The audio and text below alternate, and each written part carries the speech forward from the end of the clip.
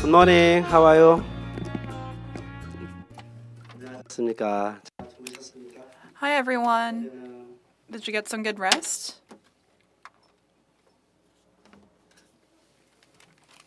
어제는 많은 비가 내리더니 Yesterday was raining a lot. Today, not as much. Hopefully, we can expect a nicer day today than we had yesterday. So, welcome back to day 2 of the International Symposium. We'll be getting started shortly. 한번 자리에 착석해 주시기 바랍니다. So, please be seated. 한번 몇 가지 안내 말씀을 드리겠습니다. Once again, housekeeping announcements. As the event gets started, we will be providing simultaneous interpretation service. If you do require the service, then we have receivers queued up all the way back in the lobby. So tune into channel 1 for Korean and channel 2 for English. Also something I mentioned yesterday, the National Folk Museum of Korea sits inside the territory of Gyeongbok Palace, which is a historical site. All territory within the walls of the palace forbids smoking. There's a lot of surveillance cameras, monitoring. So don't think you can get away with anything by hiding and smoking. If you do need to take a smoke break, please step outside off the Gyeongbok Palace territory. And we'd like to thank you for your understanding.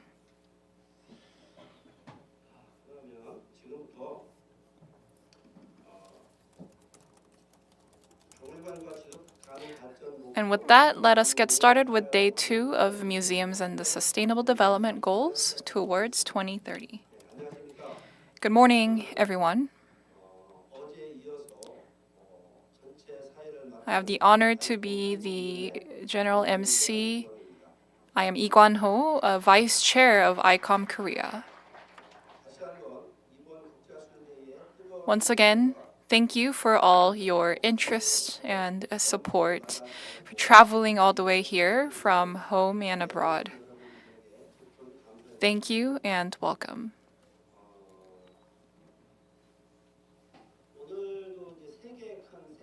We have 3 big branches of sessions prepared today. I look very much forward to them. I know it's a very tightly knit schedule, starting from 9 a.m. I assure you it's a rarity in Korea. Usually we start around 10 or maybe 9:30 at the earliest. But I know we have a lot of grounds to cover because we are all so passionate about this topic. And that's bringing us to the venue earlier than usual. So with that, let us get started with the very first session of today, a session on our planet. The planet session is going to be broken down to 2 parts, internal and external, just like we saw for yesterday's people session. So getting into the external part of the planet session, let me introduce to you and welcome up to the podium Professor Wu of Posttech. I actually saw Professor Wu on TV last night. I'd like to ask you to join me in welcoming her up to the podium.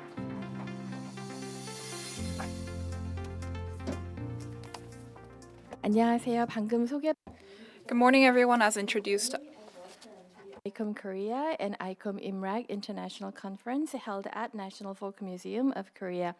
It is both an honor and a privilege to stand before you today as we delve into the most pressing and transformative topics of our time, the sustainability and the practical roles of museums in supporting the sustainable development goals.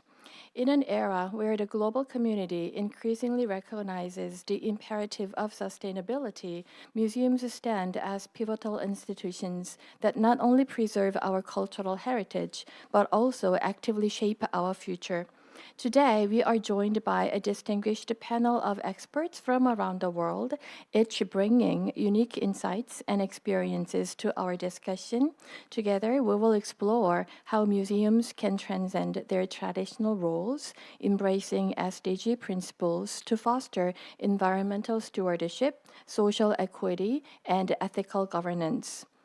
As we embark on this dialogue, I encourage each of us to think critically about the ways in which museums can contribute to a more sustainable and equitable world. Now, without further ado, I will introduce our esteemed panelists. Our first presentation will be given by Ibrahim Chen, the director and co-founder of Eco Museum Tatasumba in the Republic of Benin, the first ecological museum in West Africa. This museum is dedicated to preserving the traditional architecture and ancestral craftsmanship of the Batamariba people. In his paper, Chen will explore the role of the Eco Museum, Tatasumba, as an integrative model for preserving cultural heritage and promoting sustainable development. Our second presentation will be given by Kim Yuna, the Senior Curator of National Maritime Museum of Korea. Her presentation will highlight her work staging exhibitions with environmental concerns, such as climate change and ocean experience, and challenge polar marine garbage photo exhibition. She will also discuss her efforts to minimize waste after exhibitions by using eco-friendly materials. Our final presentation will be given by Mami Kataoka, Director of the Mori Art Museum and Director of the National Center for Art Research of Japan. Her presentation will introduce new proposals related to the transportation of artworks and environmental control of museums and collections. She will also explain Japanese museums' approaches to the climate crisis with examples from the exhibition Our Ecology Living on Planet Earth, held at Mori Art Museum in 2023. Thank you for your attention, and please give a warm welcome to our the first panelist, Ibrahim.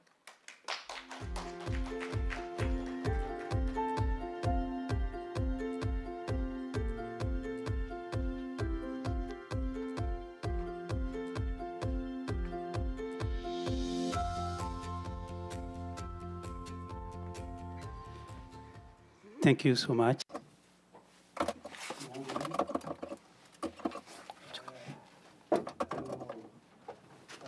Where I will start from. I hope I can start today.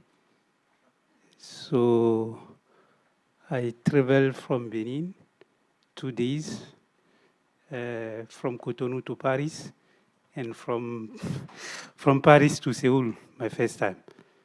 But the bad news is just to talk about this little girl. Her name is Tempa.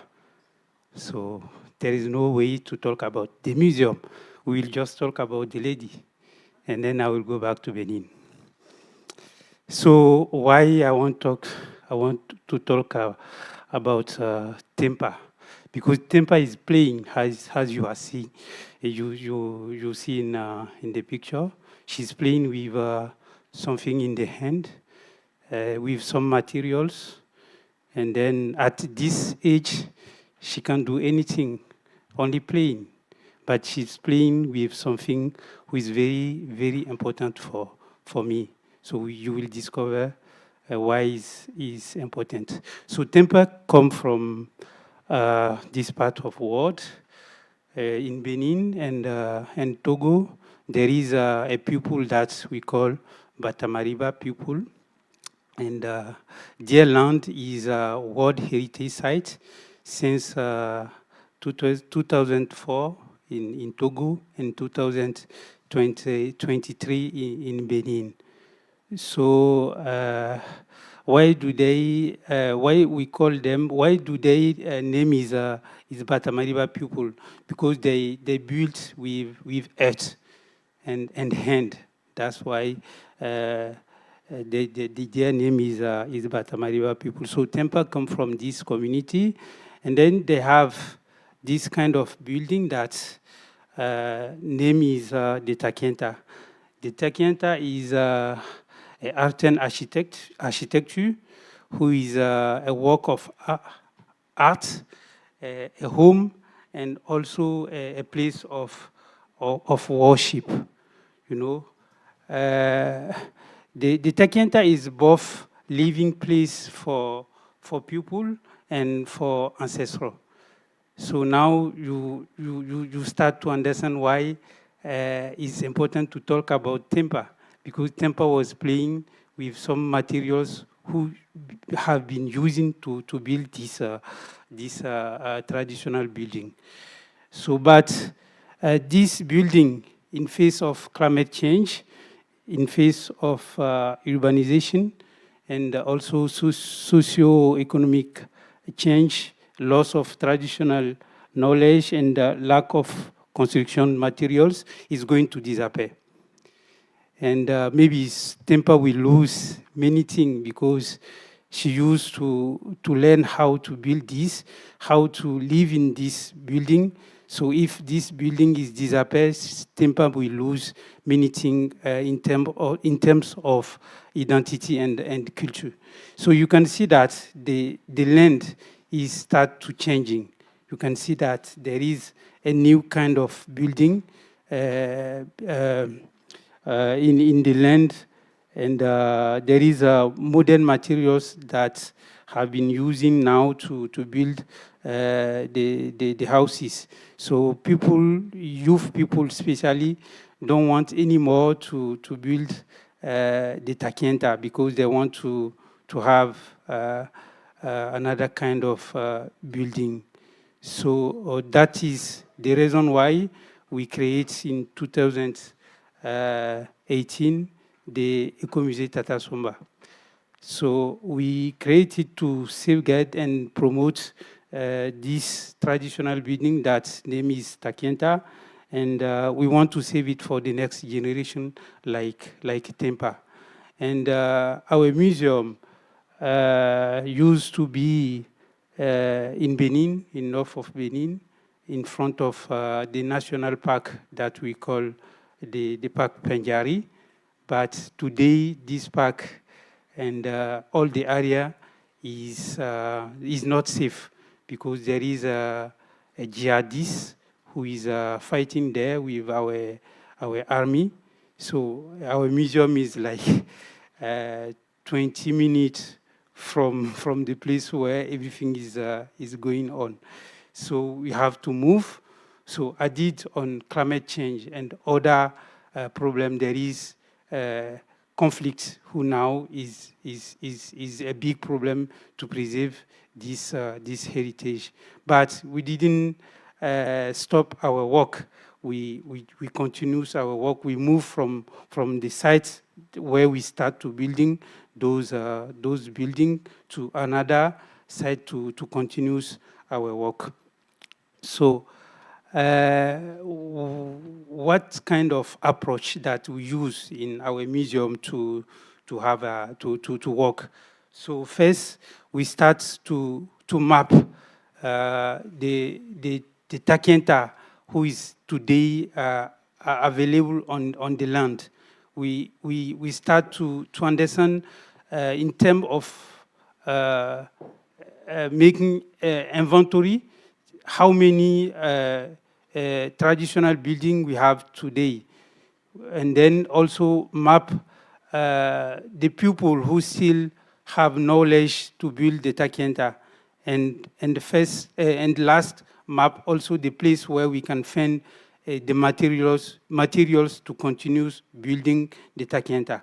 And then when we finish this step, we make, during this step, we also collect data about what is the space, what is the form, the orientation of the building who is already disappeared, because some of them are already disappeared. We have many kind of takienta, but some of them are disappeared. So we didn't have any physical building anymore. So we speak with community and try to collect data in terms of using this data to make a 3D modelization, and also document it to have a visualization of how this Takienta was in the past. And after this, we start to create the thing that we call a university of local knowledge, because there is no university, there is no school where Tempa can go to learn how to build the Takienta.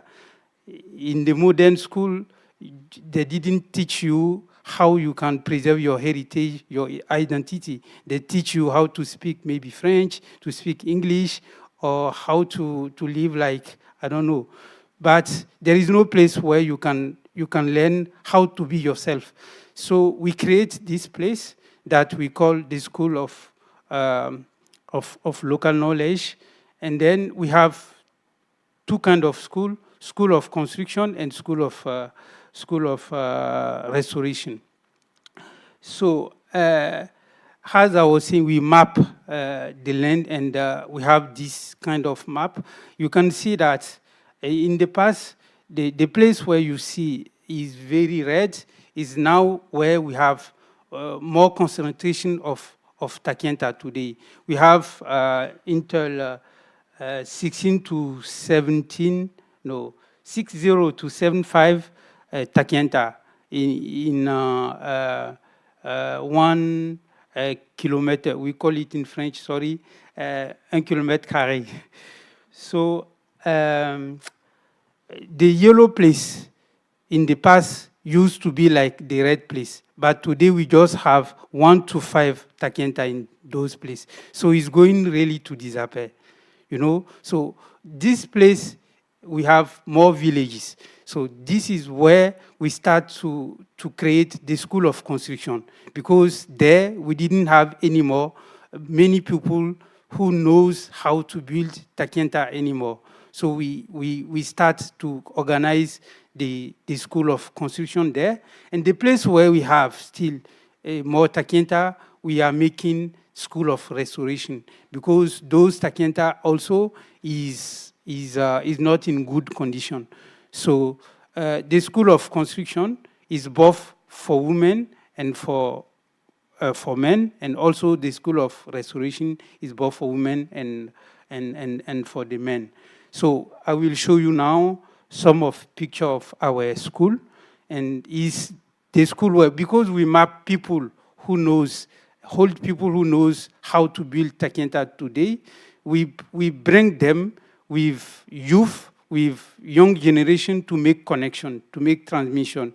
That is the place where around the practical workshop, we create the space where old people can make transmission to youth. You know, some of those youth people that you are seeing in the picture is the first time they participate in this kind of workshop. And they are from the land, they are from the community, but they don't get chance to participate in the construction. So they have now possibility to learn something from their parents before those parents are maybe die one day. So we organize also for ladies, as you are seeing in the picture, the School of Restoration, because in this community, ladies is in charge of the family, is in charge of the houses, is in charge of many activity in the families. Especially for this building, the ladies are in charge of making plastering, taking care about if the building, if the Takienta is very nice, it means that the lady who live inside is very beautiful, you know. So that is the work that they are doing then. And then we create it for young girl to hold women. We hope that one day Tempa will participate on one of our school of restoration. So when we make all this work, we have this kind of new takenta that we have built in the community. We used to build them in our museum, but because of the security situation, it's good now to build them in the community. Now we see that we can help community to rebuild their houses and then put this in the sustainable tourism. So we have some people who come to make a tourism, not a normal tourism, but the tourism who bring them in the center of activity of these houses, you know, and then they can participate to learn how to make a restoration, to learn also how to build the takenta, also to make a local craft and participate at many activity in terms of life day in this area. So also we have another big programs who allow us to take takenta in the school, now in the real school. Like we have a tools that we call la takenta à l'école, the takenta at school.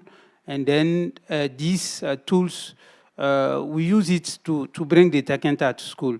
So we bring with us the traditional mason and then the old people at the room of the teachers and children, and speak about materials, speak about heritage, speak about this building.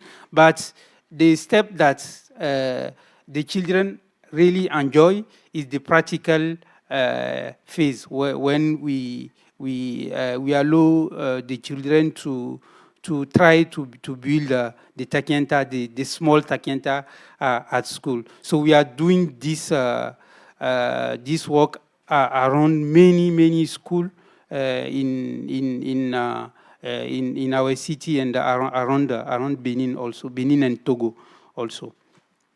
So why we have to preserve this takenta? What can we learn from the takenta in terms of modern bioclimatic architecture? So now I just want to explain you in 5 steps how takenta why takenta is very important. The first is how they choose the place where they will build the takenta. The second is the material that have been using, materials and technique. The next is about forms and orientation. And the last is about the comfort of the takenta. No? So this can teach a modern bioclimatical houses, how to select a place before to build, because in many countries in Africa and another place, sometimes people are not taking care about the land. But in this place, the land is sacred. You can't build your house wherever you want, where you want. You will build it in connection between nature. You will build it in connection, in taking care of many things before you arrive in the place, like groves, like forests, like place of worship, place of ceremony. You can't build anywhere you want. So you have to respect a rule before to build your houses. That is what takenta teach to us in terms of selection of the place. And the second thing is about materials and technique. How we can use materials with low energy consumption, because the climate change, the climate change crisis is energy crisis. It's because that we need more energy to build more or to have transport that's going to destroy our world. But this building teach us how we can build without any energy, you know, and also how we can build with the materials from animals, from plants, from nature, and to still keep the balance between people and the nature. And the three thing is about the form of this takienta. You know, the form can help to have a kind of bioclimatical houses. When it's hot outside, inside is cold. When it's cold inside, outside is cold. So, and then also about orientation, we have to learn many things from the takienta. To finish, there is also a general comfort in terms of living inside the takienta, because the air conditioner, the quality of earth is the quality inside is very better than in the modern building. Also, we call it also energy efficiency, because you are not going to use air conditioner, you are not going to use electricity, so it's very natural, and you can live very eco-friendly. So Eco Museum and SDG, that is some of goal that we with our work we are trying to achieve. And I will finish my speech with this room, and is the room of Tempa. This is where Tempa are still living today, and we hope that she will grow in this room and have a possibility to learn from community how to still save this traditional building. So I invite you all to support us to continue our School of Construction, School of Restoration, and also the Tekienta Art School. Thank you so much. Thank you, Ibrahim. I gave him 5 more minutes because he flew to Korea for 2 days. So now please welcome our second panelist, Yuna Kim.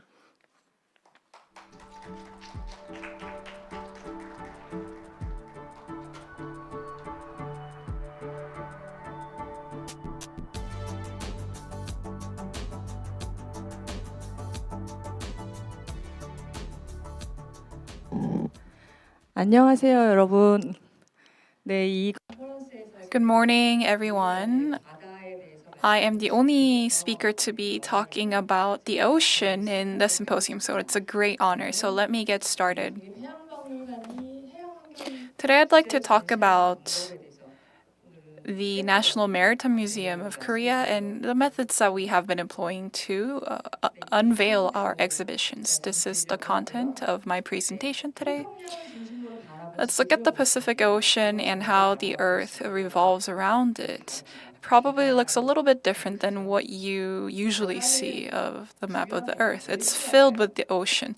The ocean is pivotal. Why? I think you saw in the previous slide, 71% of the Earth is made up of the ocean. In our industry, we call the Earth, and we say that we shouldn't call the Earth, but rather water planet. The ocean is home to 80% of global species and is critical to maintaining the ecosystem and its sturdiness. However, we are looking at a lot of increasing the degree of ocean pollution, and at the heart of that lies the issue of ocean waste. What kind of ocean waste is there? It's actually no different from ground waste.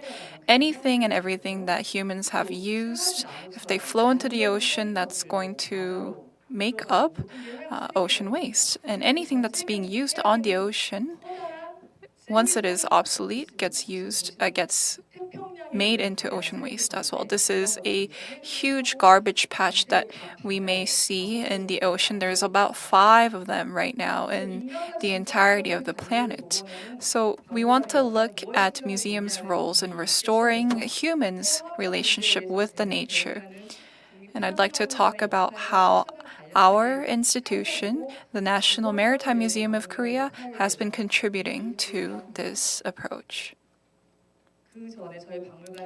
Before that, let me briefly give you an introduction of the National Maritime Museum of Korea. Right now, we are in Seoul. My institution is located in the tip of the peninsula and the southern tip in Busan. We are actually facing the ocean. We were established in 2016, and we hold exhibitions on the history and the culture and security of the maritime environment, anything and everything about the ocean, essentially.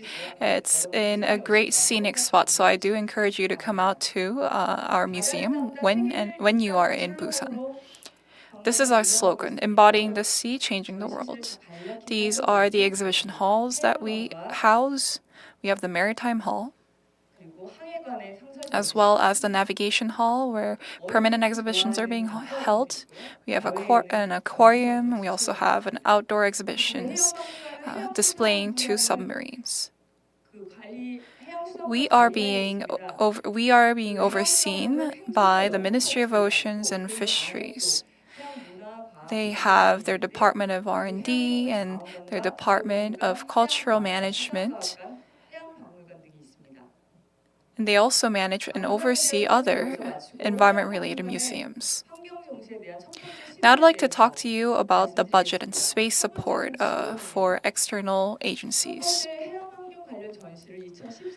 In 2013, we held an exhibition related to the ocean environment. It was called Climate Change and Marine Environment. We co-hosted this alongside the Environment Foundation. This is actually the second year after opening, which is why we lacked a little bit of capacity in supporting this initiative. The key theme of this exhibition was to raise awareness on global warming and environmental pollutions. We also held a lot of activities and events in parallel. We showed Manhattan submerging and polar bear, as well as dying coral reefs and amounts of carbon and coal. Our museum provided funding and budget as well as the space for the exhibition, and we were also in charge of the PR. However, due to our fundamental limitation, we were nothing but an assistant in the process. And then the second exhibition we did that I wanted to talk about today is an exhibition called The Ocean We Open: Inclusion, Growth, and Win-Win. This was to celebrate the 25th year of the comprehensive administration of ocean and fisheries industries. This was an exhibition that included a lot of immersive parts. We wanted to live by our principle of eco-friendliness. So we actually held the exhibition in an eco-friendly manner. We used green materials to set up the exhibition. We also strived to reduce any other potentially polluted or pollutant materials that may go into the exhibition. So we wanted to live by the example. And I'm sure you're all experts on this, but let me just recap. One of the eco-friendly materials I wanted to talk about today is honeycomb board. It concentrates harmless materials, 90% of it. Doesn't produce any environmental hormone, or it's able to be recycled and can be used or expressed in various ways. It can be used on both sides and can be recycled 100% and be recirculated.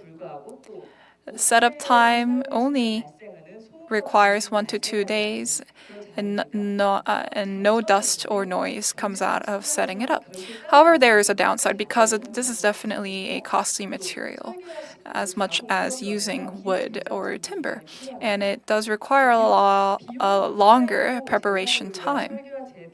So this is something that costs time and money. Yes, there is a downside, but in terms of recycling or upcycling and economic protection, this is still something that is a costly process. That's the truth. So this is a picture of what we made up, and we assembled this to put together our exhibition. A lot of blocks of this honeycomb material come together to make a platform or a board. Sometimes we glue them together, and we assemble them. Sometimes we cover up existing infrastructure or structures with the honeycomb board. So this is a honeycomb board after use. We're us trying to recycle it. Once again, it is recyclable, which is what makes it so green. The inside, we empty it out, and we tried not to use as much paper. This is the complete view of the exhibition hall. So our attempt at an eco-friendly exhibition, I think the core of that lies our endeavor for upcycling and recycling. We made a use of the eco-friendly boards, and we wanted to, with the exhibition theme, point at the topics of ocean waste and marine ecosystem pollution, and we posed a question of marine environmental values to our audience and the visitors. So this was sort of a technical and a thematic approach that we took to be more environmentally friendly. Probably one extra step that we took from our traditional approach. And next, I'd like to talk about cooperation and solidarity and how this led up to creating a sustainable exhibition space. This is called the Pan Global Challenge, Marine Litter in the Arctic. This was a photo exhibition. We wanted to share the research achievements of the impact of ocean waste and the North Pole. It was co-hosted by the Norway Embassy as well as our museum. Whatever pictures or photographs we received from SALT, it's a Norwegian institution, we exhibited them in our exhibition. This was only possible through the solidarity and cooperation of multiple institutions. This was actually sort of like a last-minute attempt that started out from the request and commissioning of the Norwegian embassy.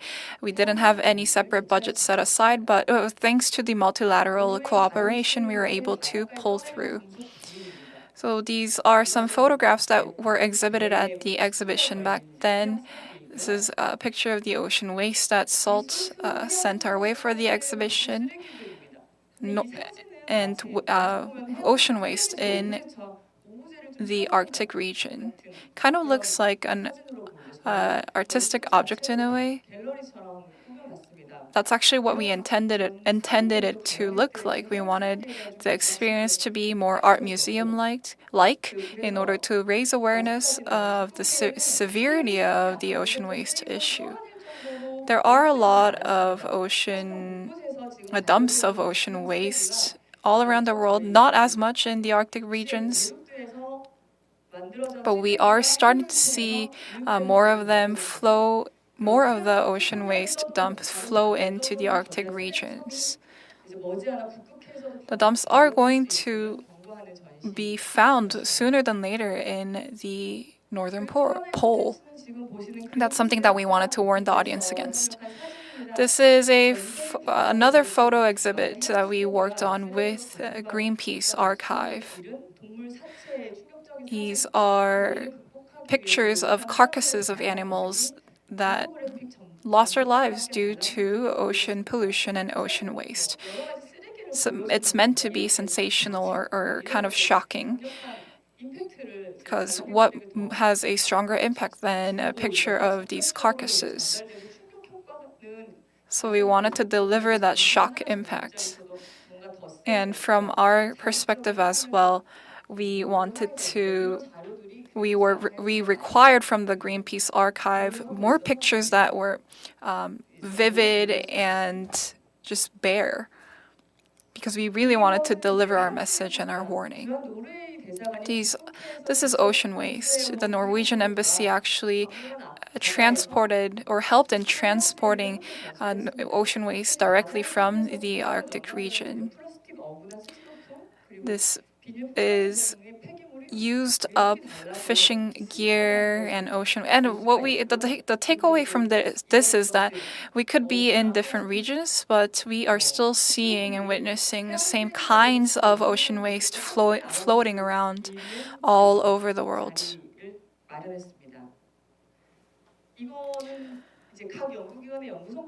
We also exhibited the research achievements and results of many different research institutions.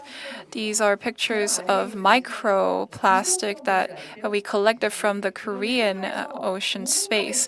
The last picture actually looks like a bento box, right?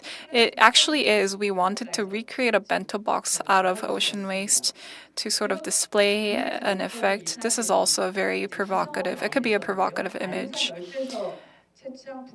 This is a carcass of a bird, a specific type of a bird species that's died from plastic pollution, consuming plastic pollution. So what are we trying to achieve from these exhibitions? We're trying to raise awareness on the severity of the pan-Earth climatic crisis, and we wanted to work with like-minded institutions to complete one full exhibition. The Norwegian embassy was also able to take our model and relaunch that exhibition in the Seoul Aquarium. We were also a part of the 7th International Marine Debris Conference. The conference asked to use and utilize our photos and our photo materials to display in their conference as well. So this is another example and another type of cooperation and solidarity that we could provide. So museums in the space and region of ocean waste, we have been working with unrelated parties like the Norwegian Embassy, Kiosk, Northern Arctic Research Institution, Greenpeace, and whatnot. As you can see, our museum has been working hand in hand with institutions home and abroad to take on roles of exhibitions and research. And to wrap up my presentation, as the ocean temperature rises, we are going to see dwindling amounts of ocean ecosystem and marine resources, which is going to persist climatic crisis. We want the ocean to continue acting as the temperature controller, which is why our role of research and policy setting in environmental marine protection is more important than ever. So we want to promote the research achievements of the relevant institutions that we are working with. So that's one role that we are taking on. We are voicing their achievements out to the world. We want to be the liaison between institutions and humans, between humans and humans. So we want to create that solidarity in restoring the relationship between humans and the planet's environment. So thank you once again for listening.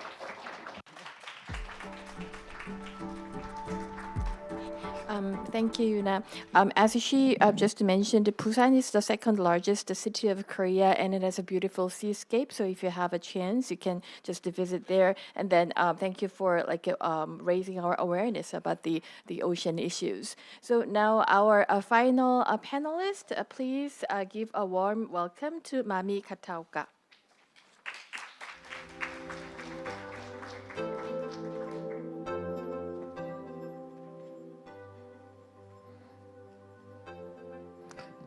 Good morning, everyone. I'm honored to be here this morning, and I'd like to thank ICOM Imrek and ICOM Korea, particularly Sun Jung Kim, chair of the ICOM Korea, for having me.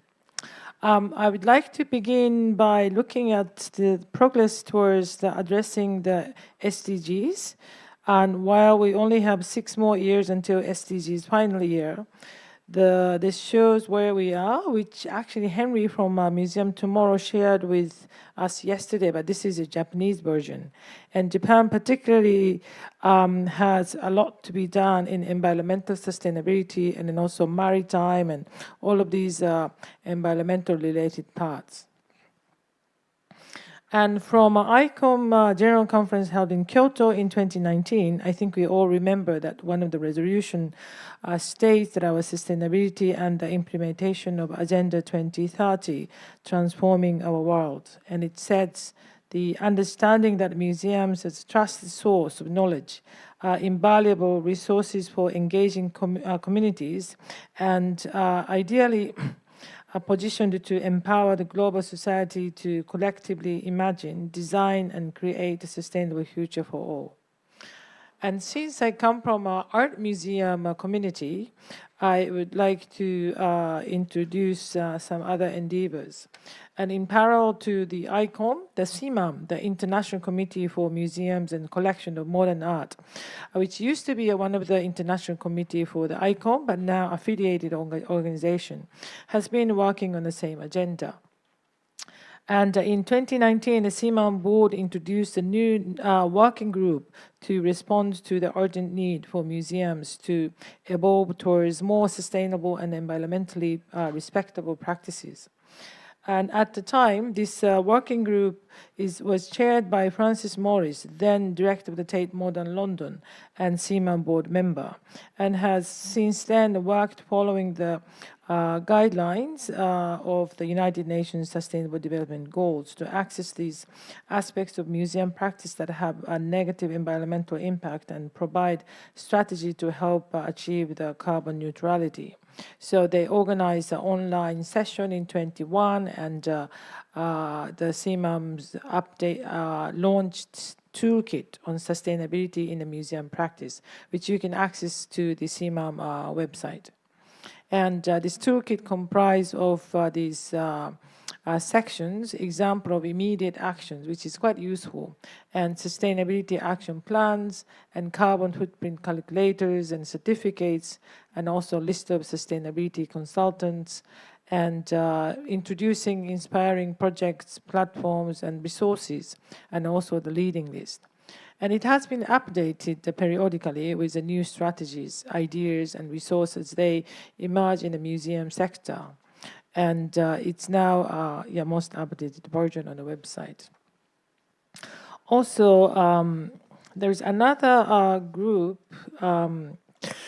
action being made by the BIZO group. This is an informal group of museum directors from major art museums across the world. And since the publication of the BIZO Green Protocol in 2015, the climate crisis is increasingly recognized as one of the most important threats facing the world today. The cultural heritage sector must take urgent action to lead the fight against this problem. And based on this, the CMAM announced the refreshed version in 2023. Which is science-based guiding principles, climate control guidelines, and a set of handbooks to accompany the protocol, offering scientific evidence, museum testimonials, and practical tools to facilitate its seamless adoption and implementation. And the BIZO doesn't have a website, but you can actually access to these content through a CMAM website. And perspectives are addressed in the BIZO group are several, but one of them is transport. And transport has a significant impact on the carbon emission. To reduce this impact, museums should adopt the principle of greener option first. In other words, the low carbon emission options such as transport by sea, road or train, and virtual couriers when planning the movement of people and objects. And this principle of greener option first translates into a series of elements to be carefully considered before discarding the more environmentally friendly option. This principle is based on a notion of reciprocity, collaboration, and professional trust.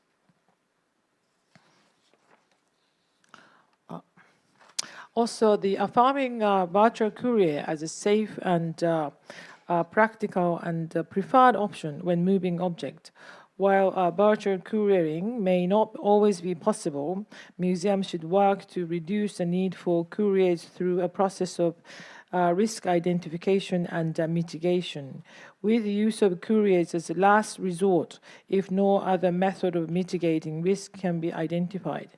A museum should follow these steps in the decision making. So the first is presumption against courier, and second is virtual courier. Third, local book and courier, and fourth, shared on-site courier, and fifth is on-site courier. And working towards extending exhibition duration to unlock the international pattern of tours and reduce total carbon emissions from transport. BIZO invite, therefore, museums to explore collectively longer exhibition runs as a factor to reduce their carbon footprint. Also, another important part of the BIZO Green Guideline is the temperature and humidity control. And for many classes of objects containing hygrosonic materials such as canvas, paintings, textiles, and ethnological objects, a stable relative humidity RH is required in the range of 40 to 60%, and a stable temperature in a range 16 to 25%, with a fluctuation of no more than plus minus 10% RH per 24 hours within this range. This is quite flexible compared to our traditional way of thinking, but more sensitive objects will require specific and a tighter RH control depending on the materials, condition, and the history of the work of art. But this is a way to kind of reduce the unnecessary energy to control this tight the temperature and humidity. And then also it has to be adapted according to the local regional climate characters.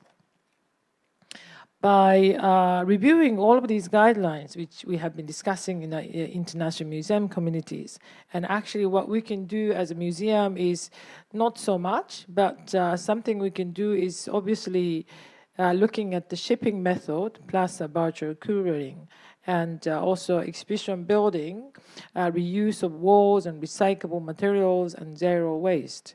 And the third is energy consumption and by humidity and temperature control, and traveling of artists and staff, and then also traveling of the visitors.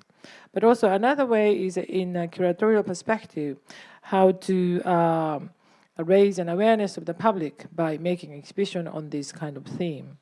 So this Our Ecology Towards the Planetary Future was exhibited at the Mori Art Museum in 2023 to the spring in 24.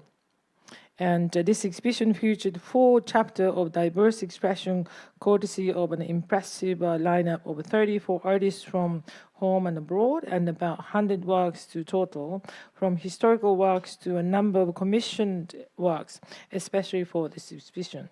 The title, Our Ecology Toward the Planetary Living, asks who we are and to whom the Earth's environment belongs. And the exhibition urges to think about environmental problems and other issues, not only from an anthropocentric perspective, but also by looking at the Earth's multiple ecologies from the broader, more comprehensive standpoint. So I'll introduce some of the works that we showed. And for instance, this is the work by Nina Cannell, Swedish artist living in Berlin. These scallop, we had 5 tons of scallop shell that blankets the floor, was sent from Hokkaido.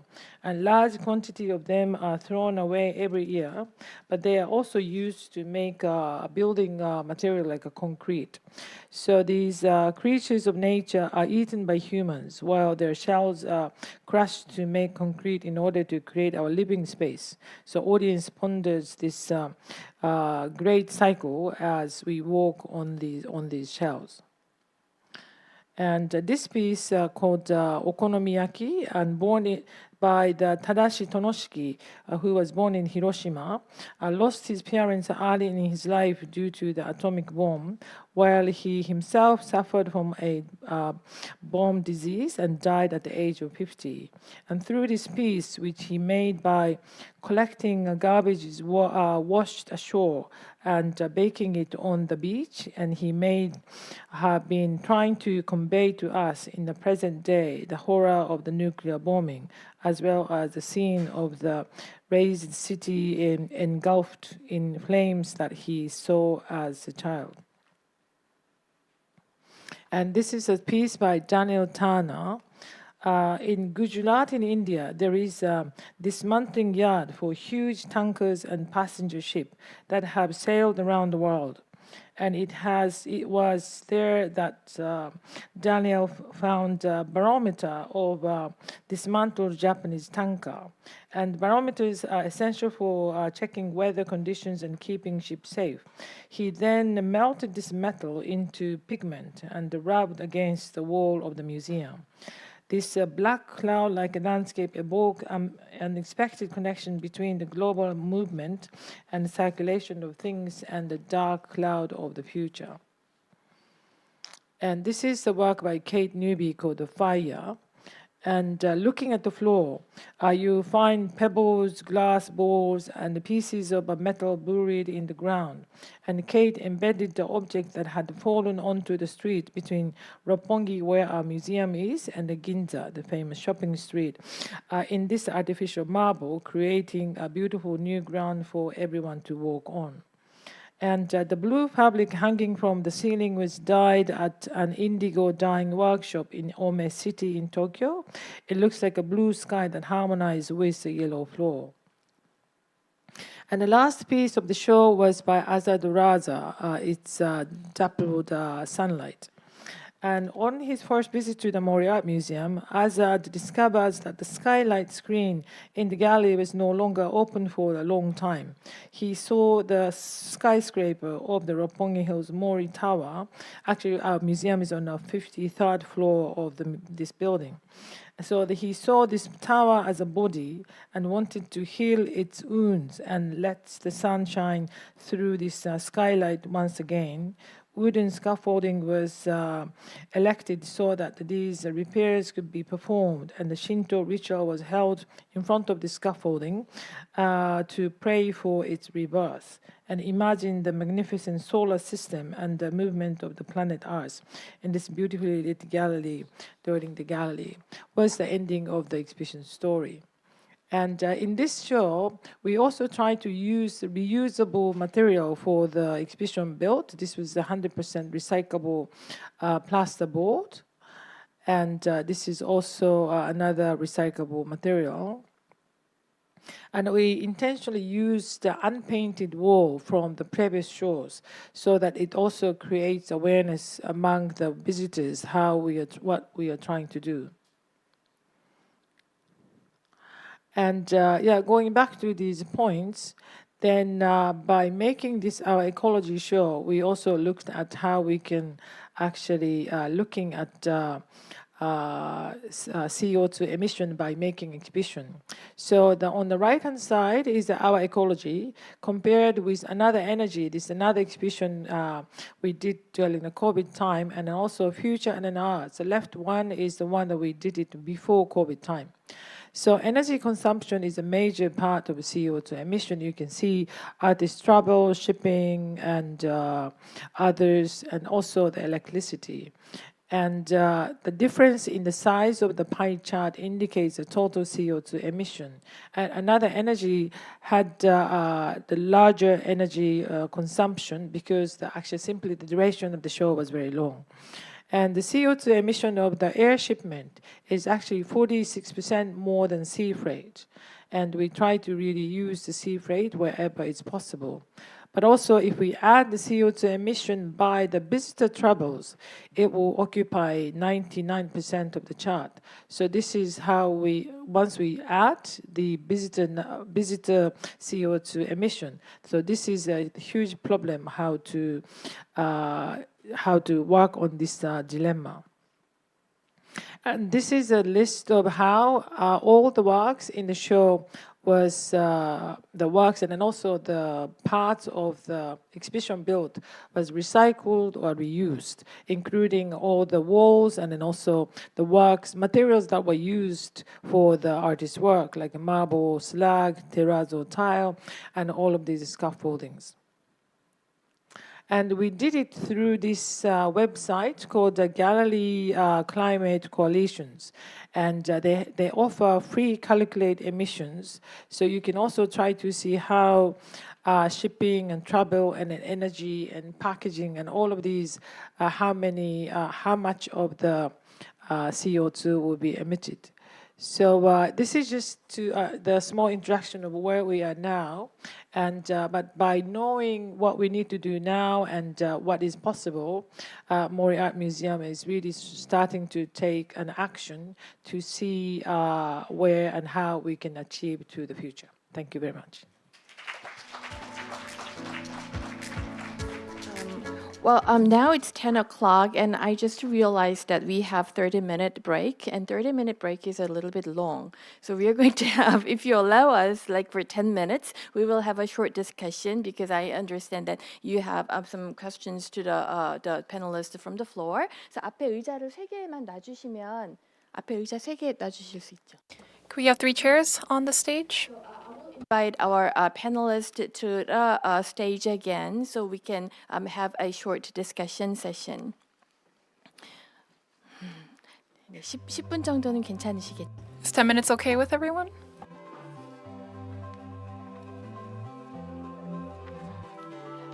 의자, they will prepare you.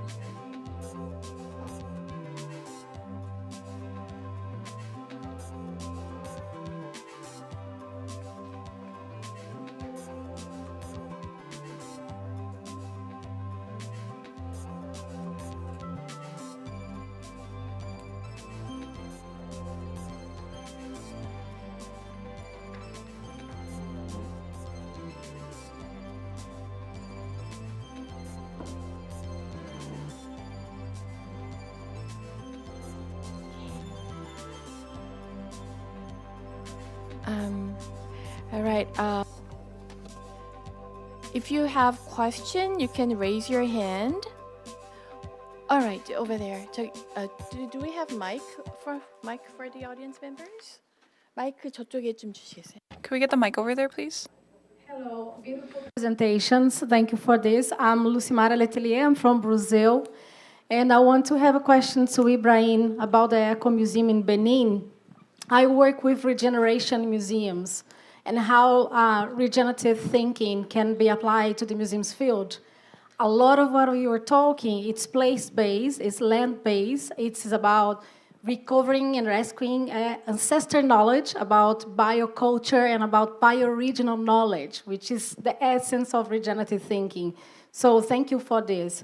A lot of things that we're trying to do, it's looking to how this traditional knowledge can also be applied to more standard museums, to big museums, to well-established museums. So I think I have 2 questions for you.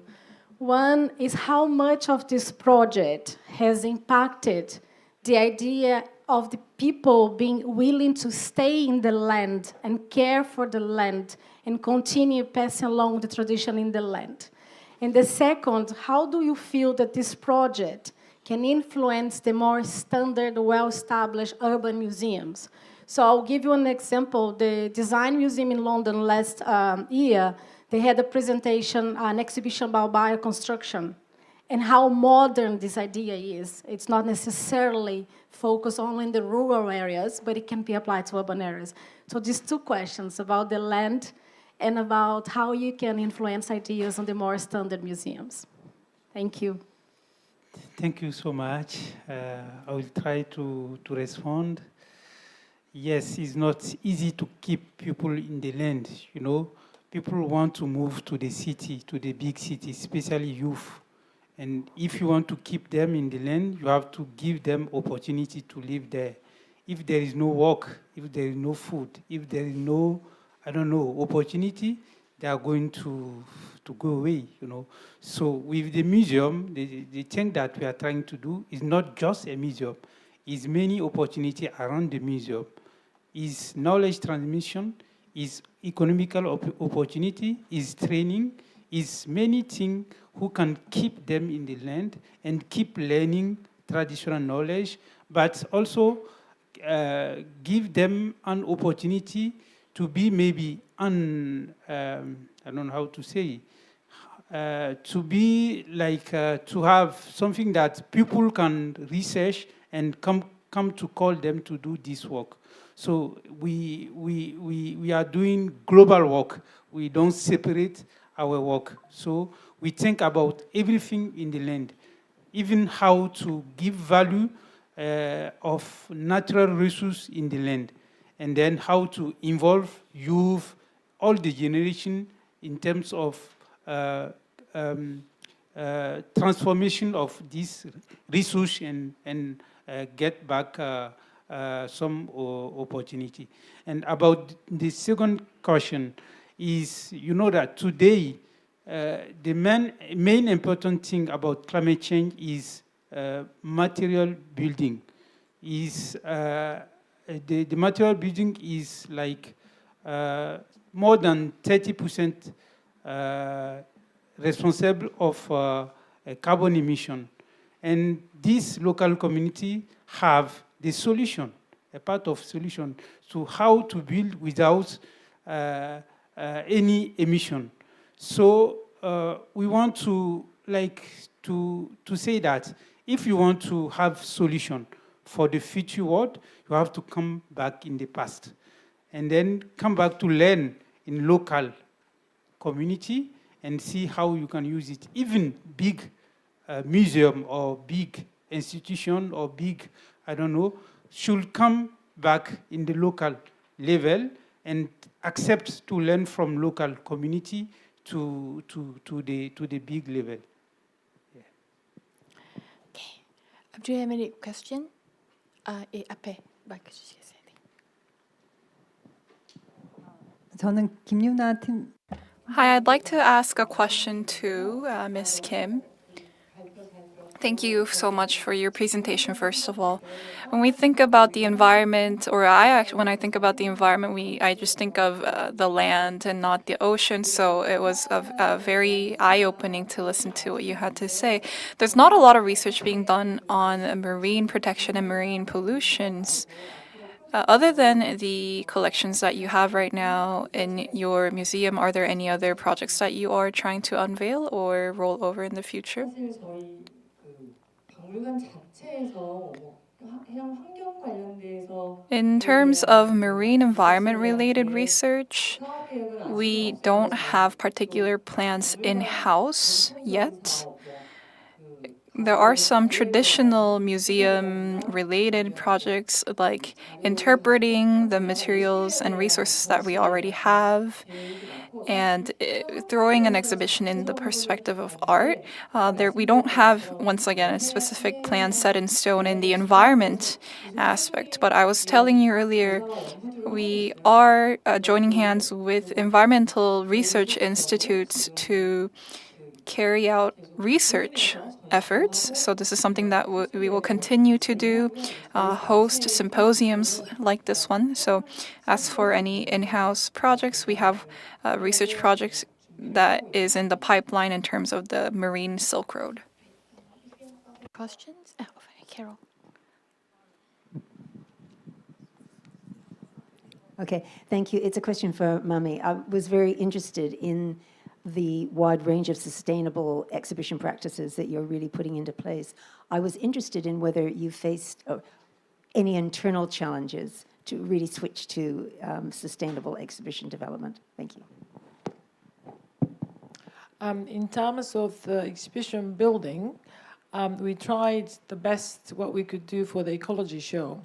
But for those challenges of exhibition design, it's not really applicable for any shows. So we cannot continue using this unpainted wall, for instance, for this very classic exhibition. So we have to discuss there is a certain great energy to the collective energy that people want to sort of follow this direction. But it's really case by case. But some of the artists really also wants to use the old walls, and they're really not wanting to have brand new white walls. So yeah, this is in terms of the carbon emission, it's a little bit of percent as I showed in the pie chart, but I think it's more about the attitude and awareness that we need to keep talking about.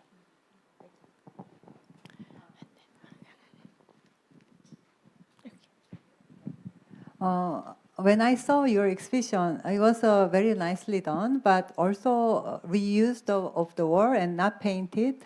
So that was confused for the audience. So yeah, I think we cannot do all the time to reuse the walls, but it is good opportunity to think about how to reuse the walls.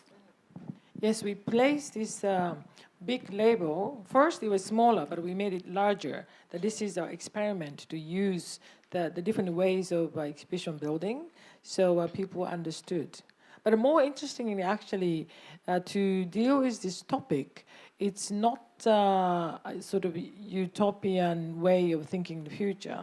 So a lot of our younger audience didn't feel happy to see the show, because they face to the difficulties in the future. So there was an interesting argument or discussion around the impression of the show, because every time we talk about this climate issue, there is no kind of bright future. So that was also an interesting result of the show. There is one more question over here. This question to Mami. Thank you for the very impressive actions they've been taking already in advance to other museums compared to other museums. But my question is that even though we have very like a BISO guidelines to these things, do you have any evaluation assessment that actually that how much carbon footprint you reduced of doing it compared to before? Do you have any research on that? I think we're just starting that to see it as an actual figure. And we are testing to, for instance, because our museum is within a large building, so in our current show, There's the Gates, which is mostly ceramics and kind of not sensitive materials. So we are testing with the show to stop the air conditioning during the night and see how much the temperature and humidity changes. And actually there's not much change because we open from 10 to 10. So longer hours that we just shut the door, so the temperature and humidity doesn't change so much. So maybe we can stop those circulation. So this is just the beginning of the testing. Just one more question connected to Carol's, because there's a human factor, because we should not travel. Maybe we should not meet like this. Okay, we only meet online to reduce something, but we cannot really omit human factors. How do the audience and even your staff react to this movement? Yeah, I think this is the very, very difficult part when we start talking about this, because as I showed, if you start calculating the overseas visitors' CO2 emission to come to the Mori Art Museum, it's enormous. And all these efforts to reduce the CO2 by shipping and construction, it's such a little part. So I think it's a future discussion we need to continue, because museums should be open to everyone. And as we experienced during the COVID time, that we cannot continue, particularly cultural exchange, by not traveling. So, and actually a lot of professionals restart traveling after COVID. And we all are aware that this physical meeting, this kind of gathering in a conference and then also seeing the exhibition in a real space is so important. And there are so many parts that we cannot go beyond this online screen. So yeah, this is something we are facing as a huge issue. Thank you. All right, so Ibrahim, as I told you, Ibrahim emitted a lot of carbon to come to Korea because he flew 2 days from Penang. So I understand that. All right, there is one more question over there. Maurice Nuis from ICOM Sustain. I just wondered if we could have a show of hands here from people who have traveled here, if they've actually paid for their travel in what's the word in Norwegian? In climate-related, you can, when you buy your ticket, you can cross off and pay a fee for traveling. So you're paying for your carbon footprint. When I came from Norway and bought a ticket on Finnair, so I could cross off, and I had to pay €50. Wow. The other people who traveled here, has anybody else done that? No. I've done that. Anybody else? So this is a really simple thing you can do. You can accommodate this. But I have one other question about the demanding material that both of you have shown in the Art Museum and in the Maritime Museum. How is that? Has it been reflected in response from your audiences? I mean, it is very demanding to show pictures of dead seabirds and. But did you get response from your audience?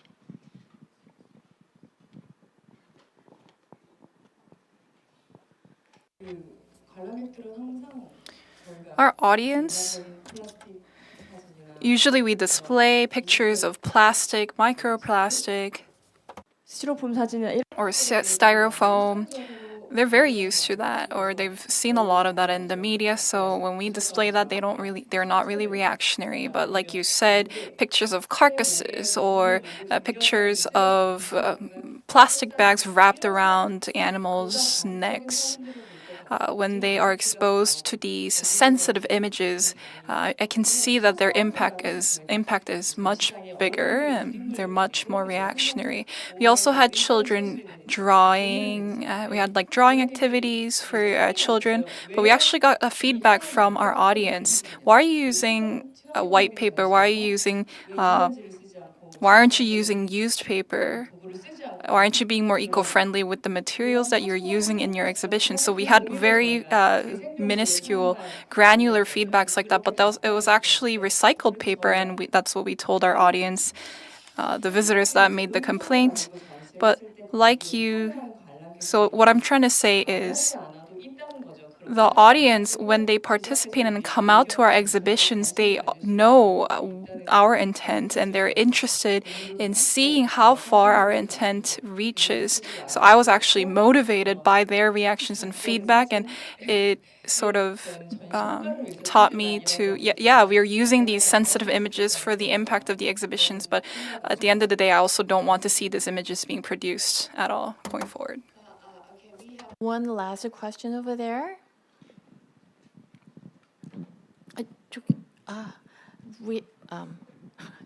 Two last questions. 거기 먼저 제가 거기를 봐가지고. Let's go here first. Hi. Floor. Thank you. 네네. 관장님께. Yeah, I have a question to Mr. Ibrahim Chan. In the case of your eco museum, could you please wait for a moment?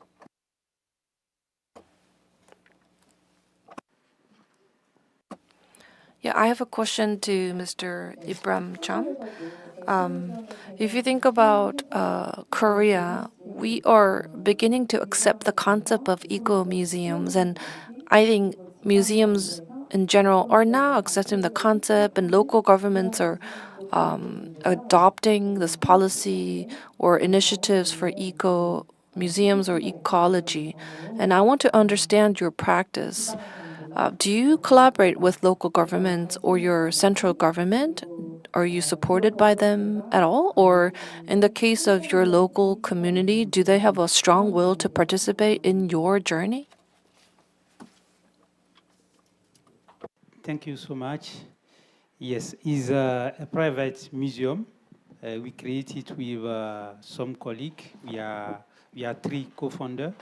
But in the beginning, we have a support from World Bank to start the project, because they have a challenge, and we was those who learn who win the challenge, and they give us support to build the museum.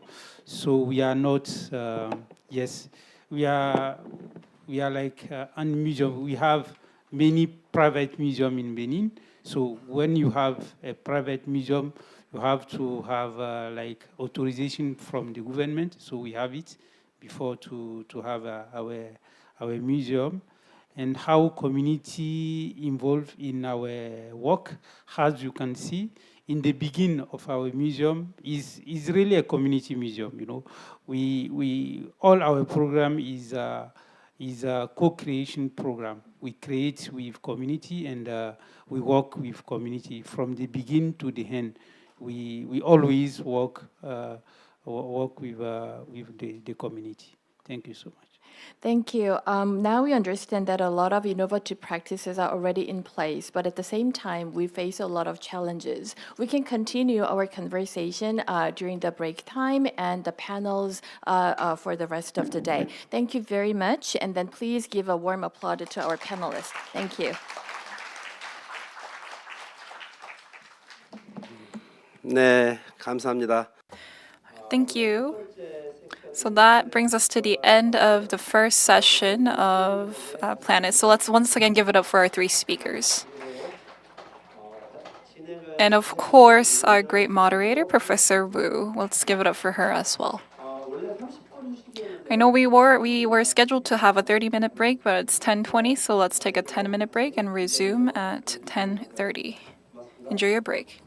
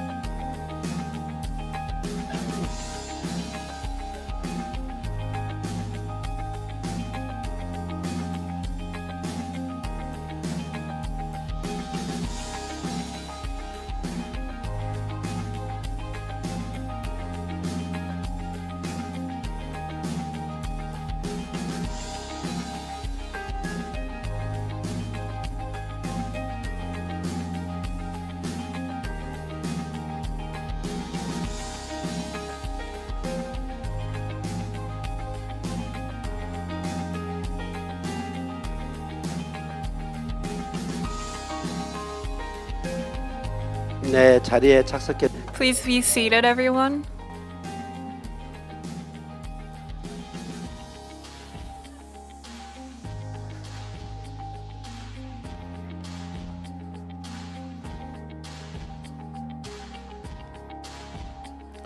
네, 좀 쉬셨습니까? How was your break, everyone? We're coming back from the break. Sorry to cut the break short. I hope you understand. It's just because we have limited amount of time and so many speakers that flew in from around the world. So we just want to hear from them as much as we can with as much time that we have at our hands. We have guests from 17 countries, about 60 visitors. This hall can house or seat 200 people, and it's a full house. So there's a lot of knowledge exchange going on here. Anyways, with that, let us get into the internal planet session. The moderator of this session is Ms. Anna Lebardo, Honorary Senior Fellow from University of Melbourne. Please join me in welcoming her up to the podium. Thank you, everyone.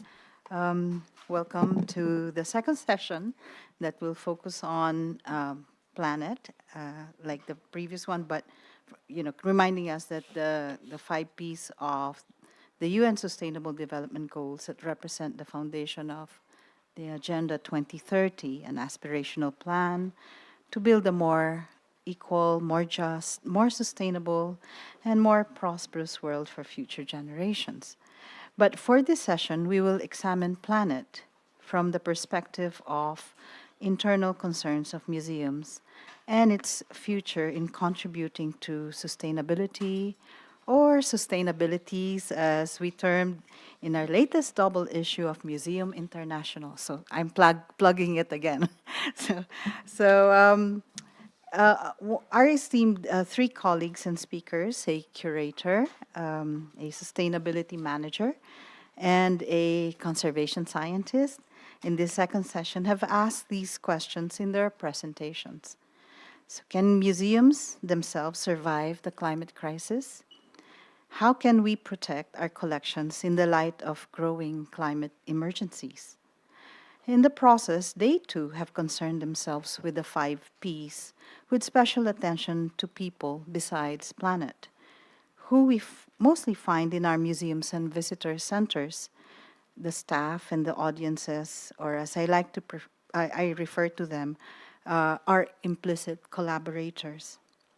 They have critically interrogated their practices and those of the museum systems to give us their unique perspectives to address how we can do better given the ongoing risks posed to our planet.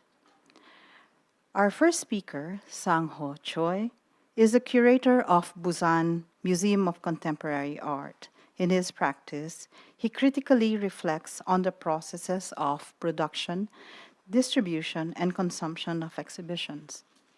From 2021 to 2024, his post-pandemic annual curatorial projects have been described as provocative. They include Sustainable Museum, Art and Environment, an exhibition with little information, The Postmodern Child, and Masterful Attention Speakers. In his presentation this morning, entitled To Make Shame More Shameful Still by Making It Public, he will tell us more about these, focusing on his 2021 exhibition project. As a result of that, he envisions the future emerging from present museum practices, but must be properly understood to enable a more beneficial way for our planet. Our second speaker, Jin-Kook Kim, is the senior manager of Samsung Foundation of Culture's Future and Strategy team. Initially, he joined Samsung Foundation's public relations, and in 2021, he enlisted in its sustainable management team, producing sustainability reports from 2022 to 2024. Feeling that his knowledge of sustainability management lacking, he qualified for Environmental, Social, and Governance, or ESG, certification training. This morning, for his presentation, entitled Activities of Samsung Foundation of Culture at the Liam Museum of Art to Overcome the Climate Crisis, he will describe his need to learn more, but found that climate change is not slowing down to accommodate his personal quest. He began instead in their projects on working to reduce collection, transportation, and construction waste, recycle exhibition fixtures, and revitalize the rotation of special exhibitions. In the process, developing knowledge that puts responsibilities on stakeholders in the culture sector that transmits to being kinder to our planet. Our third and last speaker is Vincent Beltran, who is a scientist at the Getty Conservation Institute, or GCI. We heard him speak earlier with his colleagues, Margarita and Jenny, during one of our pre-conference workshops that was 2 days ago. He is active in the GCI's Preventive Conservation Research Group and Managing Collection Environment MCE initiative, which we heard about during the workshop, and he will elaborate more in his presentation. This is entitled The Evolution of Environmental Guidance for Collections Preservation, underscoring the importance of a more pragmatic approach rather than a narrow prescriptive environmental conditions for collections. Moreover, he will talk about new and updated information from the 2019 version of the American Society of Heating, Refrigeration, and Air Conditioning Engineers, or ASHRAE.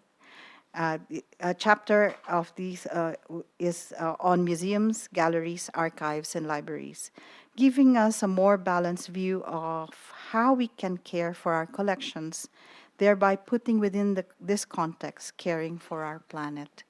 So let's start with the curator, Sang-Ha Choi, so that he could give us his talk on being a curator of Busan Museum of Contemporary Art.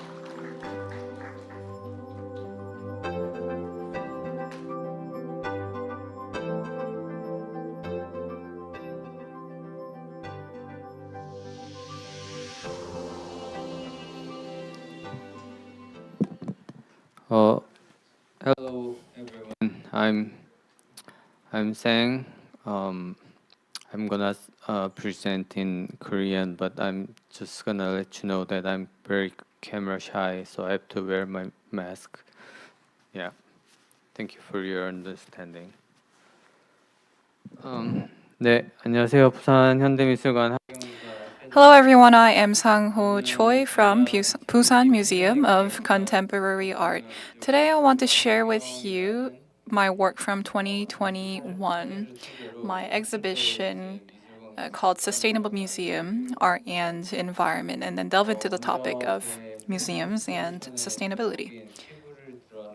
My presentation today, I titled it To Make Shame More Shameful by Making It Public. This was actually Act 1 of a book called Miserable University Life, published by students at Strasbourg University.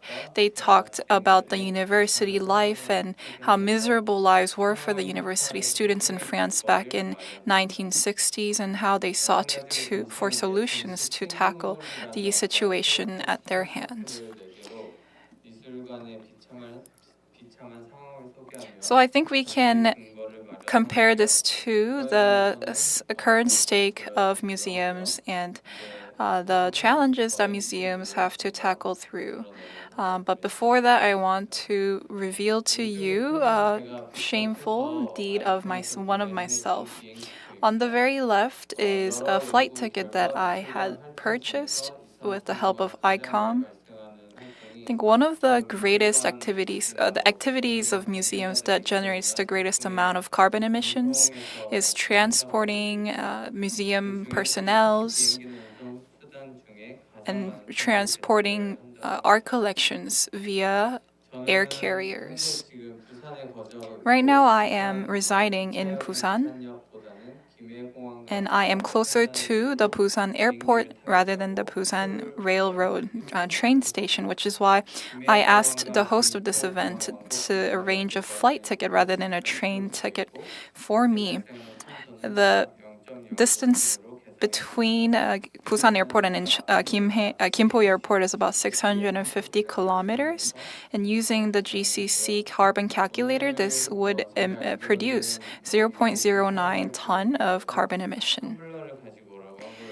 I think they told us to bring our tumblers to the event. Probably if I take one flight here, it's going to offset the carbon reduced effort of me bringing a tumbler to the event. Anyways, due to weather conditions, I ended up taking the train, but at the end of the day, myself being a museum personnel as well, still prefer convenience over the environment, and I opted to fly here rather than the train. I have actually attended a lot of conferences and talks and organizing and hosting my exhibition in 2021. And to be honest with you, I'm pretty tired of occasions like this because I've been attending similar events for the past 3 years, and I have yet to see changes happen. I know we are saying that we have to do things, but there is no substance in what kind of research we are reciting and what kind of activities we are voicing our opinions out in terms of carrying out. But thinking about the future that's coming, 2030, maybe more patience is required. Anyways, I know I have been a little pessimistic from the get-go, but I do have a presentation to give in front of you today, so let me get into it. This was the exhibition. I'll talk about it in two parts. I'd want to talk about real examples of sustainable art. I also want to talk about some practical methods that were utilized in putting this exhibition together.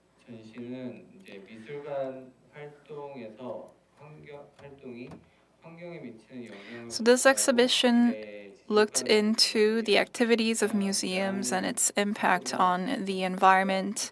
It wanted to seek any solutions to offset the activities that were being carried out by the museums.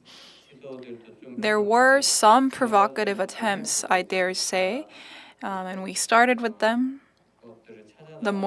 We started at the more provocative end, and I think the way of things should be starting out from the provocative ideas and then sort of railing down to the more realistic, grounded initiatives. This is a picture I took at my museum, Busan Museum of Contemporary Art, after an exhibition. I think it was the Busan Biennale 2021. All the waste that one show produced. This is actually at a waste site, a couple miles away from the exhibition point. It's actually on purpose, purposefully separated and segregated from the exhibition space that audiences visit. And that's because museums are very conscious and careful about exposing their weakness or their shame. This isn't too far away from the museum itself, but none of the audiences were aware of a space like this to manage space. And this waste management work is all done early in the morning or very late at night, kind of secretively, which is an effort to create an image that museums are very holy and flawless and even divine. A lot of for-profit organizations and environmental agencies they're continuing to print out papers on the crisis of environment.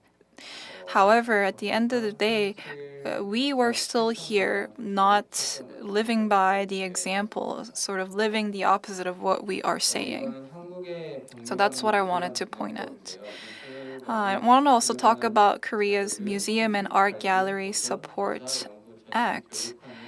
It defines museums as a place to collect, manage, preserve, research, and display, as well as train any materials related to art in order to contribute to the lifelong education of humans and their relishing of culture. However, in doing so, the process inevitably involves producing waste or any attempts that go against what we are bound to argue for in terms of the environment. Exhibitions, putting it together and disassemble it is, as I've been continuously saying, producing a lot of waste, but there is yet to be a practical solution to offset what is ongoing. In terms, under the name of cultural art or artistic contribution, the pollution or the waste that we are producing is sort of being overlooked. So our process of work, or way of working, how did that process get solidified? When did it start? And why are people letting it happen? This entire, you see all these styrofoam bubbles? They're being used, so many of them are being used to wrap up a rather small volume of a glass object. And it really makes me question, do we need all of this waste? I know museums are there to contribute to the general audience's relishing of cultural and artistic assets, but like I said, at the mercy of that, at the mercy of the environmental damage that we are causing, museums are seeking to achieve their purpose and reason of existence. So I think we need to question. I think this picture, I put up this picture in my presentation to pose a question about that. This is also another picture of exhibition waste. This is actually at the museum, our museum.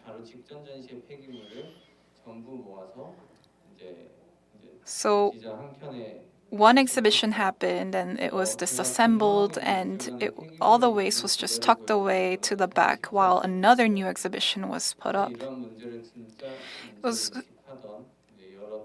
It was very challenging for me to witness this with my two very eyes and even record it, but thanks to the help of my colleagues, I was able to record these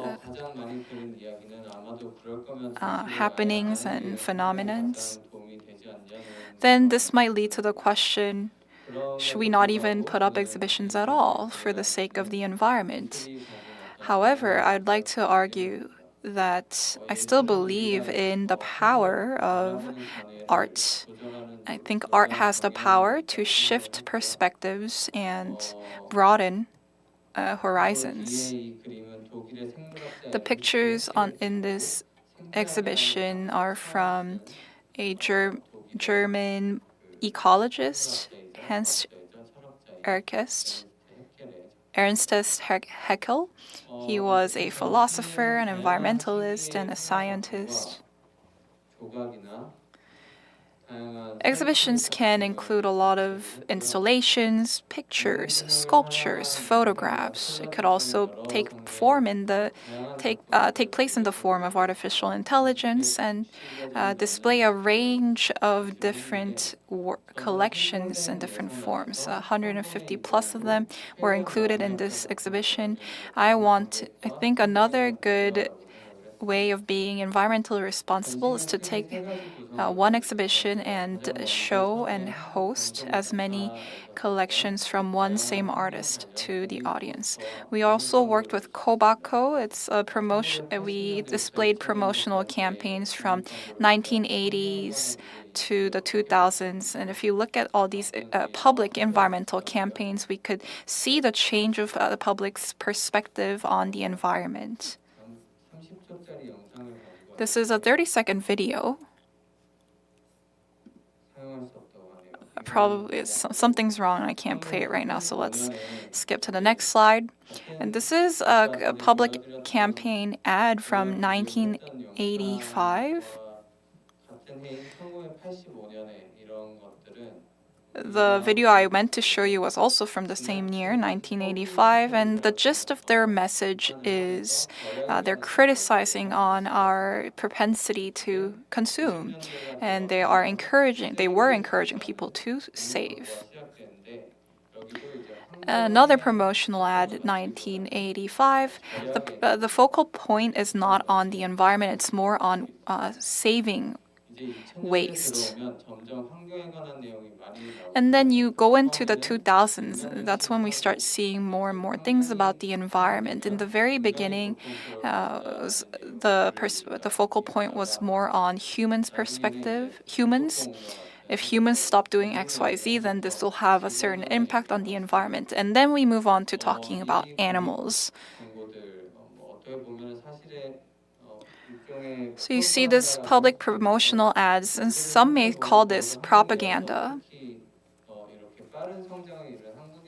But you see, Korea is very unique in that it has achieved rapid economic development, and I think it's also interesting to look into the changes of the tides of the perspectives in these promotional ads.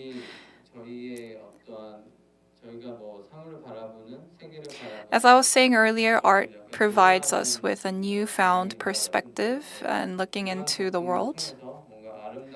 I think pieces like this stimulate us about how beautiful of a harmony can be achieved between humans and the environment. Artist Yong-woo Lee here really shed light on that fact by representing beautiful nature. And we also have actual plants and flowers in the exhibitions to touch upon that fact as well. This picture expresses rural environments that have been entirely damaged by waste and poses questions to people on why this kind of a territorial damage had to happen. This is a picture of artist Jin Yun Chung of how residential areas were ruined by factories coming into their places of residence. And then moving on to contemporary art and collections. This is by artist Sang-jin Kim called Air Purifier. Kim placed an air purifier amidst a bouquet of flowers, but the air purifier actually picks up on the flower scent as a pollutant, something like as an odor, which is quite ironic. Jae-sun Cho here created an ecosystem artificially in a tank using an engine, and he sought to reconcile machineries with nature. This is work of Harrison with less and less farming land. With farming land reducing, he sought to suggest a new model of space. And this is an installation art by Ponggi Park. There was no new material used for this installation. It only used waste from artistic exhibitions.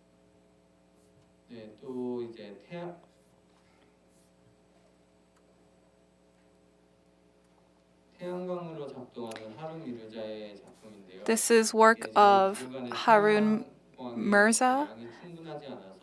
It runs on solar panel. We didn't have enough light in our exhibition, so we had to shoot artificial lighting to the solar panel to get the installation to work, which is also quite ironic. Jongwan Chang was an artist, and he created Eco-Friendliness Test 1 and Eco-Friendliness Test 2. The painting on the right was drawn with eco-friendly paint. You can see visually there is no difference, but in terms of managing these collections, there is a difference. A lot of the exhibitions, the artwork were transported by the sea carriers. Shipping these collections is much more eco-friendly compared to air carriers because it uses only about a quarter of carbon emissions compared to air carriers. But it does take longer time. So I'm not saying one thing is right and the other is wrong, but there are different pros and cons to different approaches. The picture that you see up here was transported by sea, but it arrived at our exhibition 1 week later after the exhibition started. But the fact that it got there late, we actually used that and leveraged that as one part of our promotional work. We posted on Instagram saying that, hey, our fish, they're doing their best to swim over to Busan.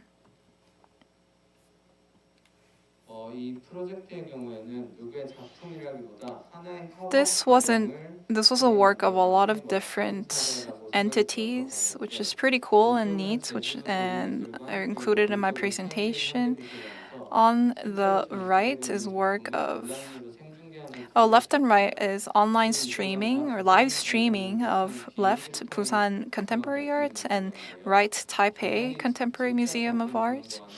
Obviously, in order for you to be physically there, you would have to fly over. But by installing these live stream screens, people don't have to do that anymore and can save on carbon consumption. There were some difficulties. Sometimes birds would sit on our lenses, or bugs would sit on our lenses. So it's hard to see the collections from time to time, but I think it did also still carry meaning. And last but not least, this is work of Sean Raspet, an American artist, and we made $1,000 worth of payment to him, and he gave that to a company that does geological mineralization. The company was called Climeworks. We actually wanted to show or sort of leave this invoice as proof that our exhibition removed carbon dioxide from the atmosphere, about 1 ton worth. So from here and on, I want to share with you some cases of experiments that we conducted for the sake of sustainability.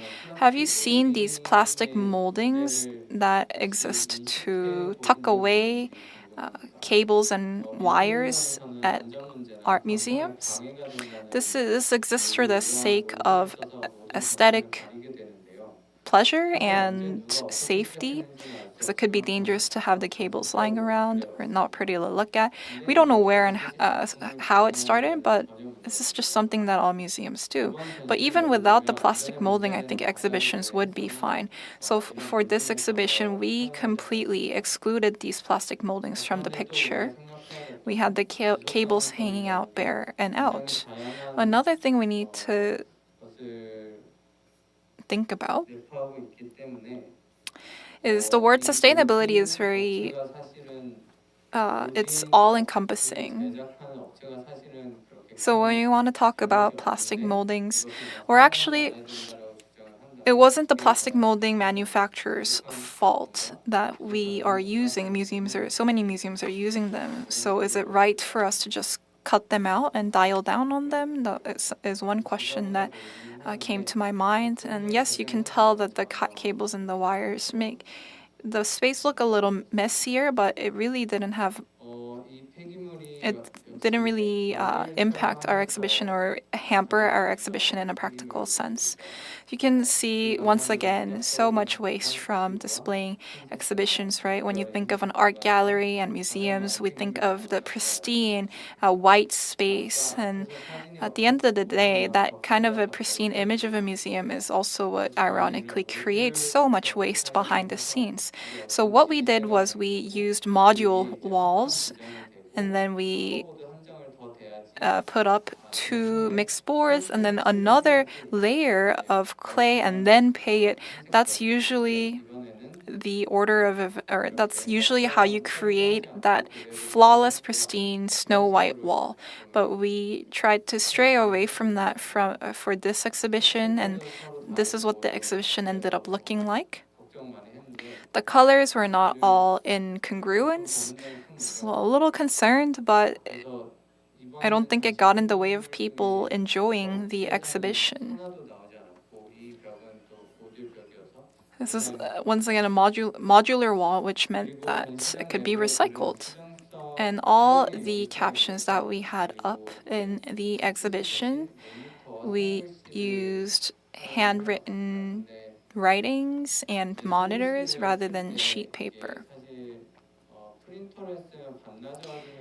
I think handwritten writing, it's great, but it took much longer, about 2 weeks, versus if we were to print everything out, it would have taken half a day. So our calligrapher did so much great work. It was pretty challenging. But in terms of how sustainable this method is, I think that's another thing to think about. So I know this is printed paper, but I actually used used paper and printed this stuff on a piece of used paper. And then when we have a typo on these exhibition walls, then we have to scrap it and then get another one, which is pretty fatal to the environment. So we used a monitor so that we can make edits real time. And what is the optimal method? I think at the end of the day, we need to think about how much electricity that we are consuming to put up the monitors and all the installations that I was just showing you. So we measured our level of electricity consumption. So if you read this here, I think it gets into the nitty-gritty details of what went down after the exhibition. I think if you're interested, you can download this from our website. We are able to track where the files are being transferred out to, and so we took a look at that breakdown. All right, so 2021, this is what I did. That's great. But then, so what? Right now, it's 2024. So 2021 is a picture of that loading area. And 3 years passed, 2024. Look at the loading area again. It's the same space. And I wanted to include the metadata of the picture here. I took the picture on May 30th of 2024 this year, so a couple days ago. Nothing changed over the course of the past 3 years. And I really want to speak to the practicality or the methodology that museums are using to put up exhibitions. I think we need to look at bigger things, and I think we need researches in earnest and investment in parallel, funding in parallel, and simultaneously. I don't know if this will come as a welcome news to everyone, but we need to look into authority, central authority. We need to work with central authority to make sure reinforcement is in place. Authority and art may not be the best combination. To some, it may be an uncomfortable combination, but I don't think this is the time to complain about how weird or awkward or uncomfortable of a combination art and authority are. I think the day and age that we live in right now requires us to take a different approach. So I wanted you to take a peek into our institution this year, and that I'll be wrapping up my presentation here. Thank you. Thank you so much, Sang-Hoi. We've had to cut his talk, but you'll have a chance to listen to him later on during the open forum. Thank you so much. The next speaker is Jin-Kook Kim from Samsung.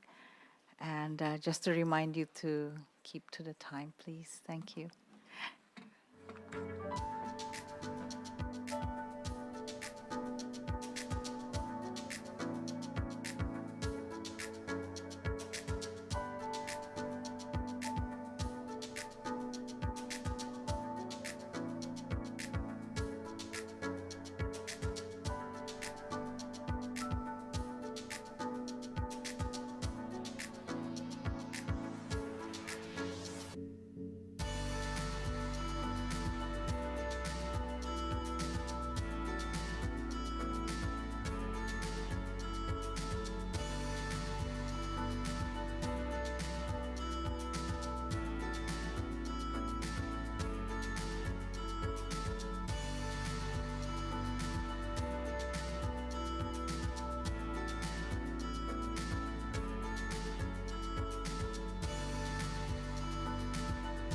can talk a little bit about your frustration when wanting to get a certification, right?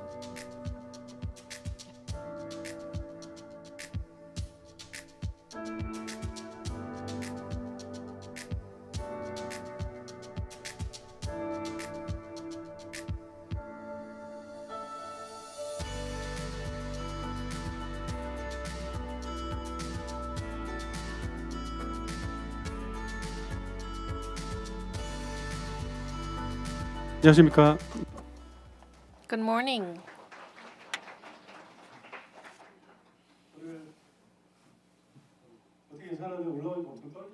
I get nervous. I was okay down there, but I get all of a sudden so nervous. I believe I'm the only person who's not from the art world. I would say, an assistant to the art world or museums. It is my tremendous honor to be able to see all of you, renowned officials, in person. And today, in my presentation, I'm going to talk about the activities of the Samsung Foundation of Culture Lium Museum of Art to overcome the climate crisis. I hope that this is useful and helpful for all of you. So this is the order of my presentation. So let me briefly talk about and introduce to you the Cultural Foundation of Samsung. So this was created in 1965, created by the late founder of Samsung. We have around 81 employees working for the foundation, a little less than your expectation, correct? And we have launched the Lium Art Museum back in 2004 in operation, and we hosted, and actually are hosting Philippe Parano exhibition to this week. So, and moving on to the Hoam Art Museum, it was founded in 1981. We have been focusing on East Asian Buddhist arts, and we also carry out many different cultural-related projects, such as supporting musical instruments and piano tuning. And this is the scenery of Lium Museum, but this scene is gone because we removed the sculpture in the middle, and now it's a different look. So it was there from for 12 years. It was a representative sculpture, but it's gone. We have 3 different pieces. One was Mario Botas, Korean traditional interpretation. Go Museum is there, M1, and M2 is a contemporary art museum, and the other is Black Box and Gallery. And I wanted to bring up what buildings we had because of these. So M2, black, very modern flooring is where we present contemporary and modern arts. And there is no walls. It's great, but there's no walls and pillars. And as Mr. Choi has mentioned, we need partitions and temp walls to be able to throw exhibitions. And if you look at the Black Box and Grand Gallery, we do have some walls, but we need more temp walls and partitions to be able to show our collections. So this is why we have been producing a lot of waste so far. And in 2021, in May, we had a great large-scale exhibition. Many of our employees were inspired by the sustainability exhibition, and we wanted to adopt some measures to our operation too. So between that 5 months of time, like 2021 March to September, we wanted to adopt some of the ESG sustainable measures to our operation. Mr. Choi and also Ms. Kim from Busan. I know these two have been running sustainable exhibitions here in Korea. We had no idea what ESG was, but we had to identify as a result what ESG is. I know that it's a complicated word over here in Korean, but it's about who like it's about setting roles and responsibilities. Who are we is going to be in charge of this particular project? What are we going to work on? What plans are we going to draw up? And when we were founded back in 1960s, of course there was a string will of the founder, but how are we going to build on that very vision and spirit to future generations? It was one of the task areas. And what was important was who.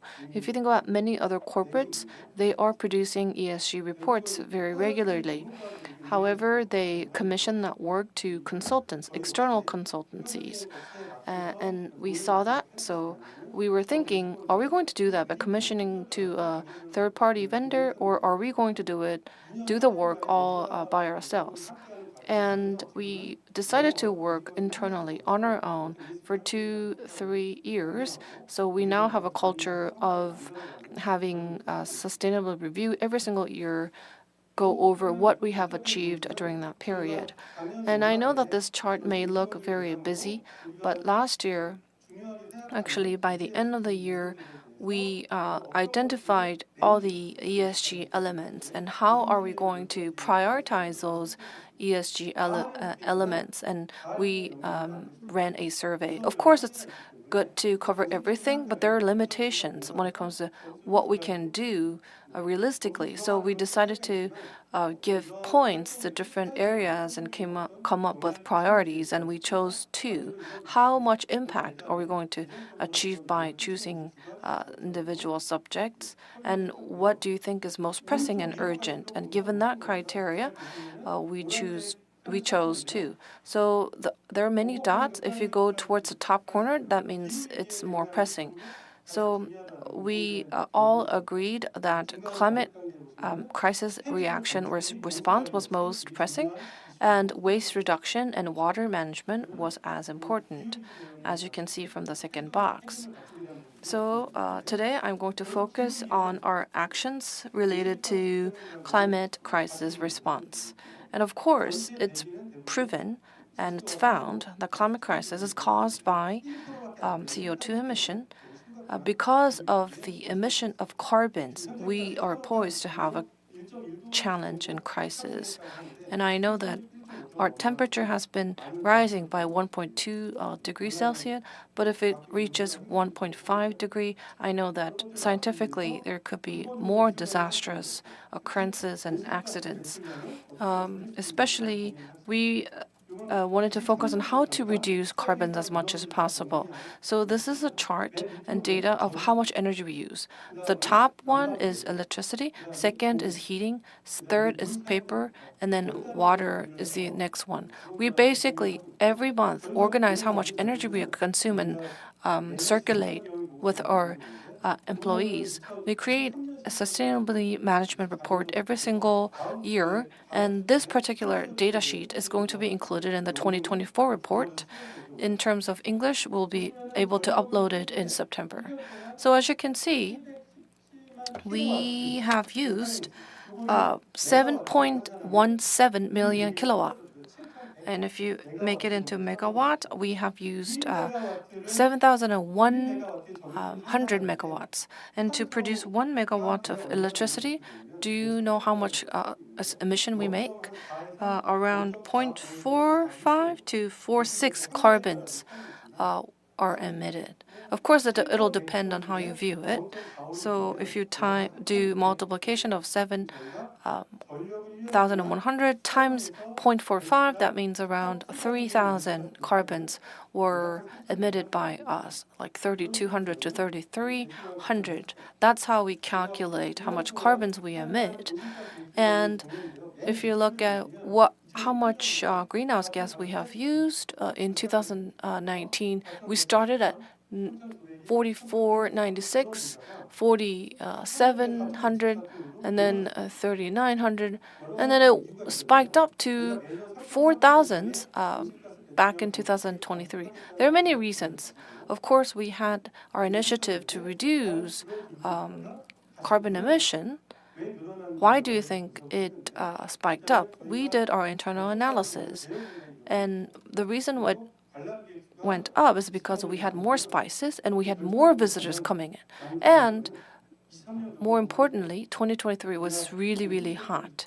We have been checking the temperature since 2008, and 2023, July, August, September were the hottest 3 months ever in history.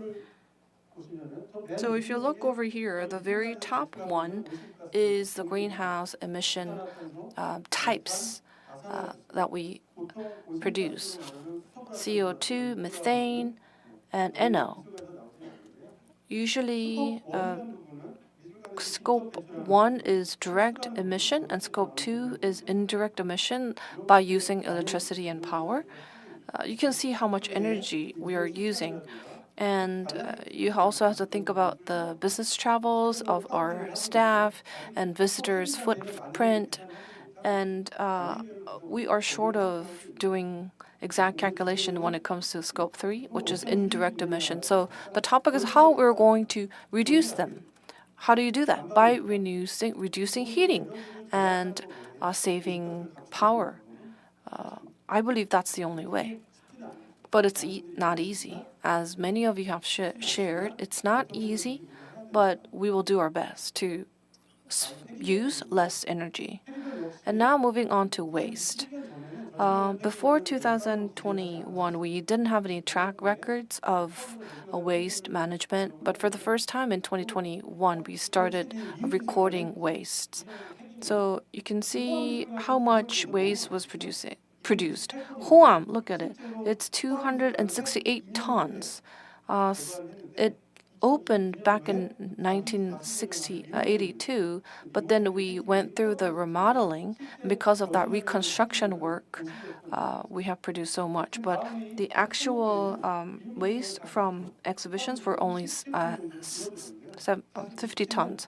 And if you look at Hoam, you can see that there was a massive reduction when it comes to waste production. If you look at 2021 data, which was not recorded in this chart, in the mass space, we had to install temp walls and partitions, and we used metal or wood temp walls, and we just threw everything after using them once. But at the end of 2021, actually at 2022, when we were curating art spectrum, we adopted 100% module partition installations. Just like how Busan Contemporary Art Museum did, we used the same modular partition, but then we put the plywood and gypsum board and painted the wall too. And by doing that, compared to the existing methodology, which produced 24 tons of waste, after changing and converting to modular partition, the waste decreased by 14 tons to 9.2 tons. So I made that chart. If you look at the 7 displays and exhibitions we had, without using the modular partition, using the wood and metal partitions, we used them once and all threw them away. We produced 27 tons of waste. The partition was 18%. Carpets and other materials were 4 tons. However, by changing to modular partition, you can see that during that 2.5 years, we were able to reduce a total of 97 tons of waste. So it wasn't just partitions that we changed. We also used showcases and stools too. And this is related to energy. In summertime, we use more power, electricity, and in wintertime, we use more heating. However, for efficiency, we have to make changes to heating and ventilation. It costs a lot of money. However, changing the boiler and the ventilation, you can see the efficiency graph. We achieved 30% more heat efficiency. However, when it comes to electricity consumption, there's not much increase or improvement.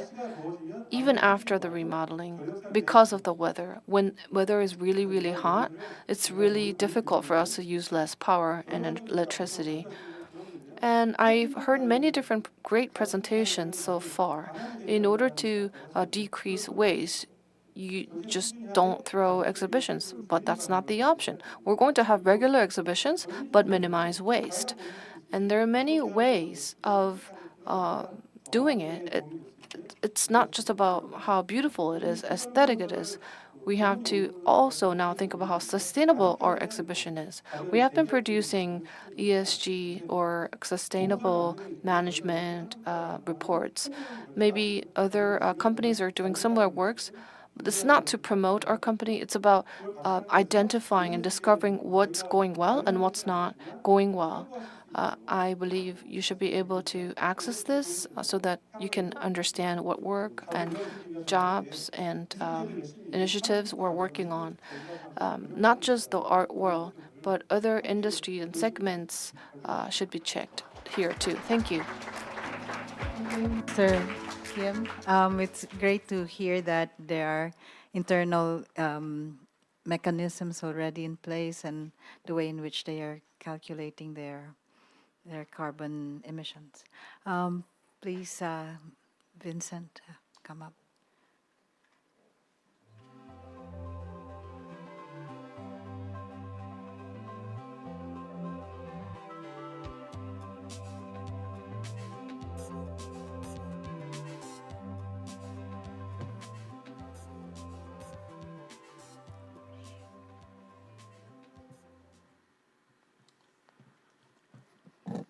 Thank you very much to ICOM Korea and to ICOM MREC for this opportunity. I'll be speaking today about the evolution of environmental guidance for collections preservation. But first I'm going to start just by talking a bit about the Getty Conservation Institute and the MCE initiative. The GCI is one of 4 programs of the J. Paul Getty Trust. Most prominent, of course, is the J. Paul Getty Museum, but it's also the Getty Foundation and the Getty Research Institute. And here's the mission of the Getty Conservation Institute, and I want to highlight 2 sentences. The first is we work internationally to advance conservation practice in the visual arts. And we do this in a few different ways. We conduct scientific research, we do education and training, field projects, all with the goal to disseminate our information freely to the field.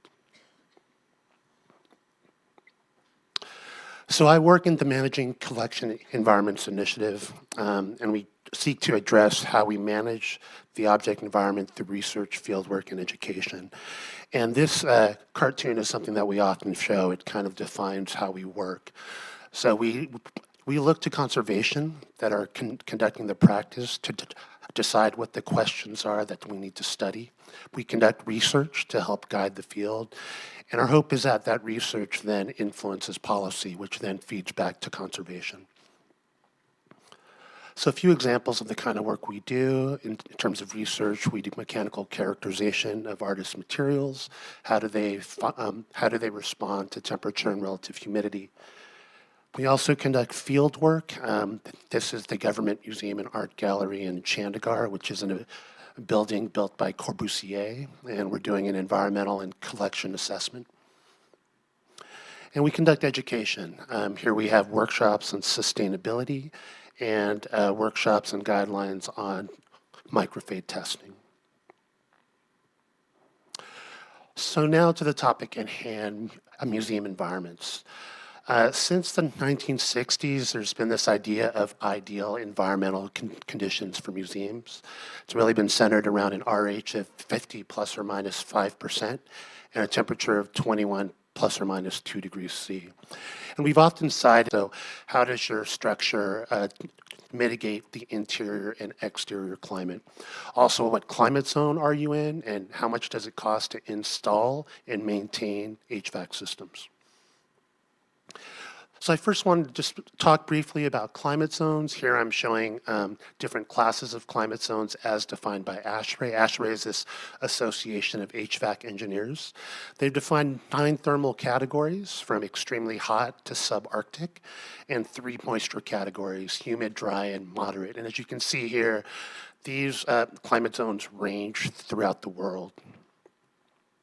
Here's a table that shows a few examples that fit into each category. For instance, in extremely hot and humid, Manila, Philippines is a perfect example. For Hanoi, Vietnam, that's very hot and humid. For hot and humid, we have Sao Paulo in Brazil. Here in Seoul, we're classified as mixed humid, climate zone 4A. But I want to talk a little bit about the implications of that. And I'm going to show you a chart. It's a little complicated, but I'll talk it through. This is a psychrometric chart that allows us to look at temperature, relative humidity, and moisture content at the same time. So temperature is on the x-axis, humidity ratios on the y-axis, and RH are these curved lines that are going upwards. Here you see lines, different colored lines, and this represents the climate in different climate zones around the world in January and July. So giving you an idea of the extent of the climate that's happening in these varied places. And the box that you see in the center is these ideal museum conditions, this 45 to 55% RH and 21 plus or minus 2 degrees C. As you can see, that this box doesn't coincide with many of the exterior climates that these museums are housed in. So it becomes very difficult to try to maintain these conditions in your institution. If we just look at the upper right, the red circles, that's Manila. Very hot, very humid, a lot of moisture in that air. So that causes a big issue for institutions. Now in '92, there was the New Orleans Charter that was adopted after a series of symposiums on museums and historic buildings. Some of the key guiding principles is it was important to preserve both the historic structure and artifacts, and strategies needed to be guided by specific needs of historic structures and artifacts. And this is specifically because installation of HVAC systems in these historic structures, which often are where museums are housed, can be quite damaging to the architectural fabric of these buildings. And these historic structures are art in of themselves. So we need to respect both that structure and the objects that are housed inside. And now overlaying all of these issues is sustainability. And I'm just going to go through a few quotes. Here's a quote from 2014 from the ICOM-CC IIC declaration. Material environmental requirements are complex, and we actively need to seek to explain and unpack these complexities. From the Bezo Green Protocol in 25, we need to find a way to reconcile the long-term preservation of collections with the need to reduce energy use. And most recently in 2021, there was a joint commitment for climate action by IIC, ECROM, and ICOM-CC. And that we recognize that the climate crisis represents one of the greatest threats to heritage, and it's incumbent on all of us to adapt, innovate, and pioneer change. As you can tell through these different quotes, the urgency is getting stronger. Sustainability is not an option. It's something that we need to embed into our process. So we'll speak a little bit about environmental guidance. So what I'm showing here are 2 bars in blue that reflects relative humidity, in red that reflects temperature, and that y-axis shows both temperature and RH. And this represents the prescriptive ideal conditions, 45 to 55% RH and 20 to 22 degrees C. In 2004, the Smithsonian decided to buck that trend, and they actually expanded their RH conditions, and they expanded their temperature conditions because they felt it was more appropriate for their structure. So what are the implications of that? Here's a figure that speaks about the financial aspects. The y-axis here speaks about the energy cost of operating your HVAC system, and the x-axis is relative humidity fluctuation. If you're closer to the left side, you have a very tight RH fluctuation, and as you go to the right, you expand that RH change. And as you can see, the highest points at the Hirshhorn and the Renwick, the ones that cost the most money, coincide with those that have very tight environments. And as you expand that environment, you have the potential for cheaper cost. So in 2015, the Bezo Green Protocol came out, that was spoken earlier by the Mori Art Museum, and they too called for broader RH and temperature conditions. I won't speak too much about this since it was discussed earlier, but again, they were really saying the environmental conditions needed to be informed by what the collection needs, the exterior climate, and we need to reduce carbon footprint. A key point I will make is that this was adopted in 2015 theoretically, but many institutions did not implement the Bezo Green Protocol at that time. However, as energy costs have skyrocketed, there's energy grid instability, there's been a renewal to this Bezo Green Protocol. So we've had working groups established that are talking about Bezo guidelines, transport, and how do we actually measure our impact.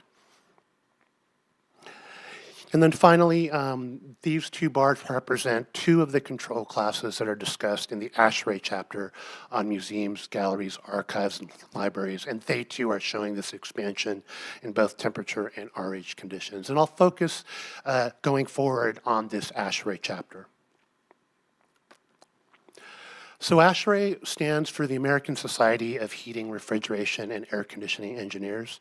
It was first published in 1999, and it was really ahead of its time. It was trying to shift away from these tight conditions that everyone was doing as the ideal solution, talking about risk management, discussing the existing research that spoke about how objects respond to the environment, but to me, most importantly, it was reflecting this experience that we've had from colleagues around the world that many collections were in good condition, even though they existed in environments that were beyond these tight conditions. So that chapter stayed static until 2019. There was a revision that the GCI's MCE initiative was part of. And this revision sought to kind of re-emphasize the fact that environmental management is a holistic effort, and we really need to think about the collections, what do they need, the buildings in which they are housed, and that our strategies that we choose to employ have to be sustainable, both economically, socially, and environmentally. And I'm going to speak about three of the figures that are present in the ASHRAE chapter that I think are helpful in kind of having these discussions.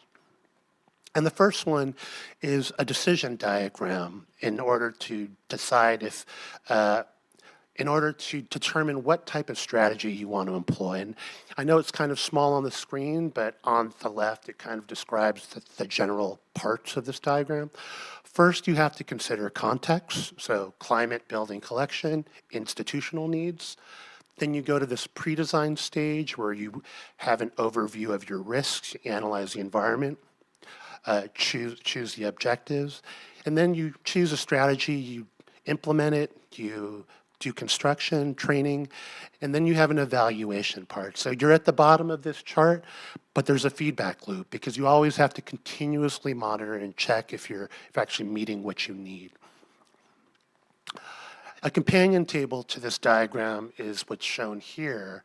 And what this has is all the stakeholders that need to be involved in each of those steps of that decision diagram. So people that are going to lead, consult, and inform. And the point is, it's not something that can be done by one individual. It's got to be done by all the teams at your institution to make sure you're on the same page.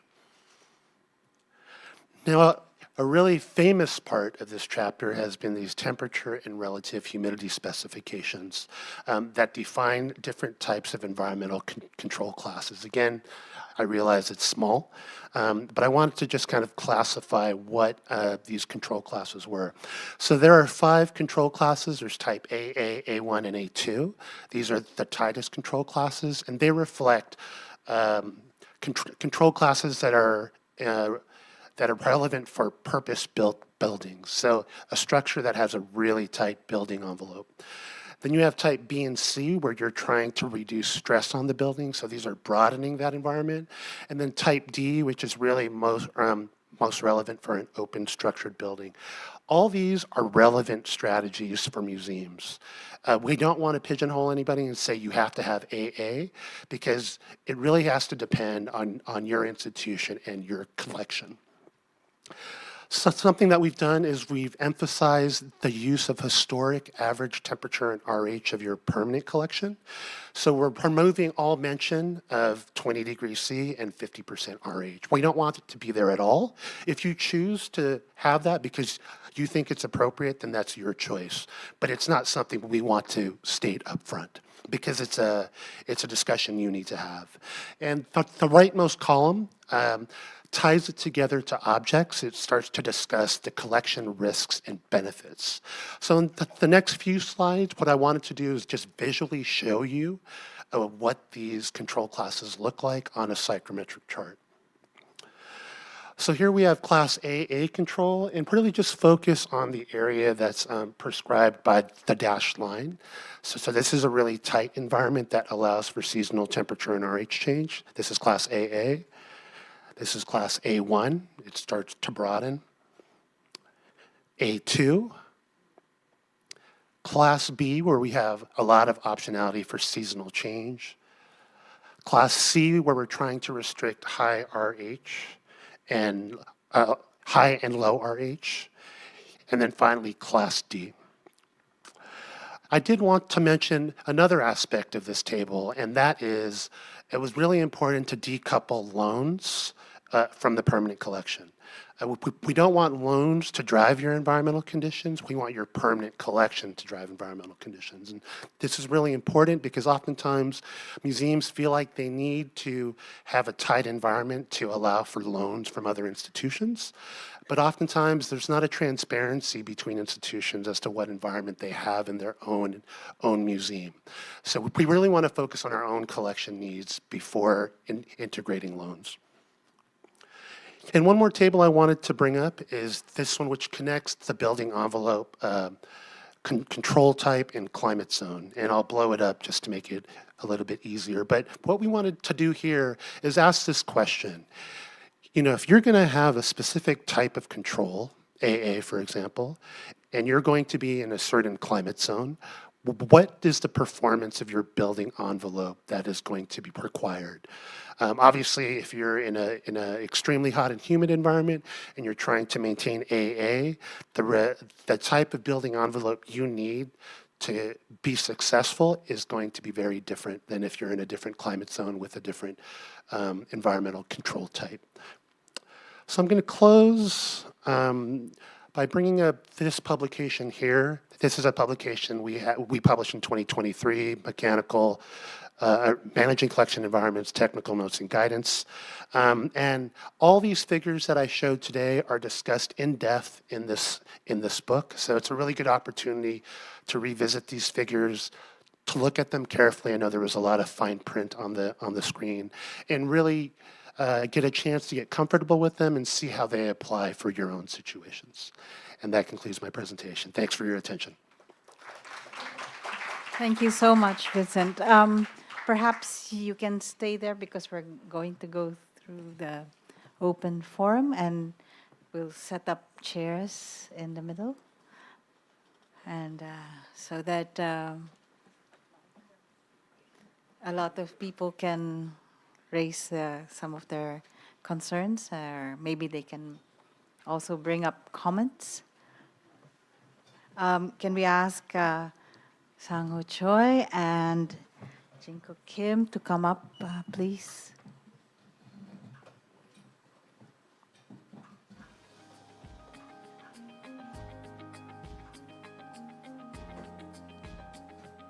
Okay, so we can start our open forum. Is there any questions that you want to raise?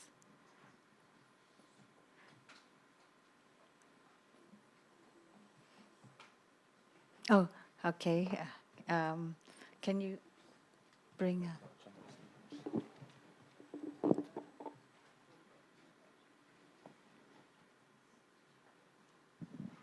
Hello, I'm Lucimara from Brazil. I want to express my I really like the presentation from Sango from Busan Contemporary Art Exhibition and his work as a curator.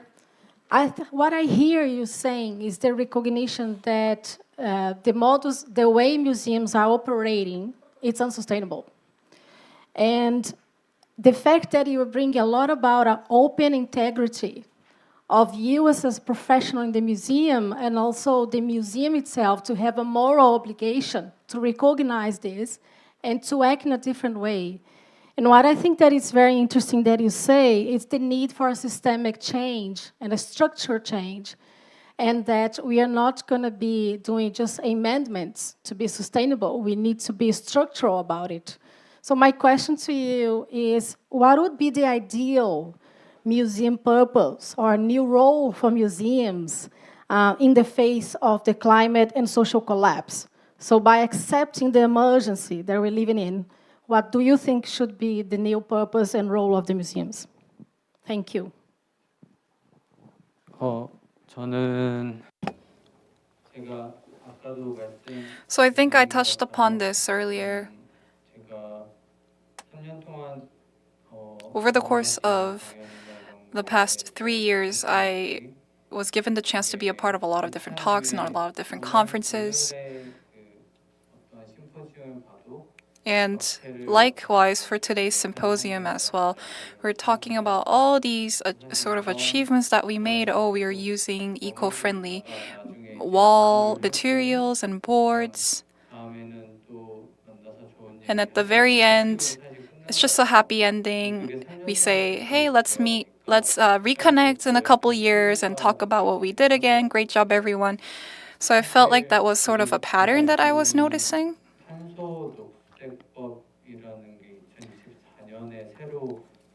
There's this new legislation that was passed called Carbon Green Act. It's yet to be implemented. It was passed as of 2024, this year.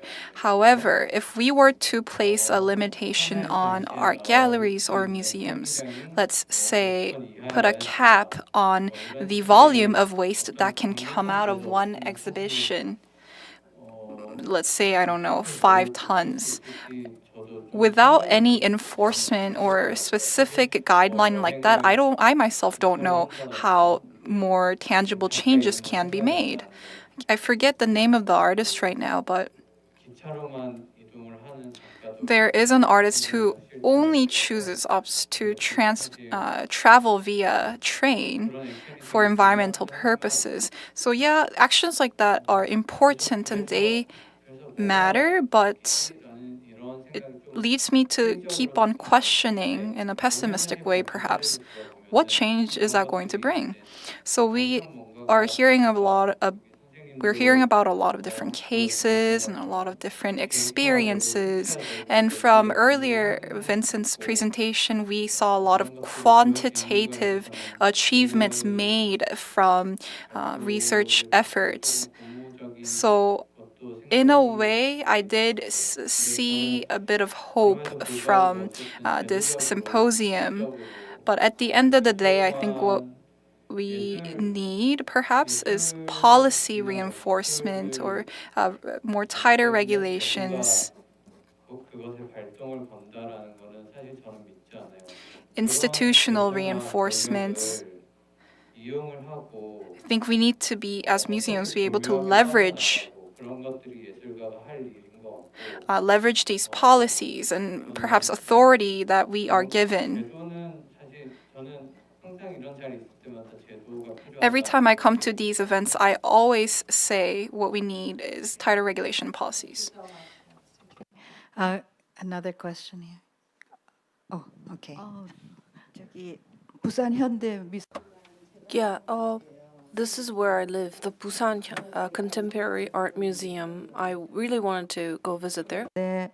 co-creation이라는 말을 좀 굉장히 많이 듣고 있잖아요. 그래서 co-creation으로 We also talk a lot about the word co-creation. Can we think about the idea of co-creation and waste production in a more positive manner? And I'm wondering if there is room for it, not just institutional cooperation, but also cooperation with citizens or the city office. I think there must be like-minded people, people that have the same thinking as what you're thinking right now. So bring all of them together in a consolidated group to sort of weave this message, reflect this message towards a more positive light under the umbrella of co-creation. So that was my personal comment to you. Maybe also in the transport process, we need to minimize waste that is being produced. That's also something I think that can be fixed with cooperation, because I don't think anybody would believe against that, right? I don't think anyone would want more waste to come out of the transport process. Everyone, if you ask anyone, will be on your side. So I think I encourage you to open up the thoughts that you have and try to gather more like-minded people in a circle. Right, you are right. Even between museums, we are cooperating or we're communicating with Daegu Museum, Archeol Museum. We have indeed held a lot of conversations with the same discourse. There were also pieces of furniture that national museums used, and we are renting or releasing them. And our National Furniture Museum, they have done such beautiful work creating these pieces of furniture, and we wouldn't want that to go to waste.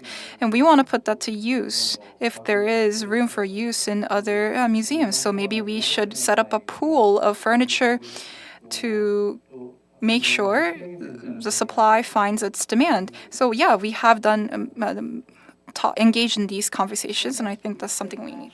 For that question, okay, In Kyung would like to ask a question.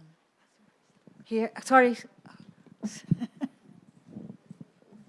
안녕하세요. 민속 Hello, my name is Choi Mi-hyuk, curator who's in charge of design at the National Folk Museum of Korea.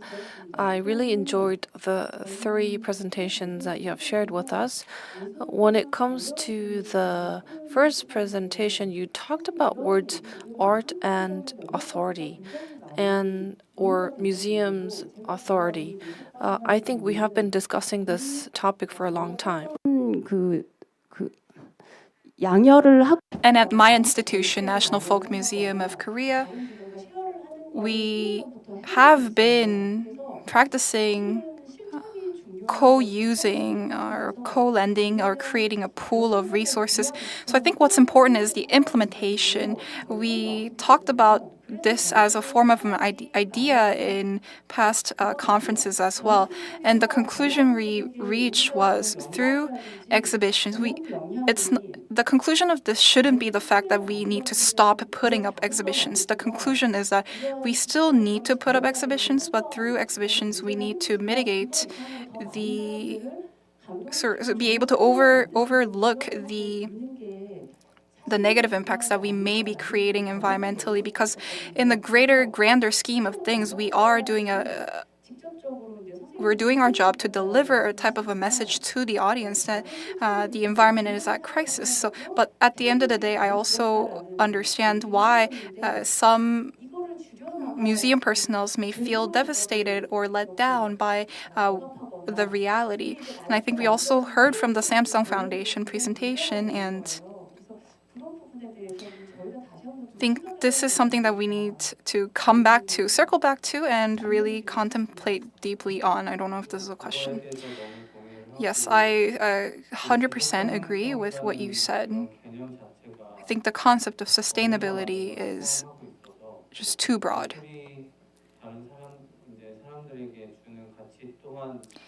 And I think you can use sustainability to express the value that art delivers to people. So I agree with everything you said. When it comes to policies and institutions in place, I sort of touched upon this towards the end of my presentation. There are a lot of data that demonstrates the gloomy outlook or the gloomy reality that we are in. And I dare say, if that is the case, then I don't think we should be complacent sitting down at a chair and just talking. Anyways, if that's the case, I want the talk to go beyond just a talk to actions. Is there a response? Yes, thank you. Yes. Sorry, it does work. If I could just add, I think the tenor of the conversation has changed since our project began. Our MCE initiative began in 2010.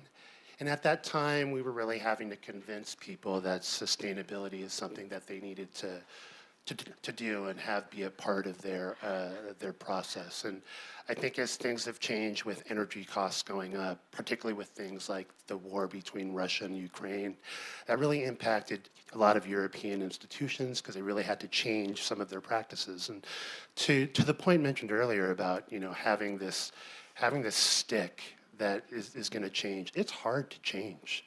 We've been doing things the same way for a long time. And I think having these things like, carbon goals, restrictions on different kinds of travel, having to do carbon offsets, these really start to implement change. And now our discussion with our colleagues isn't about should you be sustainable, it's how can we be sustainable. So, I do think overall, it's kind of scary, and it's like we don't know if things are going to happen fast enough, but I think people's minds are changing quicker than we think, and we just need to act upon that and start implementing this change. Thank you. Just really one quick question because we need to break for lunch, I was told. I'd like to thank all of you, but remind ourselves that we've been doing all these sustainable practices one way or another. Even the sustainability was an issue, especially from our local and smaller museums. We recycled all the cases all the time, and even inherited cases from the national museums when they close it out, the cases. So it's a practice, but with more data, and also with it's very conceptual and awareness raising. So it's been here, but we've been practicing because I talked with Akiko. We've been doing it for all these things, but maybe we need to persuade that we have this scientific data so that we can progress a little aggressively. But I like to thank Samsung Foundation that hopefully in the future that we can invite Mr. Kim to hear about this management aspect of ESG because it's very, very important in a decision-making process. Thank you so much. Thank you. Would you like to make a very short comment, Mr. Kim, about it?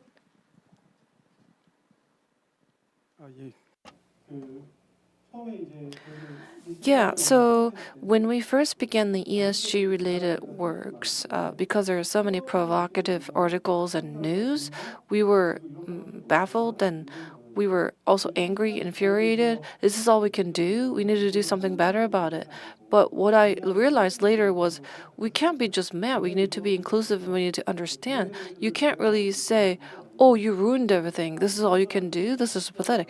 That's not the attitude that's right. We have to be positive and optimistic. And also, if you look at the climate change related institution, there was a sixth report that was produced. If you look at the content, we have 0.4 degree room, but we don't know when this room is going to disappear. They suggested 5 different stages. Right now, we just use energy willy-nilly. And second is if you follow the national reduction plan or above, there are many different scenarios that are suggested. As professors have shared, the worst case scenario is that average temperature of the Earth could go up by 10 degrees. So that could change the axis of the Earth. And it's not really about whether we have clean wall or not wall. not a clean wall, whether those are acceptable or not. I think art industry, we're plus alpha. We emitted 4,000 tons, but that's 1/20,000th. If you look at the top emitting institution, we're 1/20,000th. Maybe general spectators might say, oh, why are you producing so much greenhouse gas? But if you look at other institutions, we're a really, really small portion of the emission. So don't be too mad. Don't be too upset. Let's just reach social consensus and get better little by little. Note, that's a very positive note, and that goes to show that we all have agency to make things better for our planet. Thank you so much, and we have. 네. Thank you so much. It's a really important topic, and that's why we had a heated discussion. To be honest, I would like to thank the 3 panelists and speakers and the excellent moderator for their contribution. Thank you. And moving on, we are going to move on to the 4th section right away. I believe we spent 25 extra minutes, so please make sure that you wrap up everything within 1 hour. This time, I would like to invite Michela Roda, ICOM Italy Sustain and 2030 Agenda Working Group Coordinator. Please welcome her with a big hand. Thank you so much. I'm not sure that I could stay in 45 minutes. I'll do my best. And also I'll ask the same to the panelists. We are going now in the 3rd session dedicated to prosperity. Just a brief introduction. And because I like to highlight and express few words about this topic. We know that in this panel we are going to address the prosperity issue, and this area is mostly dedicated to ensure that all the human beings can enjoy prosperous and fulfilling lives, and that can be done also analyze the economic, social, and technological progress, and that this can occur in harmony with nature. It's something that is occurring also in topics yesterday, and with no significant harm to all the human beings. In particular, we will have a transdisciplinary panel with experts and museum professionals in different fields to deepen and let insights emerge on these topics, and in particular on what ways do museums contribute to community prosperity and development. And which are the tools, the activities that can be systematically and inspirational to others. And in our speakers, I'm quite sure that will also highlight how their museums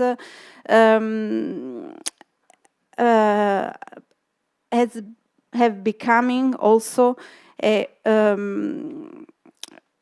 influential, a relevant point for their communities, and also for designers, for artists, for art and craft. So they are really at the center of their community. In the first panel, I'm very glad to invite online, I think, in this session, first session, is an online session. Is it right? Because I haven't seen Dr. Yan Chu. She's a researcher librarian and professor and doctoral supervisor. And she is the vice director of China Silk Museum. She has received many also recognition as a leading talent in science and technological innovation, and also she is an outstanding member of the Ministry of Culture and Tourism in China. She is her speech is dedicated to and focused on how to create a silk culture hub and the mission and the practice of China Silk Museum.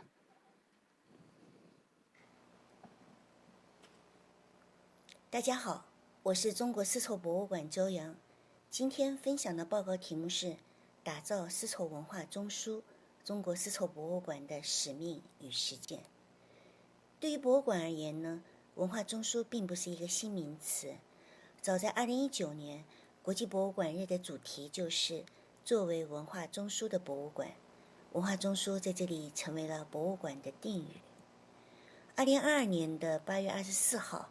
在布拉格举行的第26届国际博物馆大会上，126个国家委员会、数百名博物馆专业人士通过投票，形成了适用于全球博物馆行业的博物馆新定义。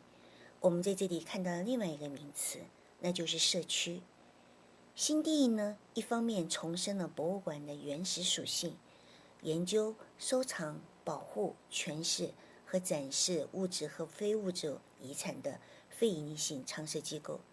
另一方面呢，又对博物馆的功能进行了拓展，就是要在社区的参与下，为教育、欣赏、深思和知识共享提供各种体验。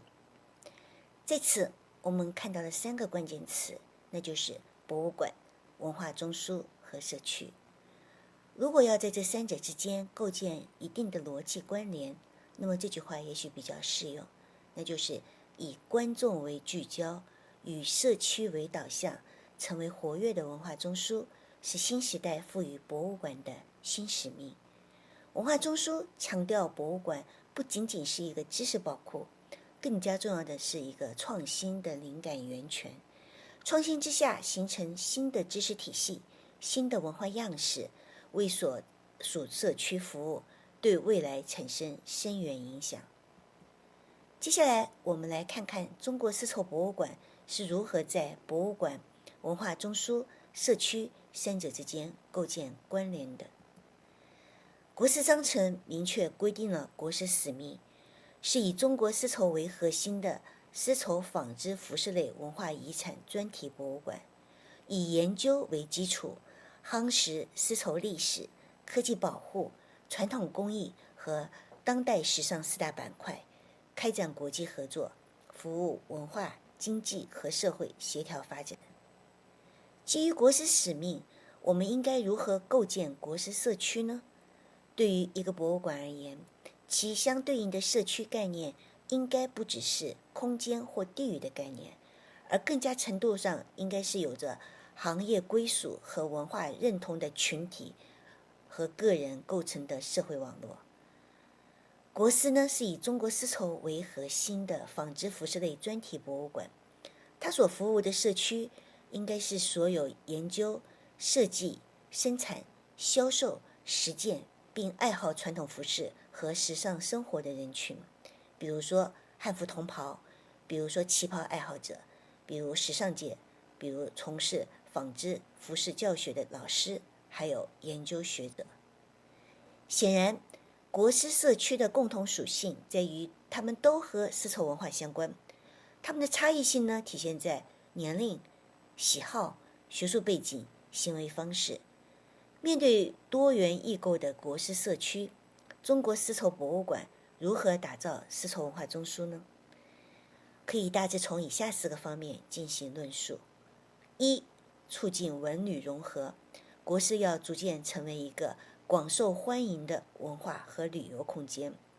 2、赋能文创开发，国丝的知识和产权要成为现代设计的要素，为当今文化产业提供支撑。3、引领生活方式。博物馆的主要目标就是要让文物活起来，让生活更美好。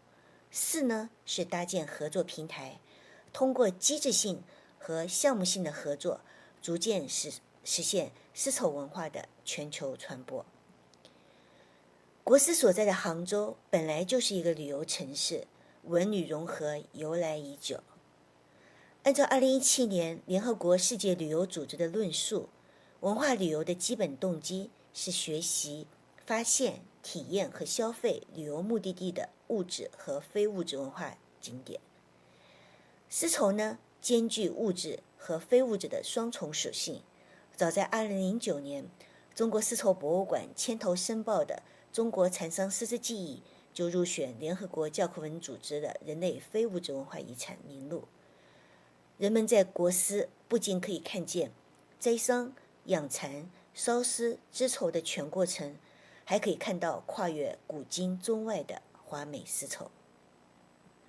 国司的馆区非常美，建筑和山水相得益彰，是国家4A 级景区。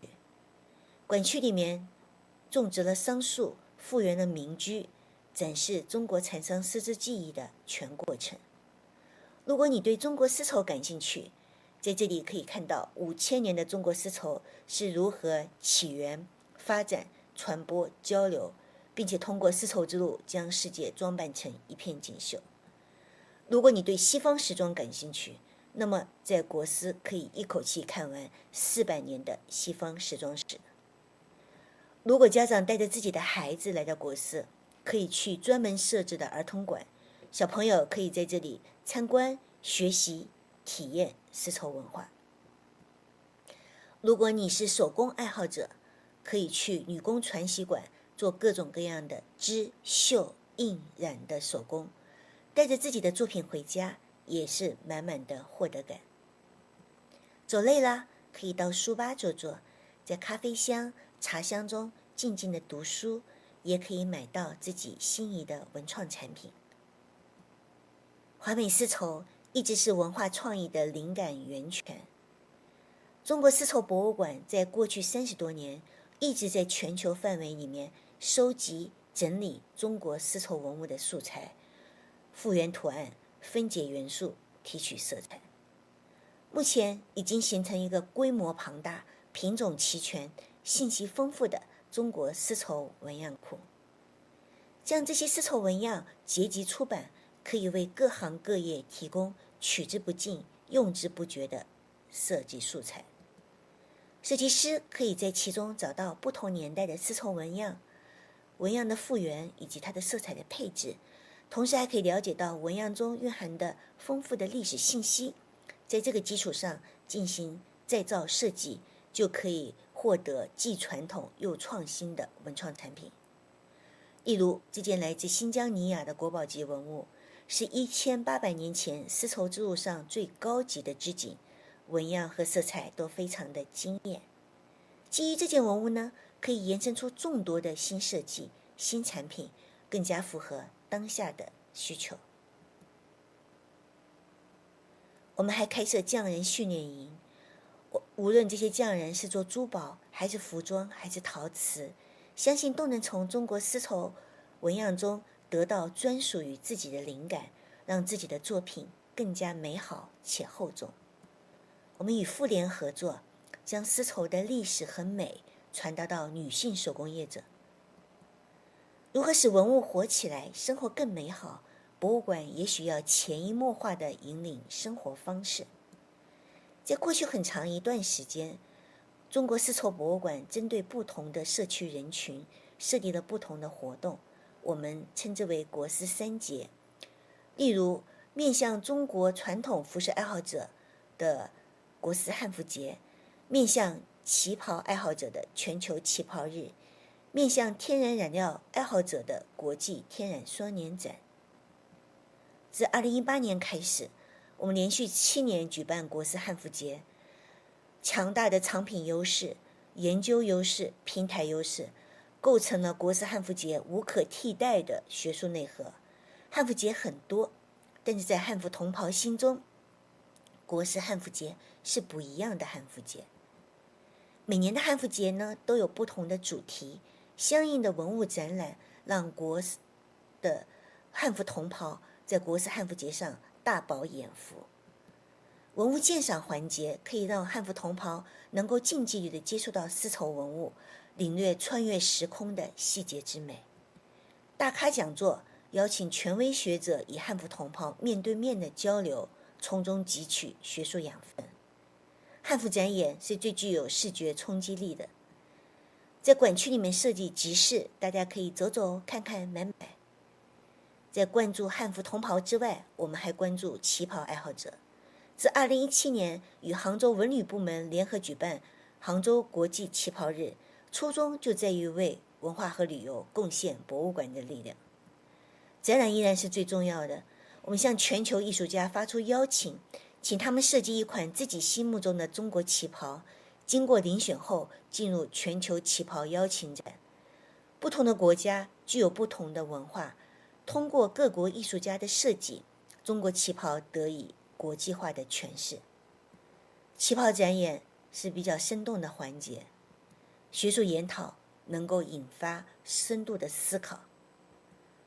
国师3节的最后一个是天然染料双年展，我们把它称之为 Bond。到目前为止已经举办了3届，在国际天然染料研究者、爱好者、从业者中赢得了良好的国际声誉。从文物的色彩和染料的分析检测出发，我们会推出相应的文物展览，让参与者了解天然染料及其染色工艺的传统。我们设置了当代设计艺术展，让大家能够了解天然染料的广阔未来。各国学者在国际会议上各抒己见，共同分享自己的研究成果和心得，为 Bond 提供强大的学术支撑。传统染色的爱好者可以通过工作坊的形式学习到天然染色的一个技艺。丝绸其实是时尚的载体，我们还除了国师3节之外，从2011年开始连续举办年度时尚回顾展。对于时尚界这一社区，中国丝绸博物馆也很努力地想成为一个丝绸文化中枢。合作平台的搭建，为国师打造丝绸文化中枢注入可持续发展的强劲动力。2015年，在国家文物局的指导下，国际丝路织绸研究联盟在杭州成立，我们称之为 ISAT， 旨在构建一个以丝绸之路为时空框架，聚焦丝绸文化遗产研究的国际合作平台。ISAT 的永久秘书处设在国师，实行轮值主席制，目前已经有15个国家、30家机构共同参与。自2015年成立以来，ISAT 的运作非常的正常，每年都会在轮值主席的主导下召开学术年会，主题各有不同。2016年在杭州，2017年在法国里昂，2018年在韩国扶余，2019年在俄罗斯的圣彼得堡和矿水城。2021年由于疫情，年会搬到了线上，在意大利和杭州两地线上召开。2022年依然在线上，美国和杭州同时进行。2023年我们重归线下，在英国的诺里奇实地召开了第7次年会。我们可以看到 ISAT 构建了一个以丝绸文化为核心的全球合作网络，构建了一个国际社区，以此为基础，由中国文化遗产界发起并主导了一个国际合作项目，那就是世界丝绸互动地图，得到了联合国教科文组织的支持。在各国学者的共同努力下，到2023年的9月，已经初步构建了一个汇聚99个国家、12915条数据的资料库，最终形成一个跨地域、跨机构、跨语言的世界丝绸互动地图，探寻世界范围内丝绸遗产的时空分布和演变规律，形成一个以数据驱动为主的丝绸文化中枢，实现丝绸文化的全球传播。我的分享到此结束，谢谢大家的关注。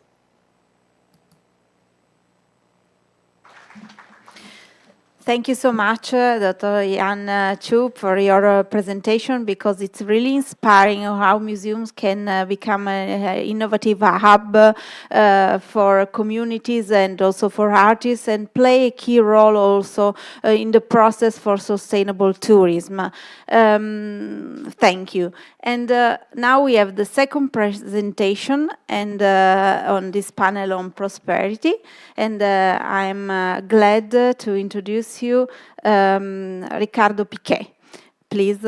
And he's really a visionary, and he created and conceptualized before many museums in Brazil. And he's also the CEO of Instituto de Desenvolvimento e Gestão. No sé si... and the director of the Museum of Tomorrow. And this museum is is the most visited museum in Brazil. So it's very dedicated to the future since the very beginning. And he has many roles in innovation and creating hub and networks for museums, like the Forms Association.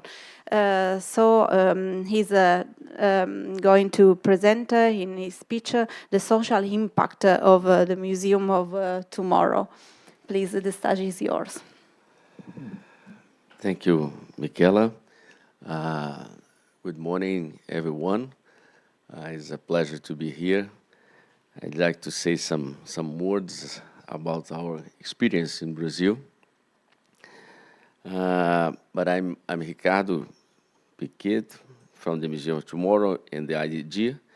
IDG is an NGO, private organization, non-profit organization, in charge to develop and manage different museums in Brazil, and one the Atlantic Forest Fund for environmental areas, and two new museums in process in Brazil.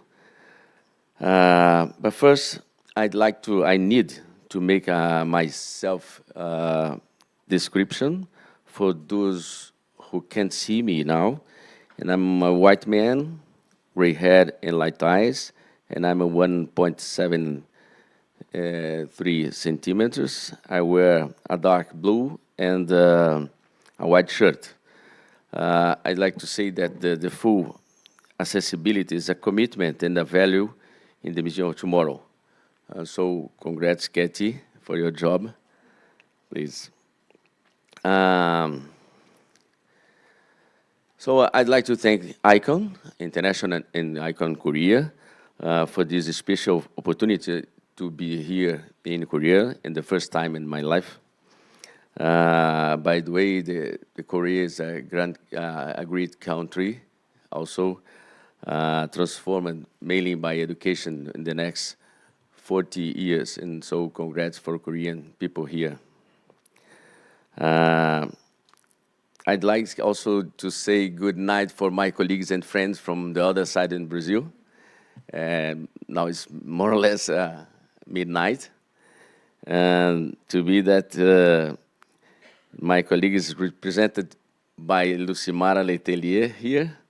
Is my colleague, and thank you for connecting IDG and Museum of Tomorrow of ICON International. And say hello for Michela and my new colleague from Singapore, Winnie. So in fact, I'm very happy with the choice of ICON for this meeting, Sustainable Development Goals and Museums.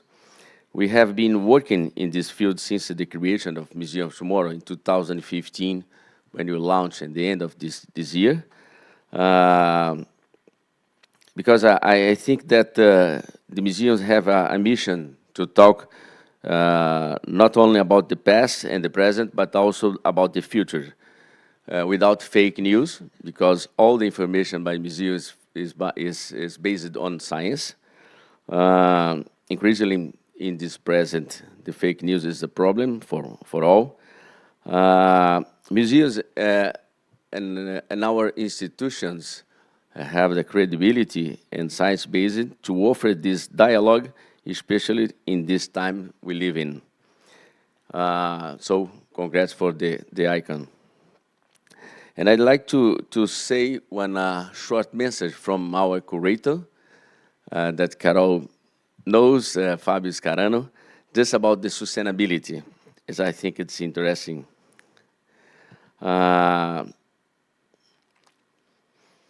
Sustainability is already a term in the public domain. It's appeared and as an antidote to the evil of the Anthropocene in global agreements, government documents, in the science jargon, in business language. Other times, it's associated with the rhetoric of greenwashing and or the skepticism of many consumers regarding so-called green labels. Its etymological origins, sustainability comes from Latin sustentare. Sustentare, which means to care. And we understand that the most sustainable thing to do is care. So for us, sustainability is something beyond what our modern way of searching for concepts can define. It goes much beyond of ESG or SDG. It's more than just another supposed adjustment of the course of capitalism. Sustainability is care as a value from which emerges an ethics of love and affections, which in turn supports a political attitude of transformation for a world that wants to be better. It's therefore a daily practice of caring for nature, for relationship with people we live with, our employees, our partners, our public, and not least for each person's own individual well-being. We are trying every day to be more careful with the materials we use in order to avoid plastic as you unuse, carbon emissions, and any type of negative impact of our biodiversity. Actually, we embrace the principle of good conviviality based on respect and active listening. We also increasingly seek to provide conditions for a good work-life balance. And so, as yesterday our colleague Sylvia Singer said, sustainability is not a goal, but a path. So, I have just to show some picture. From now on, we are in Rio de Janeiro, in Brazil, in the port area. And this building was designed by one architect, Santiago Calatrava from Spain, actually from Valencia. And we say that our museum is an applied science museum with art, but that seeks to present and reflects on possible and desirable futures.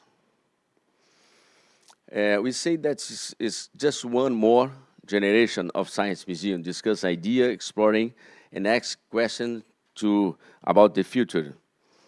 We attend from 2016 more than 6.5 million visitors. And more important than the number is the quality of this number. 50% of our visitors are not regular museum visitors. It's a new audience. And 22% have never been in one museum before in their lives. More than 320,000 students attended by our programs in general education, and 7,000 students from a public school are attending in our activities. So we have some awards on these last 8 years, and we say that how to make the tomorrow happening. For this schedule, we say that we are an innovation museum, an educator museum, a scientist, of course, museum, and a museum of connection with our neighbor and the other scientist museum in Brazil and other throughout the world that I show a little bit our alliance. And for you, you can explain the main exhibition, the long-term exhibition that we have, shares 5 different experiences connect or addresses of one of these questions that humankind always says. Where did we come from in the first experience about cosmos? Who are we, the Earth, that our curator says that we are matter, life, and thought. And where we are, the Anthropocene. This term is so polemic, and by the science decided to avoid this term recently because it's not a comprehensive term for the short area that the humankind interfere in our planet.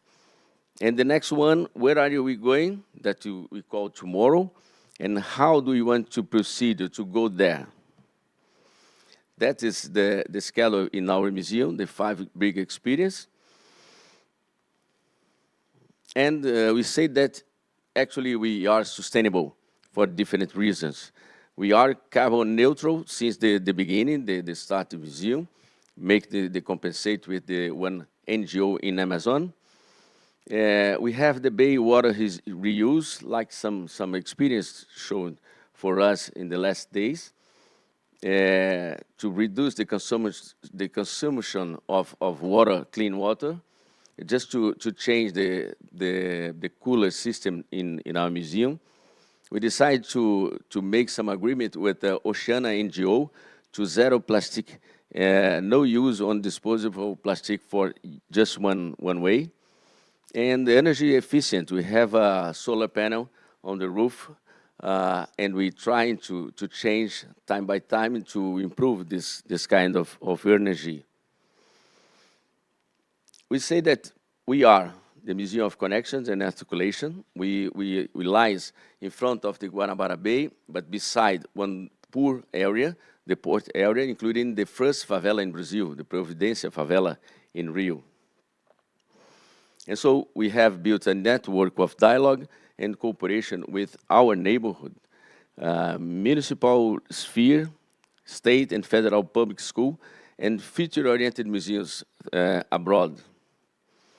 And so we say that with this, maybe I'd like to emphasize that this is the main challenge for us, how to arrive, how to open the museum, and how to start the relationship with our poor neighbor.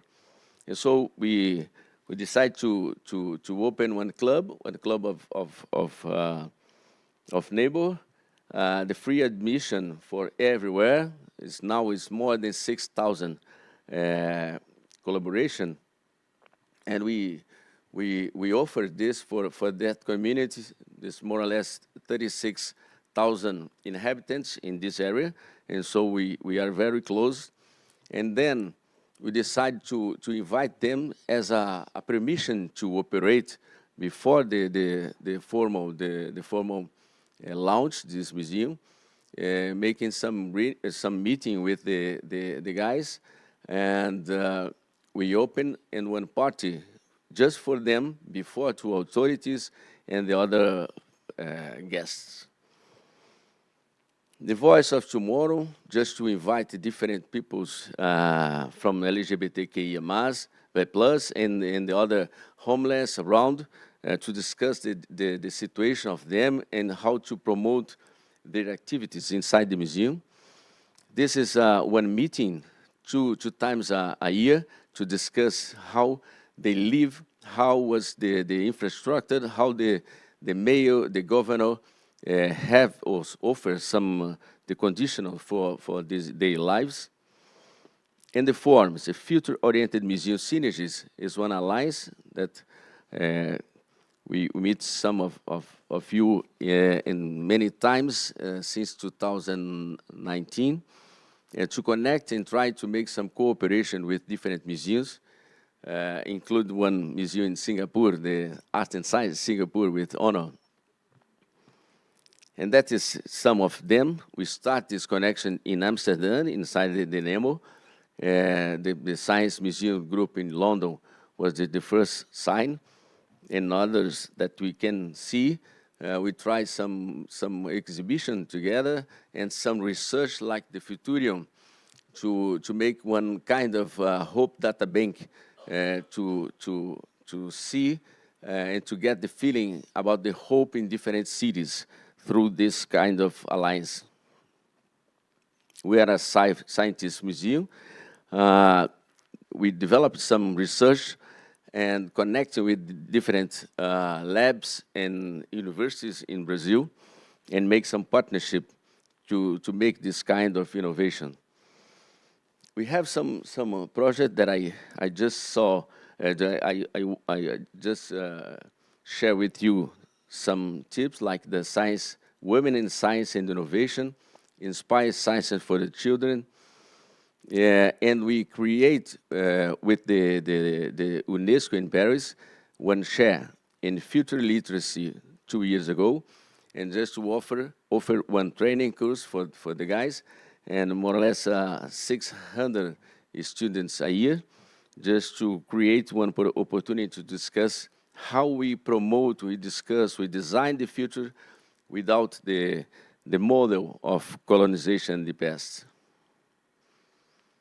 And here, I have one small, short video for you.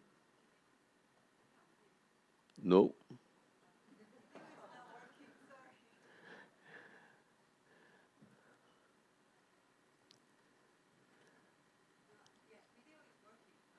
It's working?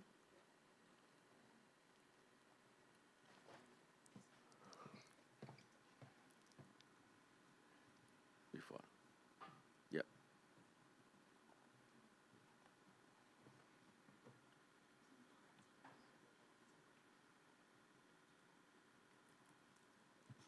Yeah. Great, thank you.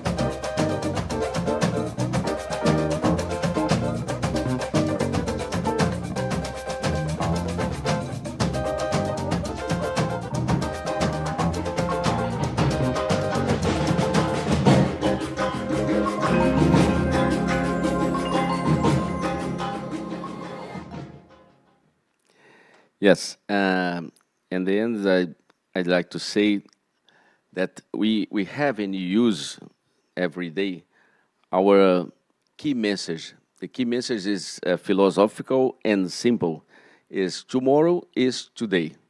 And today is the moment to act to transform the way of life so that we can enjoy better tomorrows. And I'd like to say in the end of this speech, bring you a message from a great indigenous leader in Brazil, Lucimara knows, Ailton Krenak. And he says, in fact, we should live to become a great ancestor in the future. Let's act now. Thank you.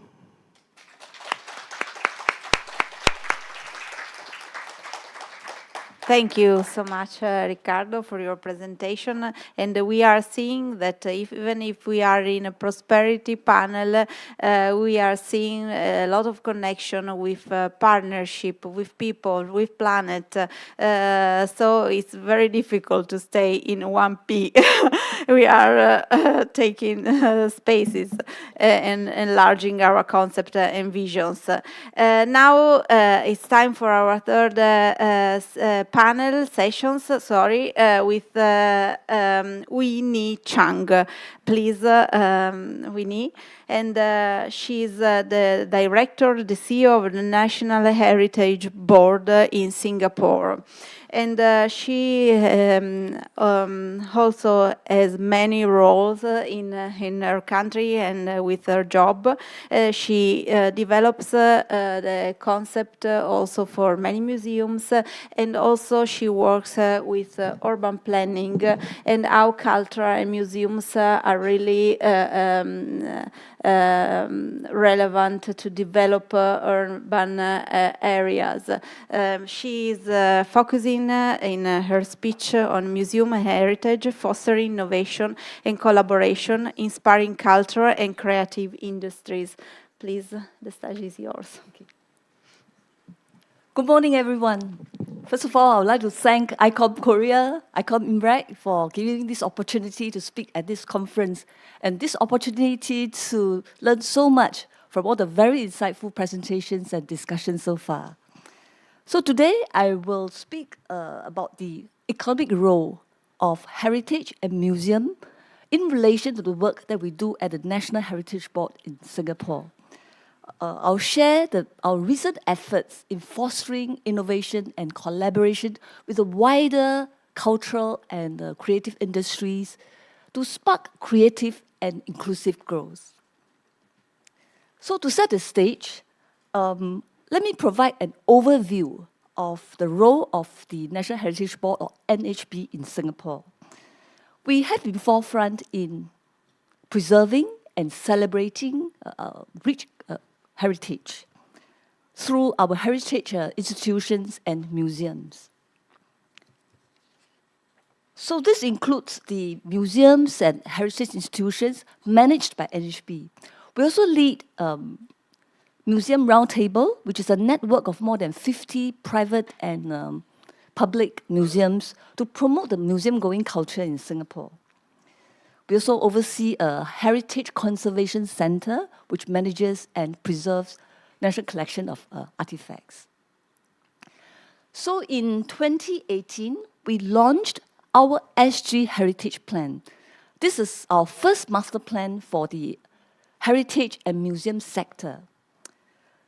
So to reflect the very vibrant and multicultural landscape, the plan expanded the focus of our heritage to include both tangible and intangible heritage. The plan spanned across 4 pillars: our places, our cultures, our treasures, and our community.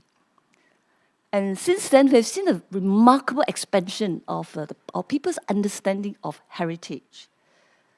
Heritage is not only just objects in the museums or historic monuments. Today, more people recognize cultural districts, our oral traditions, traditional crafts, and even food heritage. They're equally important. So this expanded understanding of heritage has led to increased interest in heritage amongst our cultural and heritage industries, including traditional craft and food. So now museums are not only just repositories of our material culture, they also inspire creativity and innovation. So one notable example is the Asian Civilization Museums initiative. We call it SG Fashion Now. So this initiative started in 2021 during the COVID-19 pandemic time. So during this very challenging time, our museums explored ways to better support our designers and creatives. They were impacted by the economic downturn then. So the Asian Civilization Museums collaborated and partnered with La Salle College of the Arts, this is an education institution, to co-curate with our students 3 showcases featuring works from 41 established as well as emerging designers. So they presented contemporary fashion designs which were inspired by Singapore's port city heritage. And many of these works now are collected as part of our national collection. So to complement this showcase, the Singapore Fashion Council, which is an industry association, also organized an annual fashion competition, and it's titled Singapore Stories. So winners of this competition were then featured in this HT fashion show. So I think this collaboration has resulted in increased and greater awareness of the designers' work, also the industry associations' work, especially among the young. So this series involved, received some international attention. So I was quite delighted when my colleagues shared with me that Korea Foundation approached ACM to bring this showcase to Busan and Seoul last year. And this year it has brought back to Singapore. And actually the show just opened in June. And at the same time, we also try to have a showcase of the jewelry involving some of our local designers. So I think we'll have a museum book that documents this series as our designer works. So I think this collaboration among museum, education institution, and industry has really inspired our students. We also received feedback that the experience helped the curator students to get jobs in the fashion industry upon their graduation.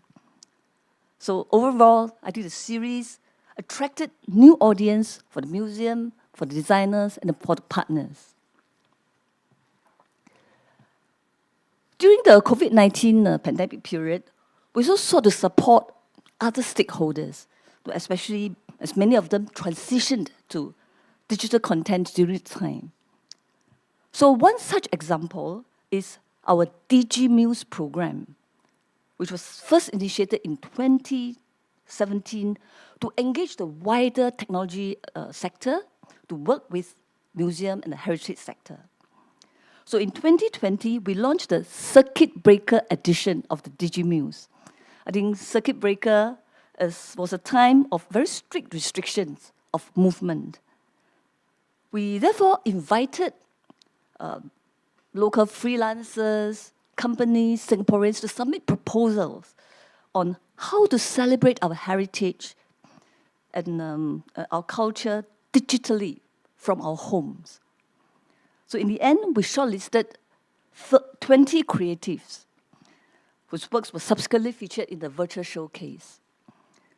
So I can see some of the work here. I'll give you the example of the one on the right, where we use an Instagram filter that was developed to allow and invite members of the public to try on historic costumes and jewelry pieces from our museum collection. So this work not only pushed the boundaries of accessing our heritage, but it also supported our creative community that had been very hard hit by the pandemic at that time.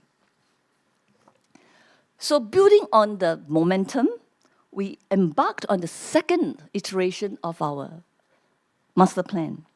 We call it SG Heritage Plan 2.0. The plan was launched last year and devotes greater attention to industry and innovation, alongside our more established work in the areas of identity and community. So the new focus recognizes the economic importance of our cultural heritage. In that, heritage sustains the work of our private museums, galleries, community groups, designers, craft practitioners, and also other heritage businesses. So this round, we'll place a greater emphasis on supporting our heritage businesses, because we see heritage businesses as very vital contributors to community and also place identity. Many are also custodians of our cultural heritage. You know, in recent years, because of the changing lifestyles, changing consumer behaviors, many of them are seeing the declining demand for such goods and services. So in 2021, we established the Organization Transformation Grant to encourage heritage businesses to undertake transformation and innovative efforts. So far, we have given awards to 36 projects. So one recipient is the Heng Fong Tong Medical Hall. This is a traditional Chinese medicine shop established since the 1950s and is now passed on to the third generation successor. So through the grant, the team was able to develop new products, including tea bags that are inspired by traditional Chinese medicine. The hall has also caught the innovation bug because they've gone on to partner new organizations, even including schools, to help them to market, to try out new marketing approach for their offerings. Businesses and other cultural practitioners also represent key transmitters of our heritage. So in 2017, to recognize their contributions, we organized the inaugural edition of the Steward of Intangible Cultural Heritage Award. This award provides financial support to these stewards to transmit their knowledge and skills to the next generation, into the wider community. So let's give you a few examples. One of them is the Tao Kwang industry, which uses a dragon kiln. Again, this is a traditional kiln known for its name because of its long and hollowed design.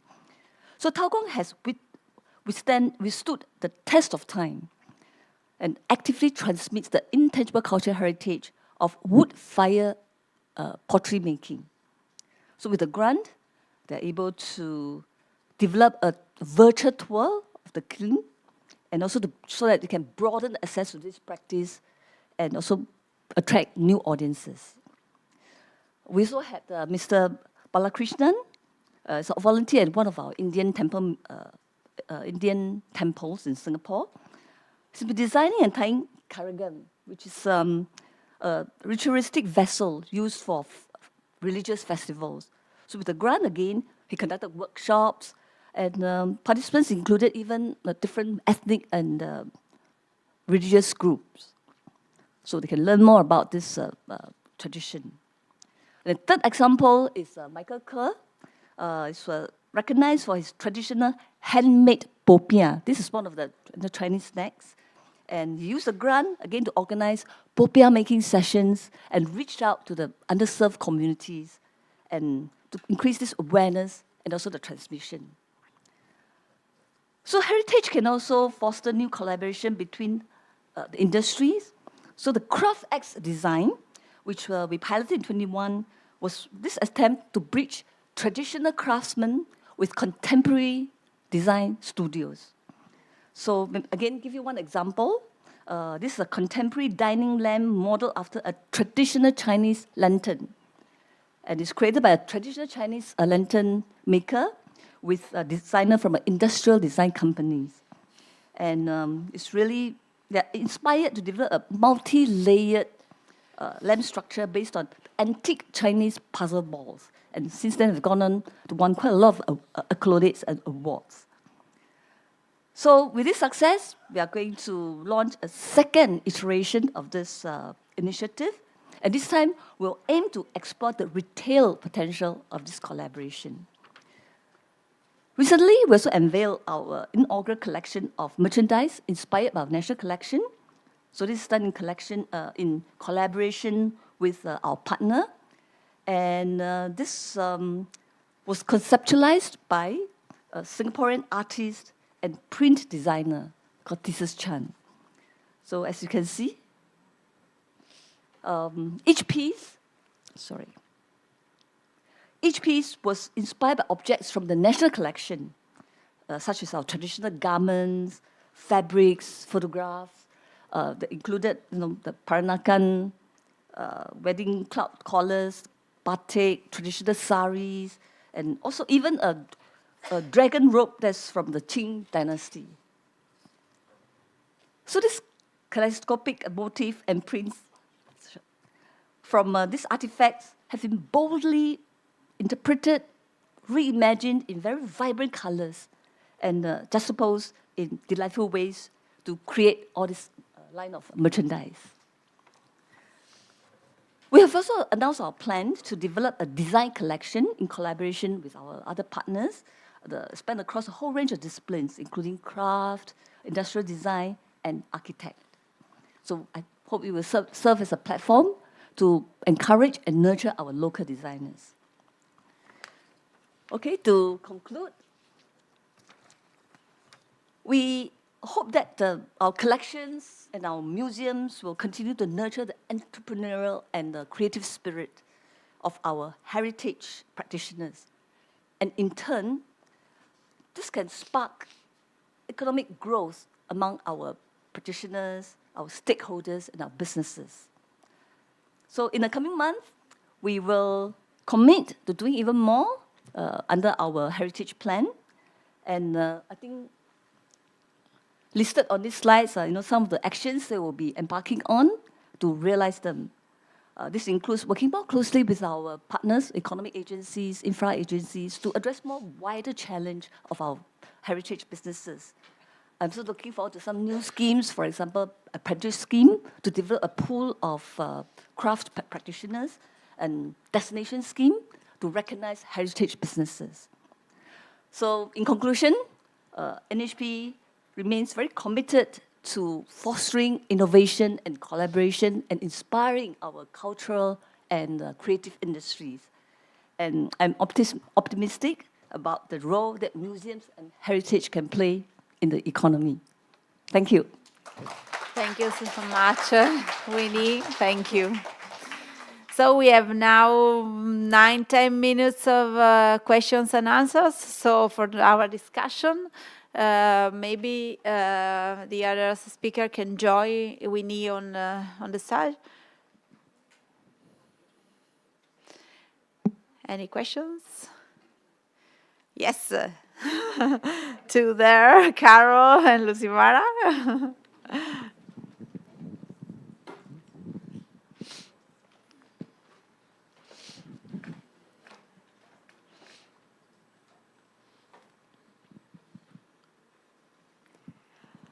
Thank you to all the speakers for three really interesting presentations. Queenie, thank you so much for discussing not only your plans for the link between heritage and the creative industries, but also defining some of the impacts that you're already starting to see. I found that very interesting. It's partly because of my background in evaluation. And my question is really for Ricardo, because nearly 10 years after the opening of the Museum of Tomorrow, and you discussed many outcomes, 6.5 million visitors, contact with 36,000 people within the local neighborhood. Have you done any impact evaluation to see whether this is really contributing to social cohesion or creative industries in Rio? I mean, can you comment on that? Yes, thank you, Carol. Actually, we have some data from the museum, from the audience that we host there. Almost 7 million. For us, it's too much. It's out of a pandemic period, we have more or less 1 million a year. But to connect with the communities around, we connect with the science museum throughout the country, and you have a notion that after the opening of Museum of Tomorrow, we amplified five times of the audience of science museums in Brazil. And we're trying to connect them, to connect teachers, to connect research, to offer this museum as a window for that experience, that research, and that exhibition. And more than that, we're trying to make that alliance throughout the world with the more than 50 science museums or museums, and trying to make something together.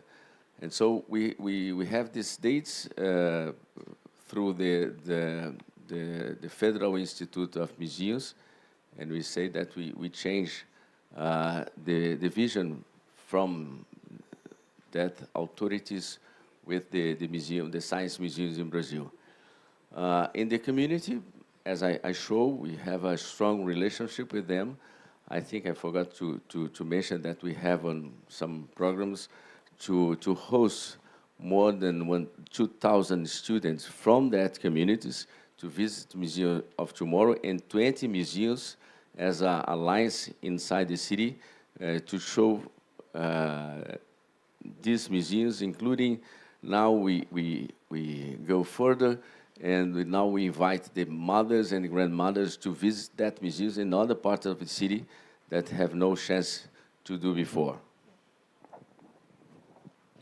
I want to address the fact that one of the principles of sustainability is that no one can be left behind. And when we're talking about prosperity and economic growth, it's also very important that we mind the inequalities, the exclusions that are part of the situation we're living in the economy. And especially when we talk about fashion. And I think this affects both Brazil, Singapore, and China, all the speakers. And I would like to talk about the fashion industry. So things like the preventing of modern slavery, the just work, or even having fair trade. Those are some of the standards of the SDGs. So I think I will address my question to you from NHB. How are you addressing these issues of inequalities and exclusion with the communities in terms of the work you are doing for prosperity?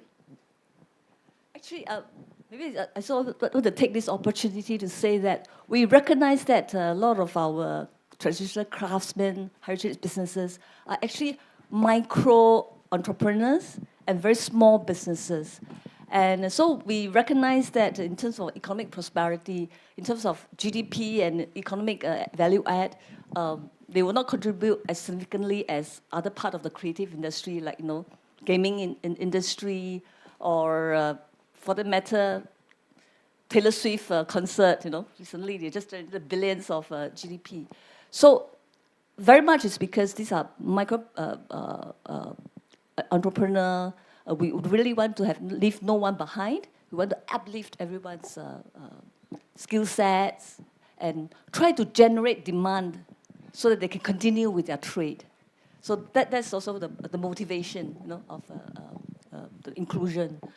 So in terms of fashion industry, we have a lot of fashion designers, but in Singapore, because we are a very high-cost economy, a very great labor shortage, so a lot of our manufacturing are actually offshore to the surrounding neighboring countries or further afield. So, so NHB is actually a sort of heritage board. So we work more closely with our partners. So for fashion industry, actually we work closely with the Singapore Fashion Council, which is the industry association. And I know that they are very, very committed about sustainability. So they have a lot of initiatives on sustainable manufacturing and ethical standard. So we work in partnership with the Singapore Fashion Council, SFC. Yeah, thank you. Thank you so much. My question is for the Museum of Future, for the Museum of Tomorrow. Sorry, we know that Brazil have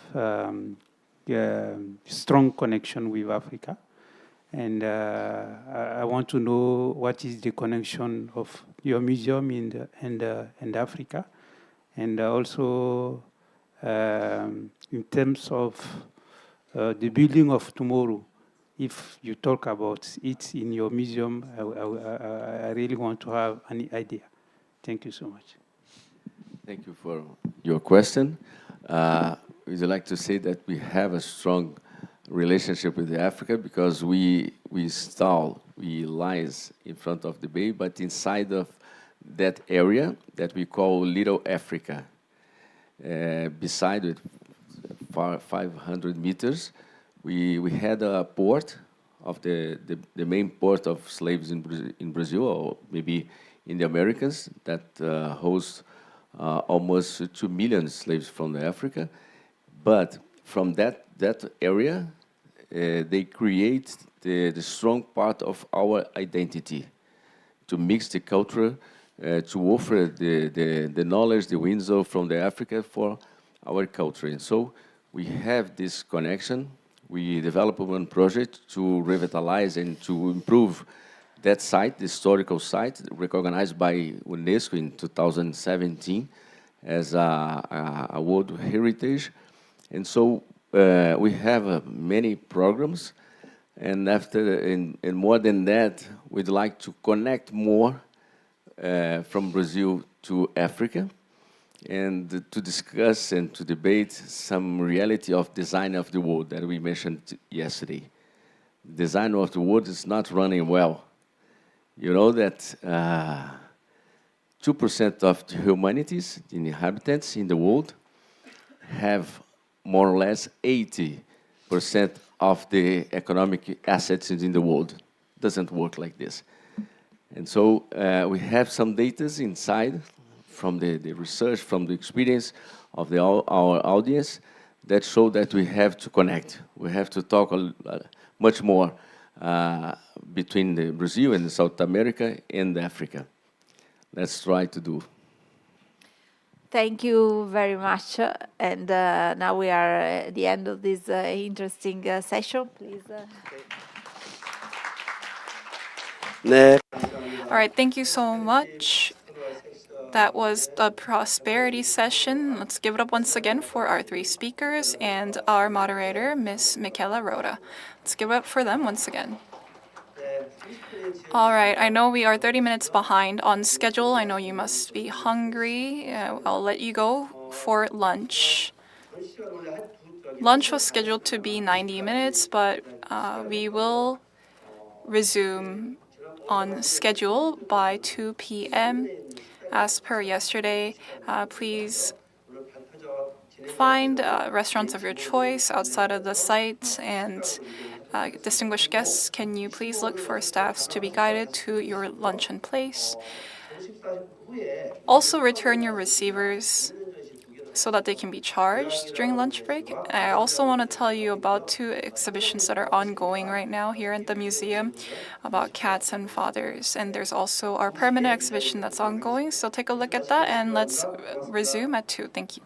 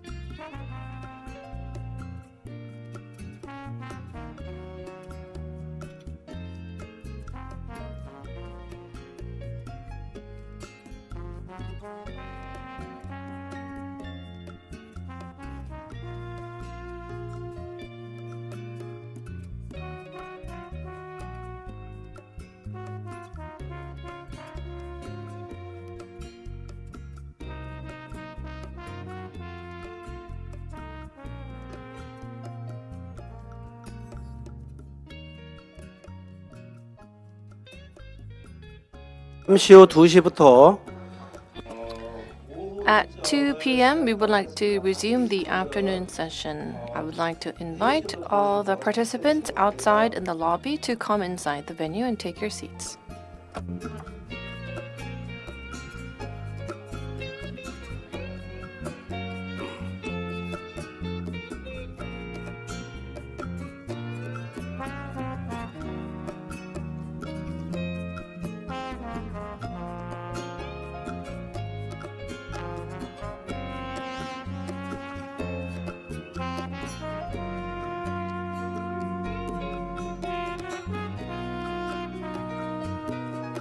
다시 한번 안내 말씀드리겠습니다. Ladies and gentlemen, may I have your attention, please? In 1 minute sharp, we would like to begin the afternoon session. If you're still outside the venue, please come inside and be seated.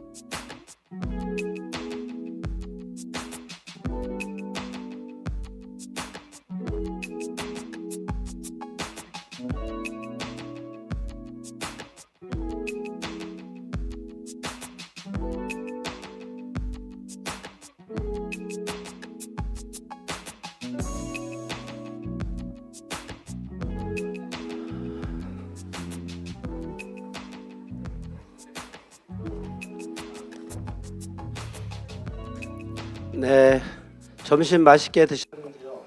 I hope you enjoyed your lunch break. I'm so sorry that the lunch break was quite short.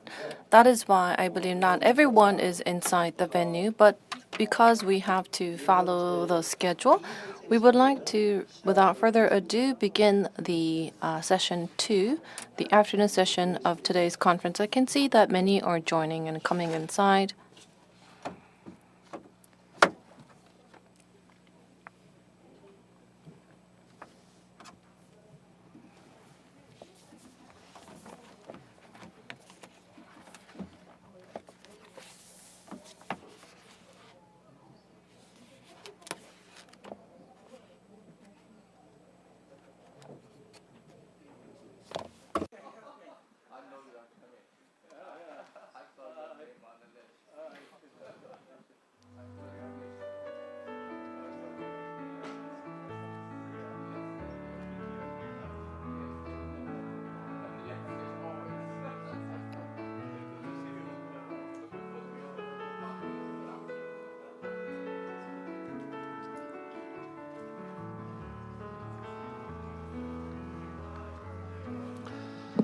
점심 맛있게 드셨는지요? I hope you enjoyed your lunch. Did you enjoy lunch? 여기 이 경복궁 주변이 점심 먹기가 It's quite tricky to find a restaurant around the Gyeongbok Palace because sometimes you have to line up for an hour, and you may think that there are a lot of great restaurant options. I'm not so sure whether that is true. Whenever we hold events, that is why we have a headache, because when a restaurant is tasty, then the line and the queue is quite long. Anyways, moving on to our afternoon session, I would like to officially begin Prosperity Internal session. 오늘 사실 이 세션에 진행해 주실 분은 So the actual moderator for this session 대한민국에서 굉장히 is renowned, and I really respect the moderator. He used to serve as the former National Museum of Korea. He also used to serve, he is now working as the Commissioner and Chancellor of History and Architecture Committee of ICOM Korea. Back then, he had a really successful program being operated. Our famous, world-renowned, international, tangible and intangible heritage commemoration was all curated by Ms. Hongnam Kim. It would be quite an honor for us to be joined by former director Hongnam Kim. Ladies and gentlemen, please welcome her with a great applause.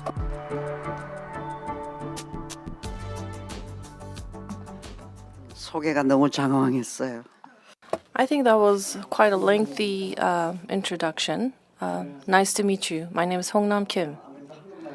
I think it would be adequate and comfortable for me to speak in Korean, so let me do so.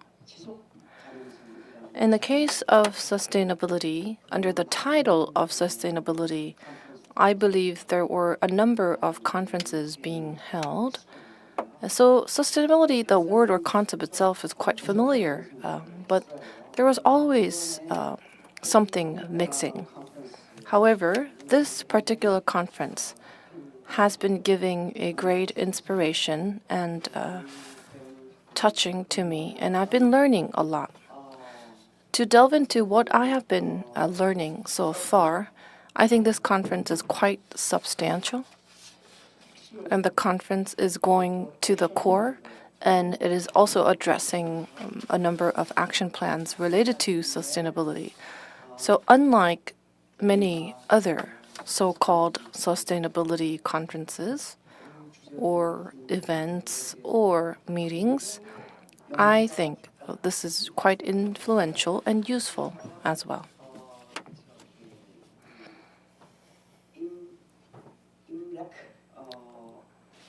In line with that, Imrek Anrajan, where are you? Anrajan? Where did she or he go? I don't see.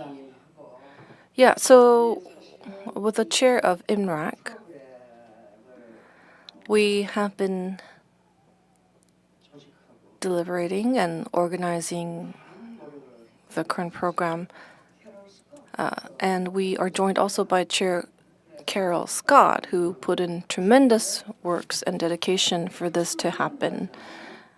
She's academic director and program director of INREG, Carol Scott.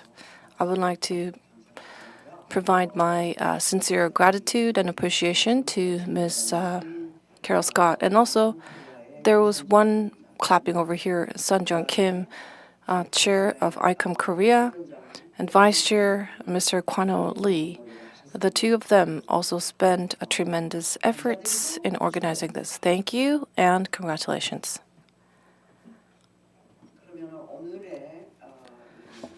All right, so now let me jump onto my session, which would require my moderation. The title of my session is Prosperity Internal, and we would like to go ahead with the first speaker. The very first speaker is Director Juliet Singer from Lille.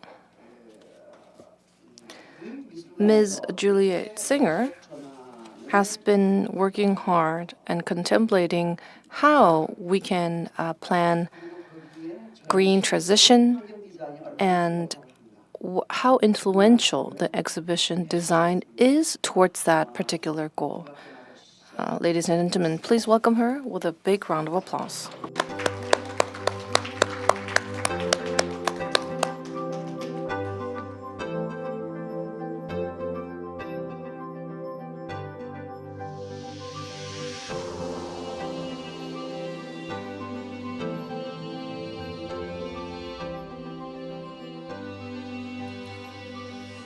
Good afternoon. So I am Juliette.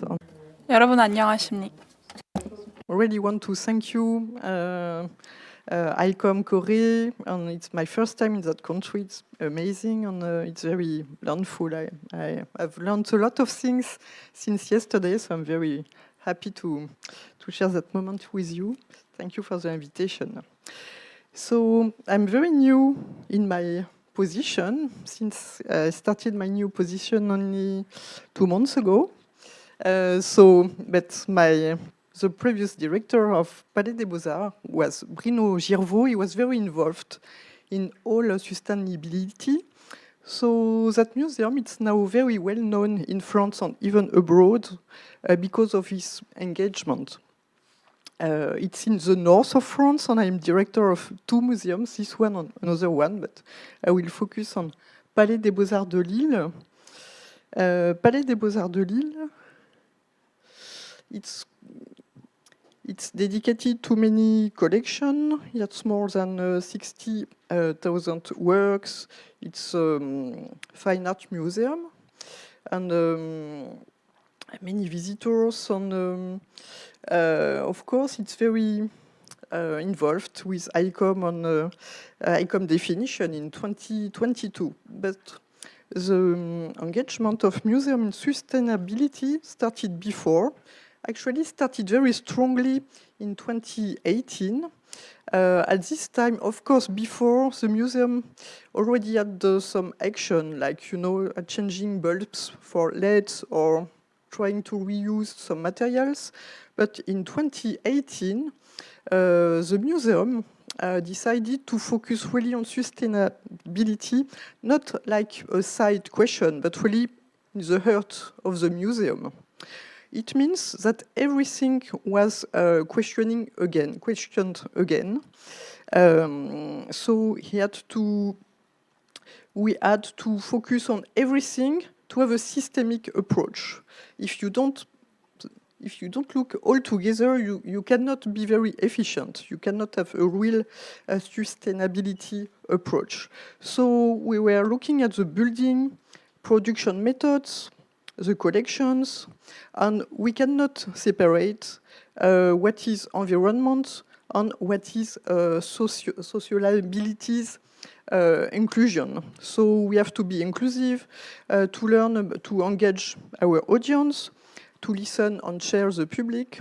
So it was a very strong, it was like an internal revolution, not to look things separately, but all together.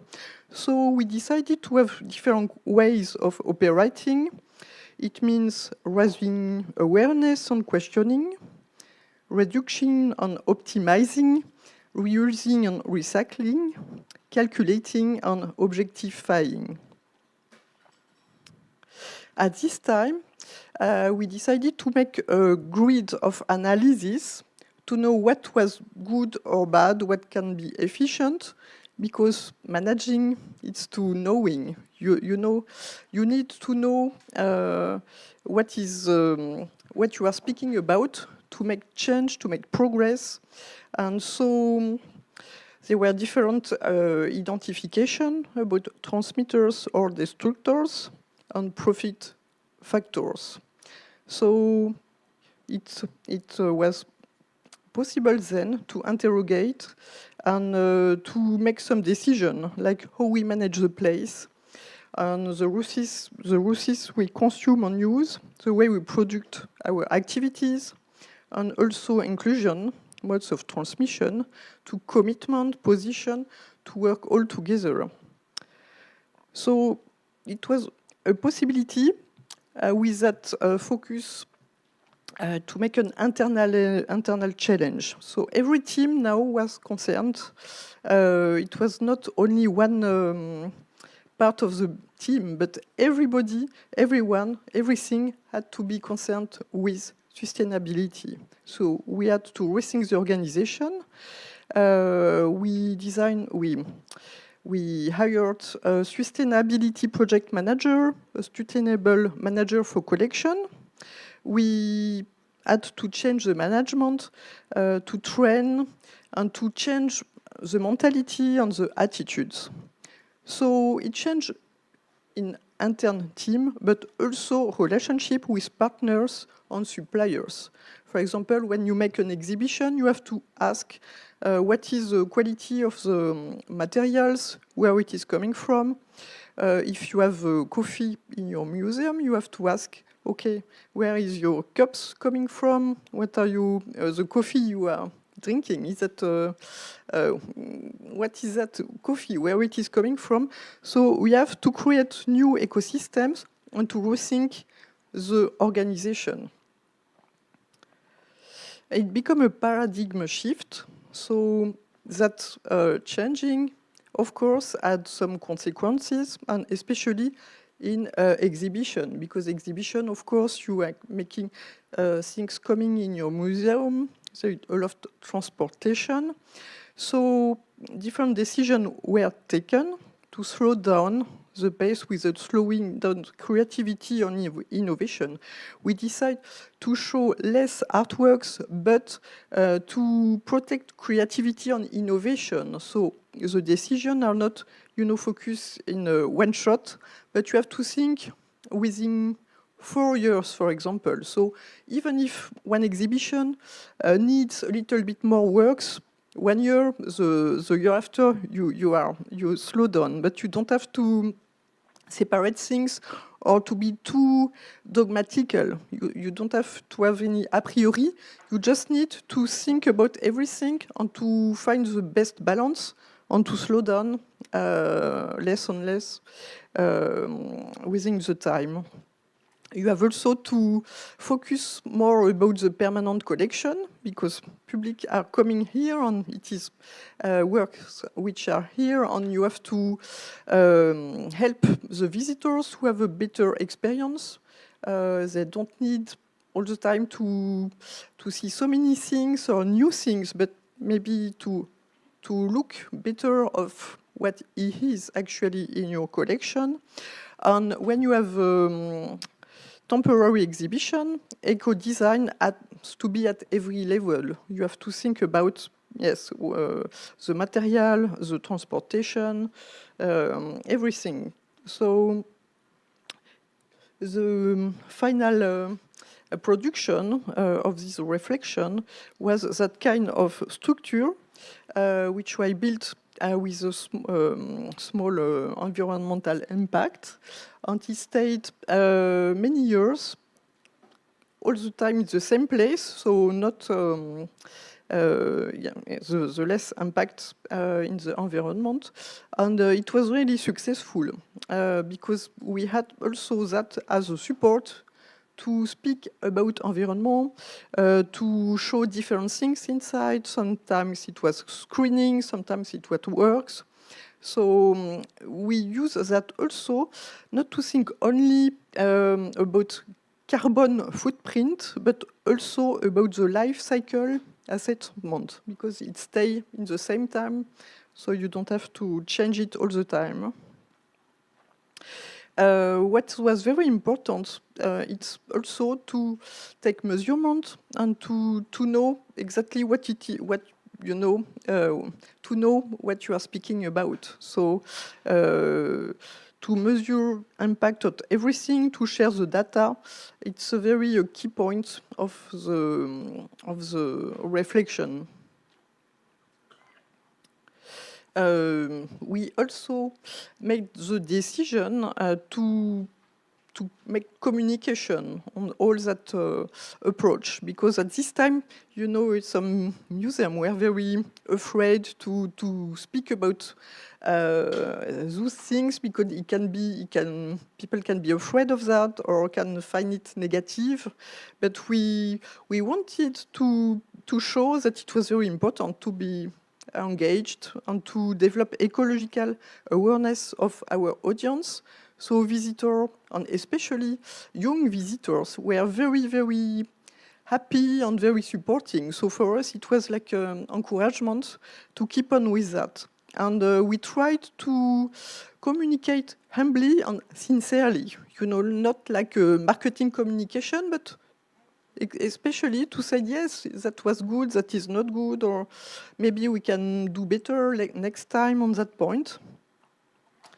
So finally, the philosophy or the principle of our statement, it's first to go towards happy moderation. Happy moderation, it's not something, you know, bad or depressing. It's to be glad, to be happy of go to that way and to have a moderation.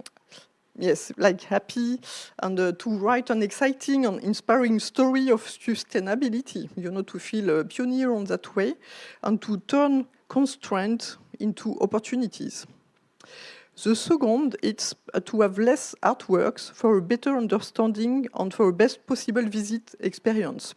Sometimes, when you have too many works everywhere, it's like, you know, to see too many movies in the TV. But if you go slowly, you show less artworks, people have more time to meditate, to take memory of it, and to come back in the museum to see them again. So, and the third principle is to invite other viewpoints and other voice, especially those of the public. For us, it was very important also to hear what people were saying, where they are waiting for. On Lille, it's a very big university city, and especially young people, young audience, have different things to say.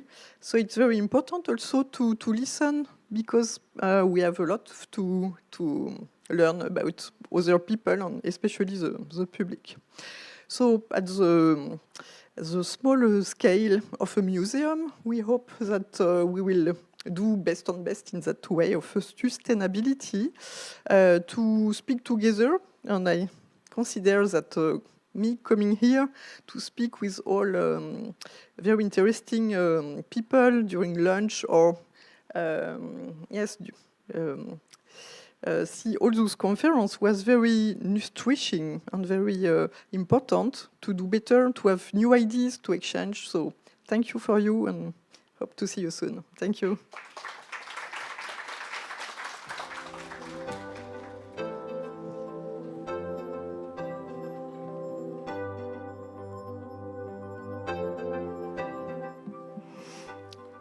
Thank you.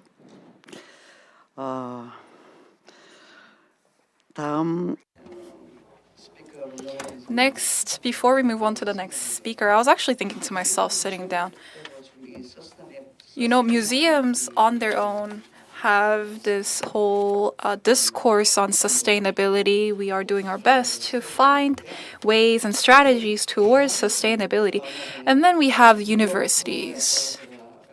I was actually reading an article on the New Yorker recently. In University of Chicago, there's going to be a course. They're going to open up a course in the fall semester called "We Are Doomed."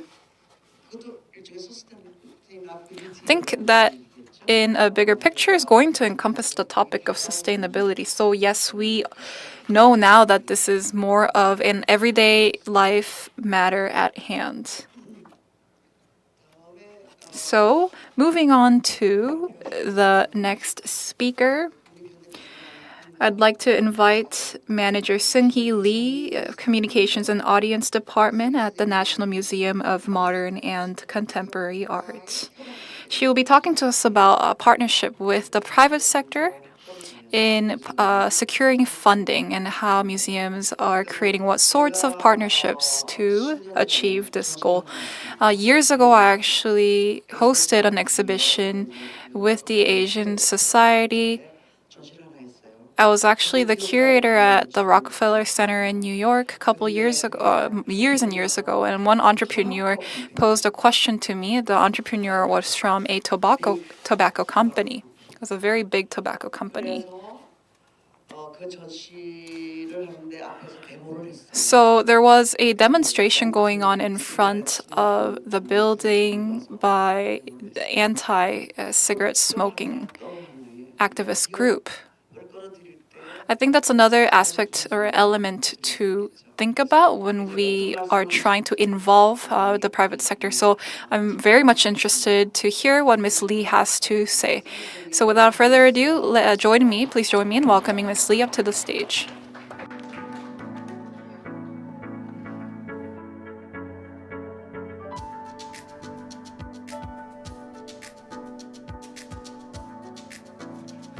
소개 말씀 감사합니다. Thank you for your kind introduction. Ladies and gentlemen, nice to meet you all. My name is Lee Sung-hee. I'm in charge of communications and audience. We are arranging different performances, events, audience support, and services. And I'm also from the National Museum of Modern Art and Contemporary Art. It is a great opportunity for me to talk about our future strategies and plans in terms of museums and sustainable development goals. It is my honor, and I'm really thankful for the opportunity. So today, what I would like to discuss is in order to seek sustainability and also stable finance of museums, I would like to share some examples and case studies that we have experienced. So the title of my presentation is Searching for Economic Sustainability in the Era of Climate Crisis.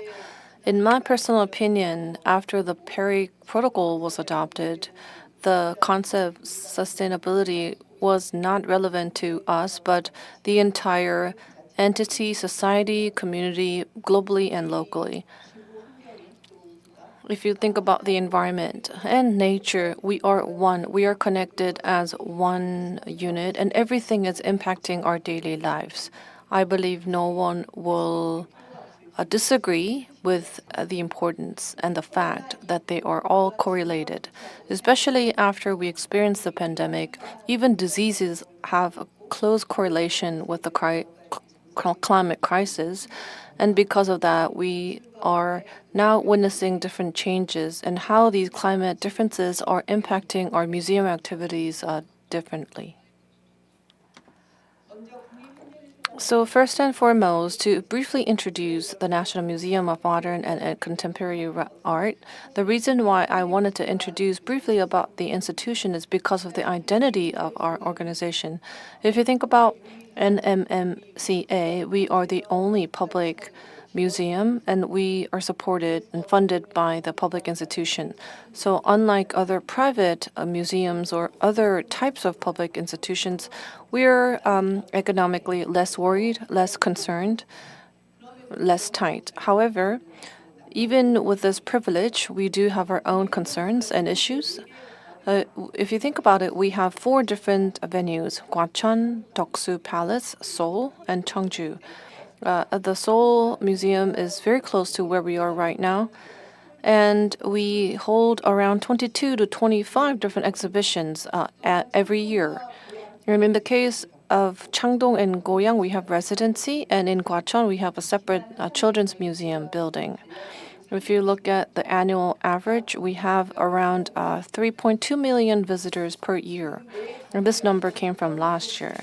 And just to go over some of the nature of different buildings and venues, a Seoul building focuses on contemporaneity. And for Gwacheon, because it's located near Cheonggae Mountain, given that environment, we focus on architecture, ecology, and family. Those are 3 main concepts. In the case of Deoksu Palace, we focus on East Asian modern avant-garde. And for Cheongju, we focus on conservation science. And for Changdong and Goyang residency, we not only cover Korean artists, but also foreign researchers and artists, and they can share their exchanges about Korean arts. And the art museum of our own has been spending the last 2 years after the pandemic hit the earth. We chose 4 different pillars. One is expansion and connection. Second is Korean wave of art, which is introducing Korean artists to the globe. 3 is ecology, and number 4 is digital innovation. And among the 4 pillars, I want to focus on ecology. So given the Ecology Museum over here, we declared 5 major declarations on carbon emission reduction. We declared this vision in 2022. Back then, we couldn't normally operate our venues.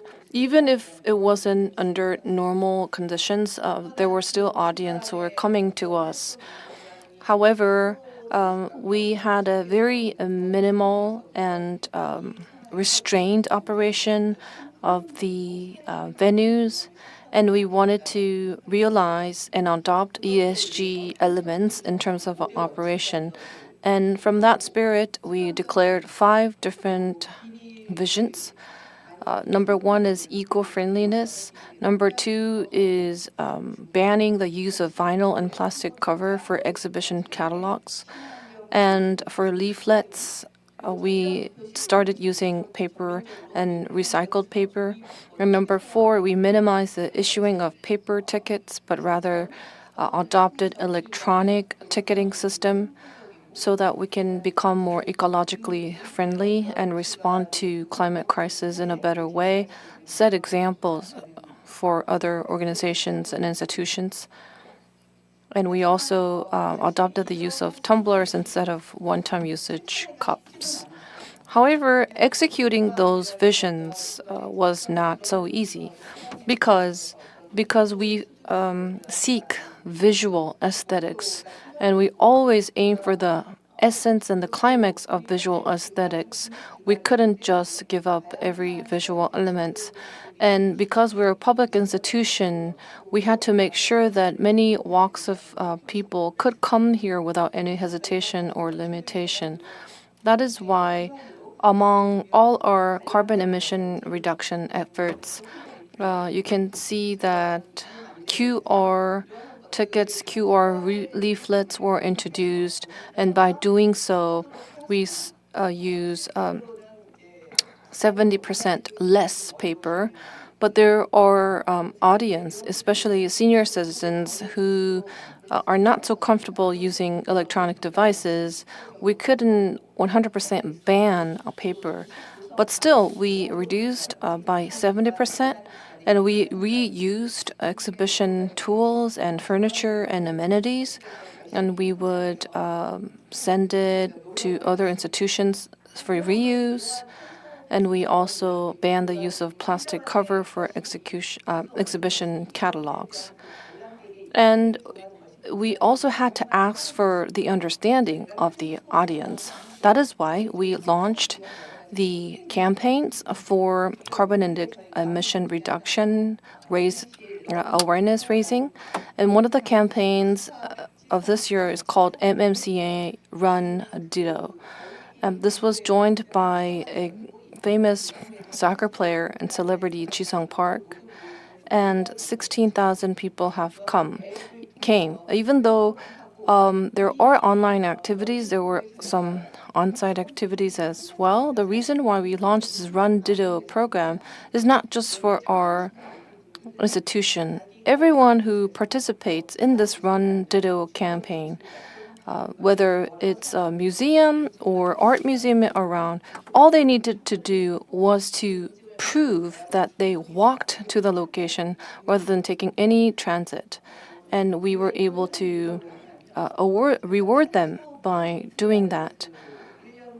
So if you think about 2022 project related to carbon emission reduction, we thought how we can reduce emitting less carbons every single day. Where did all these carbons come from as we are operating museums? When we conducted that survey, we were able to understand that from all museum activities, audience created the most amount of carbon footprint. The fact that they come here, the journey using cars and all these transportation, that's where most carbons were emitted. As you all know, if you think about art museums or regular museums, we do not exist without audience. But we can't say, oh, don't come because you're creating so much carbon. That's not going to work. That is why we wanted to make sure that they are part of this project, and we created MMCA Run Ditto. And 16,000 participants joined this campaign from the entire nation. We raised awareness so that they understand that this is a place. Museums are places where you can just walk to and then still enjoy. And 2023 carbon emission campaign video was created by our side. We have aired this on our YouTube channel as well. I think it'll be nice for us to look at it once again.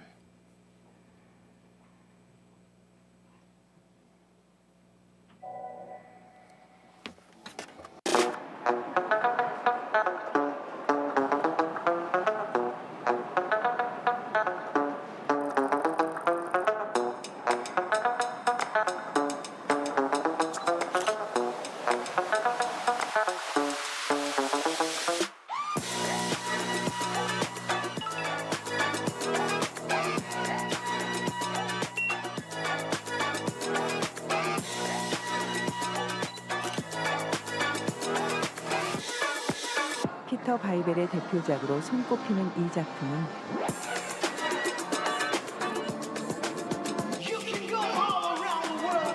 greet and thank the insects, believe it or not.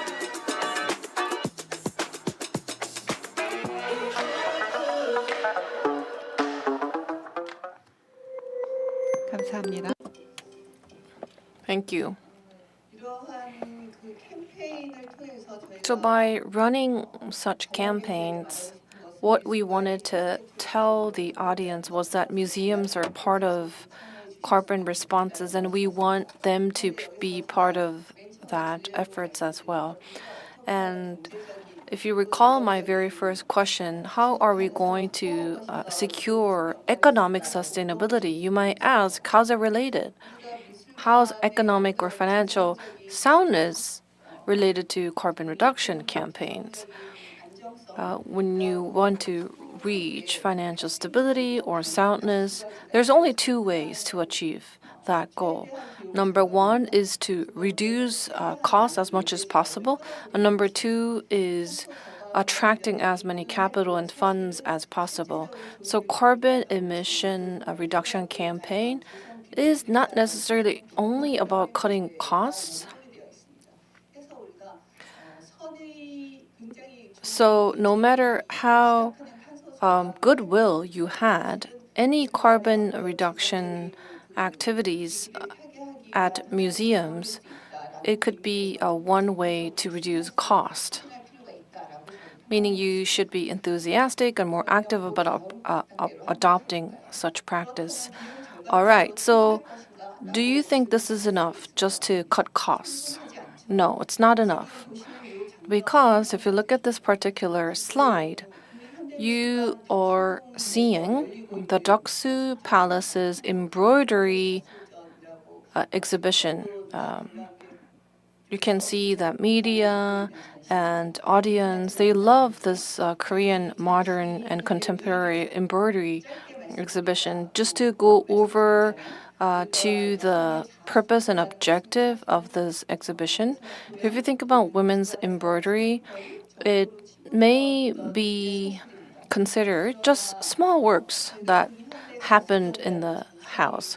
However, by running and showcasing this project, what we newly suggested was that embroidery actually wasn't just what they did in the house. In the patriarchy, they wanted to achieve their ego and self identity through embroidery, not only the financial and economic gains. So it was a way to achieve what they wanted to achieve. It's one means and methodology for women to reach for excellence, and we were lauded by showcasing this exhibition by many different media outlets as well. And one of the difficulties we experienced in preparing this was economic difficulties. For us to be able to display some of the important pieces, we had to bring in some important pieces from New York, Chicago, Tokyo, and London. And from the very beginning, we had some budget secured, which was around last September. And in around last November, the pieces had to arrive to Korea. However, there was the continuation of wars, and because of abnormal climate conditions, there was soaring inflation. And if you think about the transportation costs, the cost jumped by 30% all of a sudden. Even given that we had a very tight budgetary condition, securing that extra 30% was a very difficult situation. We had a great argument.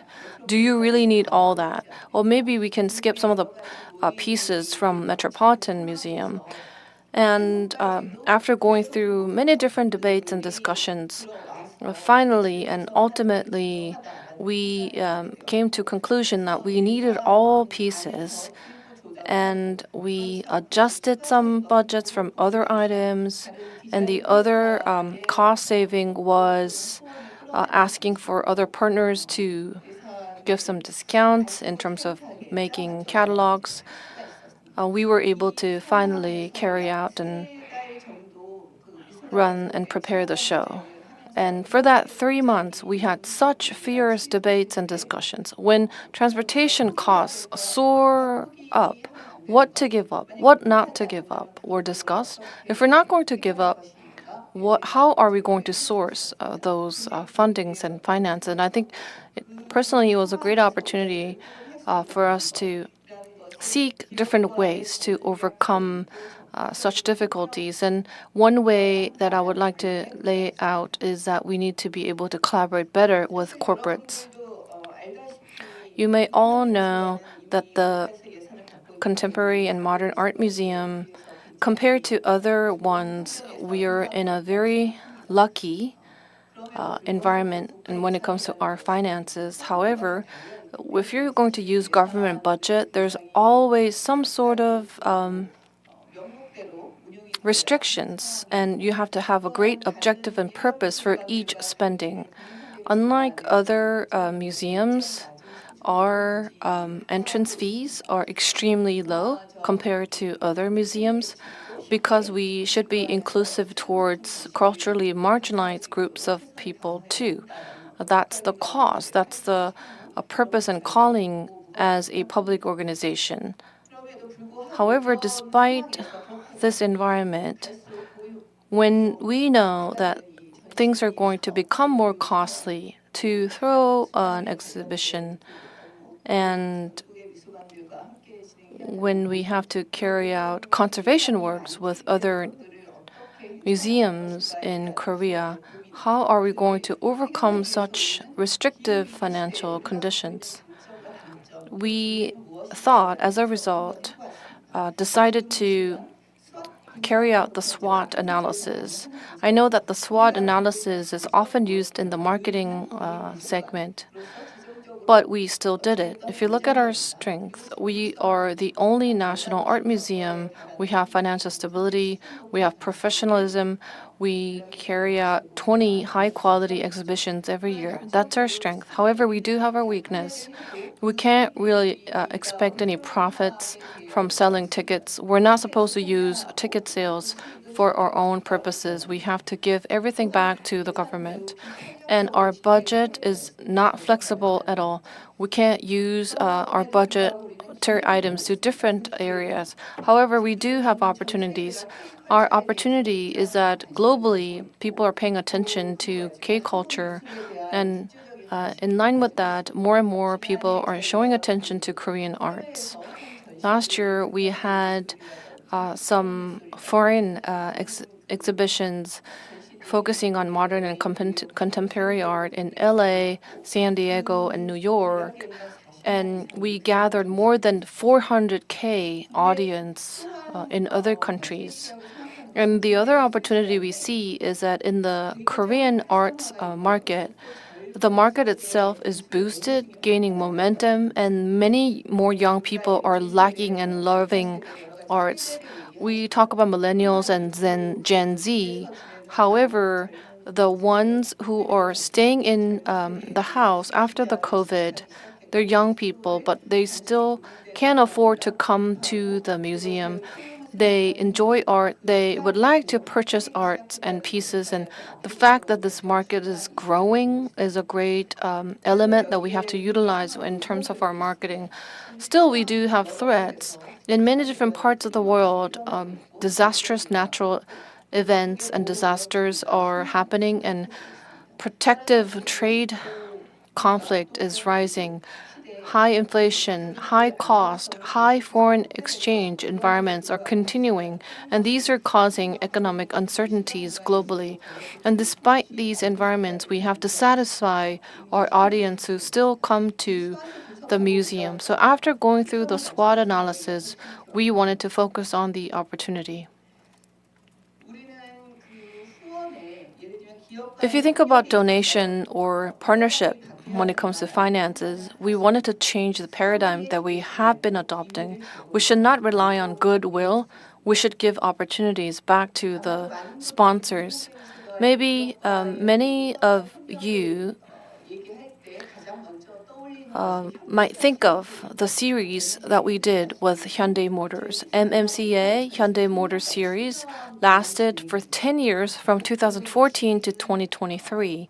And this particular series was 100% fully funded by Hyundai Motors. And by that sponsorship, we were able to host many special up and rising Korean artists to display their works here. And many foreign institutions gave attention to rising Korean artists. Around 3.4 million came to the Hyundai Motor series for that 10 years. And Lee Bul and Park Chang-kyung, Kim Soo-ja, Cheo Ram, Jong Yeon-do, great exhibitions were showcased, and these were supported by Hyundai Motors. And the second interesting element is Artist of the Year Award. This began in 2012, and this is supported by SBS Cultural Foundation and MMCA, 50% and 50%. And by running the Artist of the Year Award of Korea, many foreign institutions are showing attention, and great artists are having meetings with a great audience through this project. If you think about both the Hyundai Motor Series and the Artist of the Year Award, if you say these projects in one keyword, we are utilizing corporate's goodwill. It's a type of a mecena work. Corporates have goodwills and they donate their funding and money, and by taking that donation, we are sharing that with our artists and also with audience. Maybe some of you have read this article today. 2023 Mecena activities of corporates. There was one article, what corporates are doing what in terms of art area. If you look at the total donation from corporates for art segment, it was around 288 billion won. And compared to a year before, 0.7% increase. Given the inflation, I believe it's a minimal increase. And if you think about corporates who were doing it regularly, they spent 9% less, meaning 515 corporates said, we're not going to be involved in the Mecena activity. And we asked those corporates, why do you want to discontinue? And they said, oh, it's not attractive because I don't know whether it's a social activity or whether it's actually helping our business. You have 5 minutes. Okay, I'll rush. So, as a result, we thought that we can't just rely on the goodwill of corporates. We need to focus on other areas to encourage collaboration, and we call that mutualism. We are working with CGV company, and we have carried out the G Light activity. This is a collaboration example where museums, companies, and audience are all happy. So CJV launched a new media platform, which is a public project collaboration near Gangnam. There is 870-meter long media platform installed in the Gangnam region. You see all the green things? 28 green pillars are installed on the Gangnam Avenue. There is Kim Po-hee, Prume Hong, Ji Pyong Kim. All these artists' works were showcased on these individual pillars. This project lasted over a year. These artists utilized the space. And if you think about the commercial activity, I believe CGV said that they have supported around 400 million won worth of ad opportunities. So CGV wanted to promote their marketing tools, which are their display walls, whereas us, MMCA, wanted to introduce our artists and the pieces they have created. So the needs of both corporates and organizations were met, and the audience, because there's so many foot traffic on the Gangnam Avenue, they were able to see and experience the best class art pieces of Korea. And now moving on to the other example, which is Illum. Illum is a Korean furniture brand, top 5 Korean furniture brand. They focus on coming up with practical furniture for residential places, but they also try to redefine their identity as artsy furniture maker by collaborating with BTS and all. And we suggested a partnership. We have a lounge in MMCA, and we asked Illum to provide furniture to decorate that place, and we wanted to operate art salon for 3 years. So we provided space, they decorated the space, and they operated the space. And this is reaping great results. The third project is with LG U+. They wanted to try subscription service for exhibition recommendations. And from that idea, we started MMCA. We wanted to understand who comes to our art center and who's interested in this art. That's why we got data, and they wanted to try their subscription service. There are other examples, such as working with a paper company or logistical companies and special steel maker, paint, airline. We give their marketing opportunities, and they give us services and funding. So if you think about this mutualism when it comes to collaboration, just to summarize them all, we provide marketing and awareness, whereas they give us funding so that we can come up with quality content. It's a win-win project. So in this mutualism, I think what's most important is that no one should be left out. Both museums, companies, and visitors, they should never suffer loss or be alienated. Let's say a tobacco company comes and says, I want to sponsor. What are you going to do? Who is going to incur loss? How is that going to impact museums, corporates, audience? You have to come up with a guideline.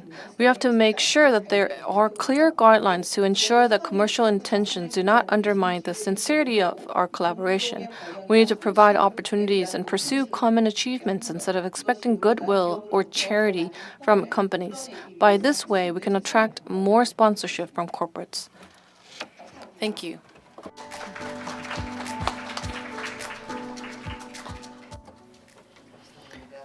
Thank you.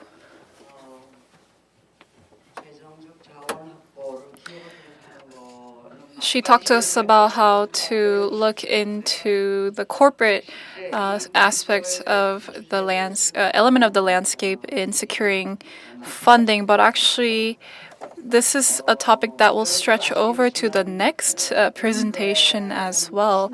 You may be familiar, IMREC is a rather new international committee. It came to life after the 2009 Tokyo Protocol, but despite its rather young history, it's working with great force and energy. And one of the initiatives that it has been addressing is a funding issue, especially targeted research for public funding for museums.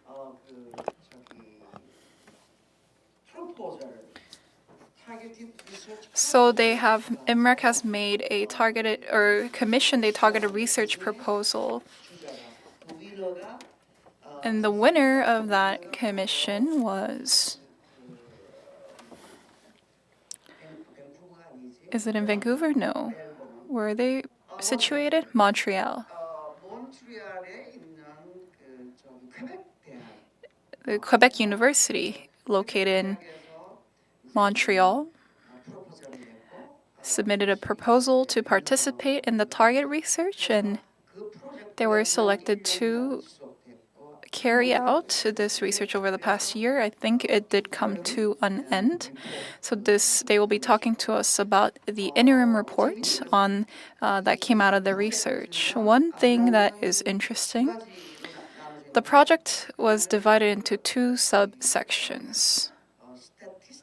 One looked at the statistical surveys, meaning the quantitative survey. And the other part, it looked at the qualitative part of the problem.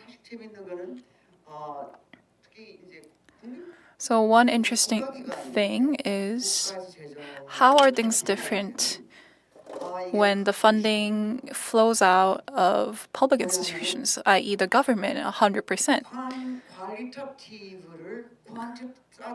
And that is what leads to a greater issue. Are we going to transform or transfer qualitative from quantitative? Because numbers are very explicit, numbers are very straightforward. And that's the best way to get people to understand. And I think this is a personal experience of mine as well. I would have to speak in front of the National Assembly from time and again. And to get stakeholders aligned, I needed numbers to get them convinced. Anyways, let's hear from their research efforts or research achievements over the past year. Our speakers will include Ms. Michelle Rivette, the scientific director, the project director, as well as two coordinators that worked with her, Ms. Heidi Weber, as well as Leah Calv.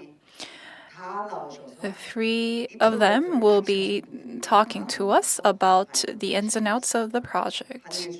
Please join me in welcoming them. 어디 계세요? Do you have the speakers? Yes. Good morning. My name is Michelle Rivet.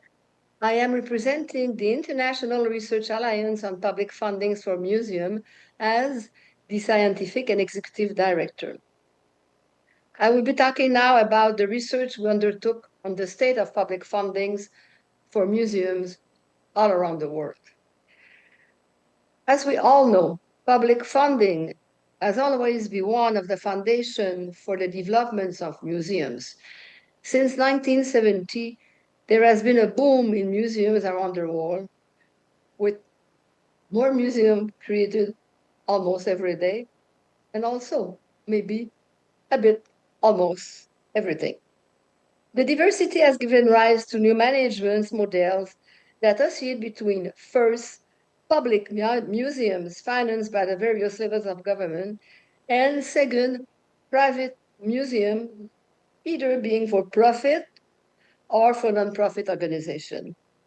As such, the long history of museums, never has there been such a wide variety of museum management models.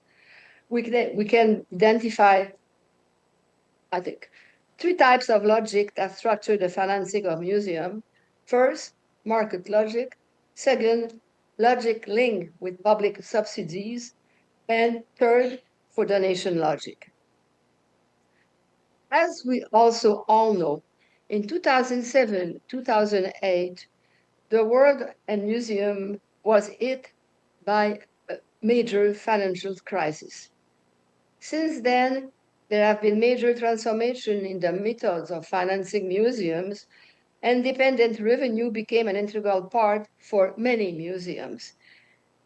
Of course, this was again highlighted by the COVID-19 health crisis.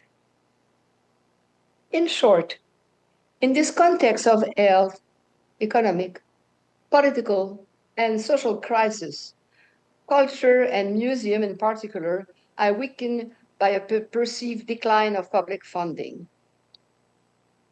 Generally, public funding or resources are provided by the states or various levels of government. It can be direct when the government pledges the finance museum through agreements and policy, could also be indirect when it is distributed as a non-financial resources through different level of government in the form of so many various programs like culture, tourism, infrastructure. Research by the ICOM Strategic Planning Committee within the ICOM network is highlighted concerned about the future sustainability of museums if there is a decline in public funding for museums.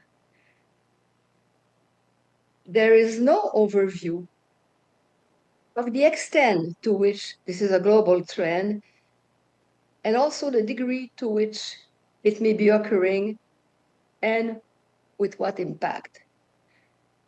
So a research to look into this was launched by ICOM IMREC following a demand from the ICOM national committees. The ERA PFM, this is the signal, this is the letters for our long titled project, is led by a team based in Montreal, Quebec, Canada. At the University of Quebec in Montreal, it is headed by Professor Yves Bergeron, Professor Lisa Baillargeon, and myself, Michel Rivet. Léa Le Calvé and Heidi Weber are the coordinators for the project. Could it be said that they are playing an essential role, and without these two coordinators, there will not be at all any project. In order to have a global point of view, a slew of international experts also took part in the research. Let me just mention where they're coming from. They're coming from Brazil, South Africa, New Zealand, Canada, China, and of course, Europe. Respectively, we investigated Latin America and the Caribbean, Africa, Oceania, North America, Asia, and Europe. A lot of work. We are incredibly grateful for all the hard work they have done. The ERA PFM is being steered also by a committee chair by Carol Scott, chair of the Academic and Programming Board of ICOM IMREC. Thank you so much, Carol, for your involvement in our project. And it is composed, of course, also of independent researchers. Heidi and Léa, the essential project coordinators, will now take the floor to talk about the project, about the data collection. Please, Léa.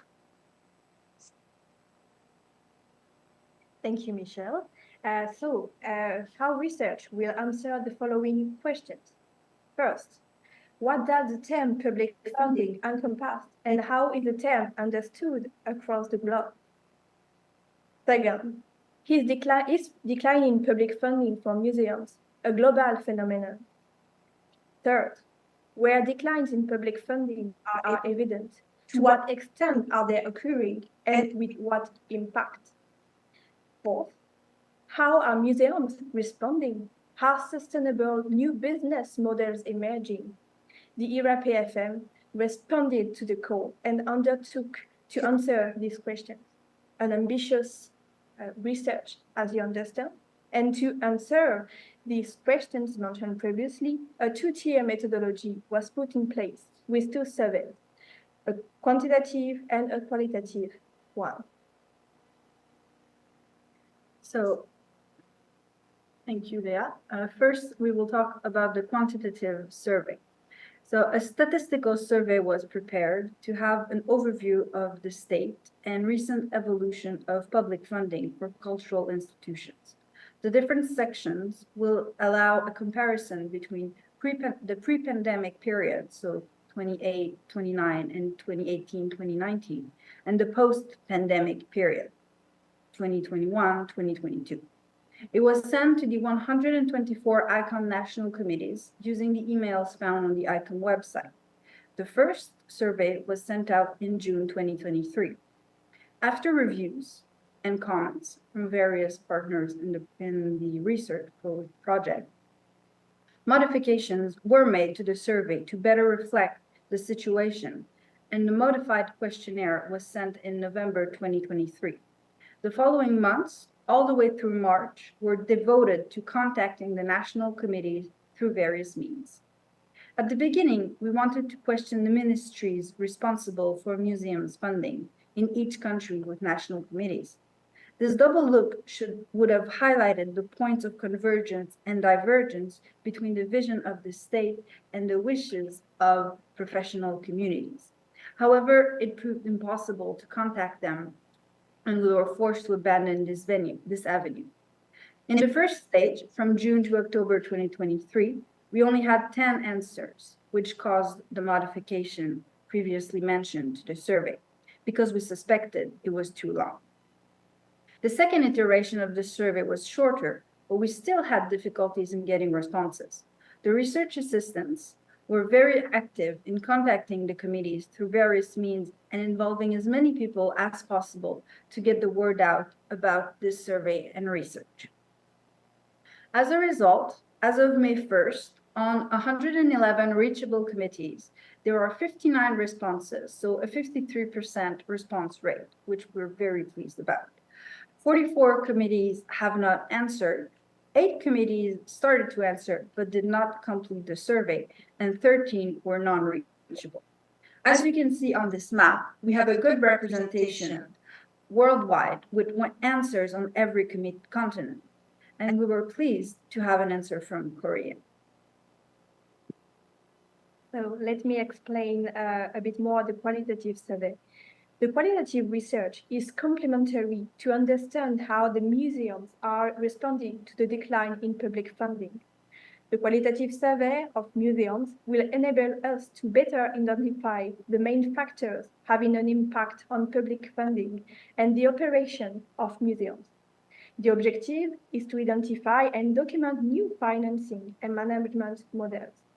During the summer 2023, the lead partner team in Montreal, with feedback from the international experts and the steering committee, prepared a qualitative survey to be disseminated among museums selected by these international experts. The researchers have identified various museums in their respective world region, 20 to 25 museums in each geographical area. It was our goal. The museums selected were representative of a wide array of museums in size, nature, which means art, society, and science, and also financial structures. Support was provided by the lead partner in the form of individual meetings with the researcher in order to assist and follow up them in the research. During the collection for the qualitative data, the same difficulties were encountered, a low response rate and difficulties to contact museums. Given this low response rate, the personal and professional networks of the ERAPFN members were solicited, especially in France, Italy, Mexico, Canada, United States, and Senegal. As a result, as of May 1st, as such, we have 13 museums in North America, 23 in Latin America and Caribbean, 11 in Asia, 23 in Africa, and 15 in Oceania. Data in Europe have not been shared at this point, but in April, we reached out 29 museums in Europe. We have a good representativity of type of museums, public and private, and size. And now that we have all this quantitative and qualitative data, we started the analysis. Thank you so much, Leah. Thank you so much, Heidi. So as you can see, there were a lot of work that was already done. There's still a lot of work to do, namely in the writing of the report. But even though we can even now find some trends, or should I say some difficulties, or should I say some successes, and I will go very fast just to give you a list of these of these either successes or either difficulties. First, we have to say that data were not so readily available. A common feedback was the ECOM National Committee, from time to time, did not possess answers for the questions. So where do we go? What do we do? So if there's a perceived decline in the museum funding, the data, we had to go one by one, trying to find results, but it was quite difficult because it seems there's no bank of data, should I use that word. Also, the second point is about the volunteer work in the National Committee. As we all know, many of the national committees around the world are made of benevolent people. They don't have a permanent structure. So, of course, it means that is another difficulty to be able to arrive to some conclusion. Difficulties to have the national committees answering the questionnaire, because, of course, no one was really present on a permanent basis at the office. Third is lack of time and over-solicitation. As we all know, being part of museum world, the museum are very often solicited for several reasons, for several type of questions. So meaning, of course, that it is difficult for them to have another questionnaire to answer, though they found it important to do so.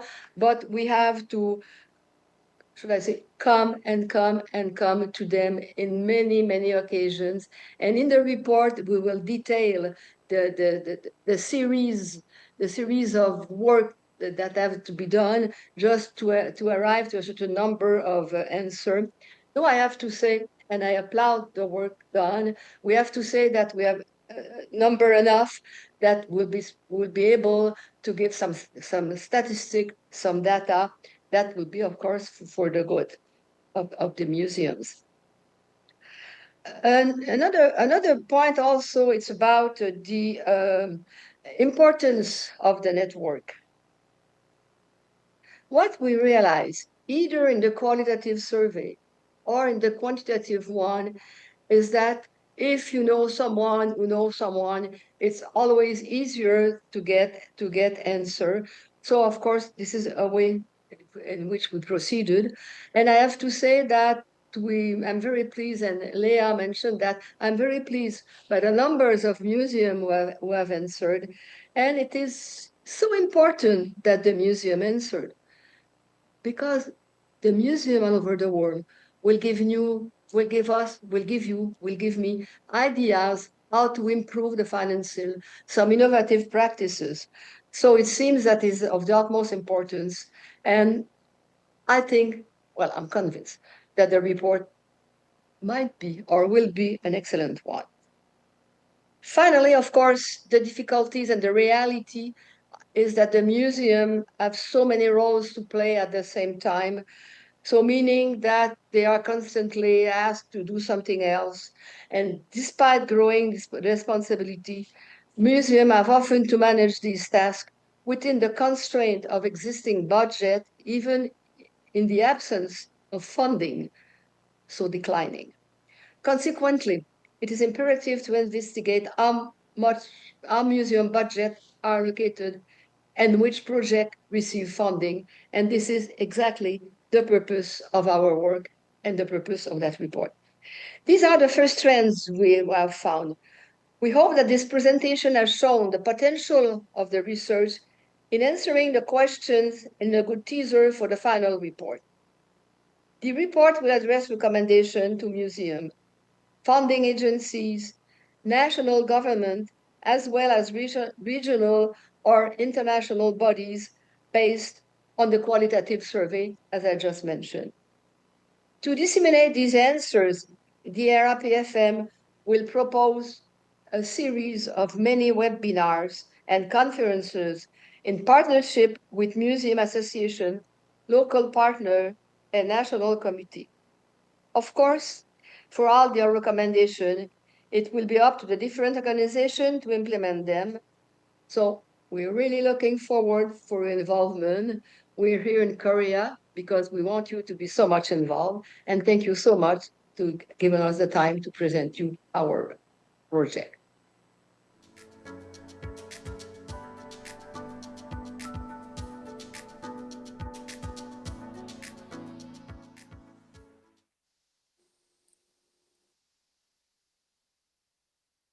So thank you, of course, for receiving us and permitting us to share with you this project with, I think, what we think is important for the whole museum community.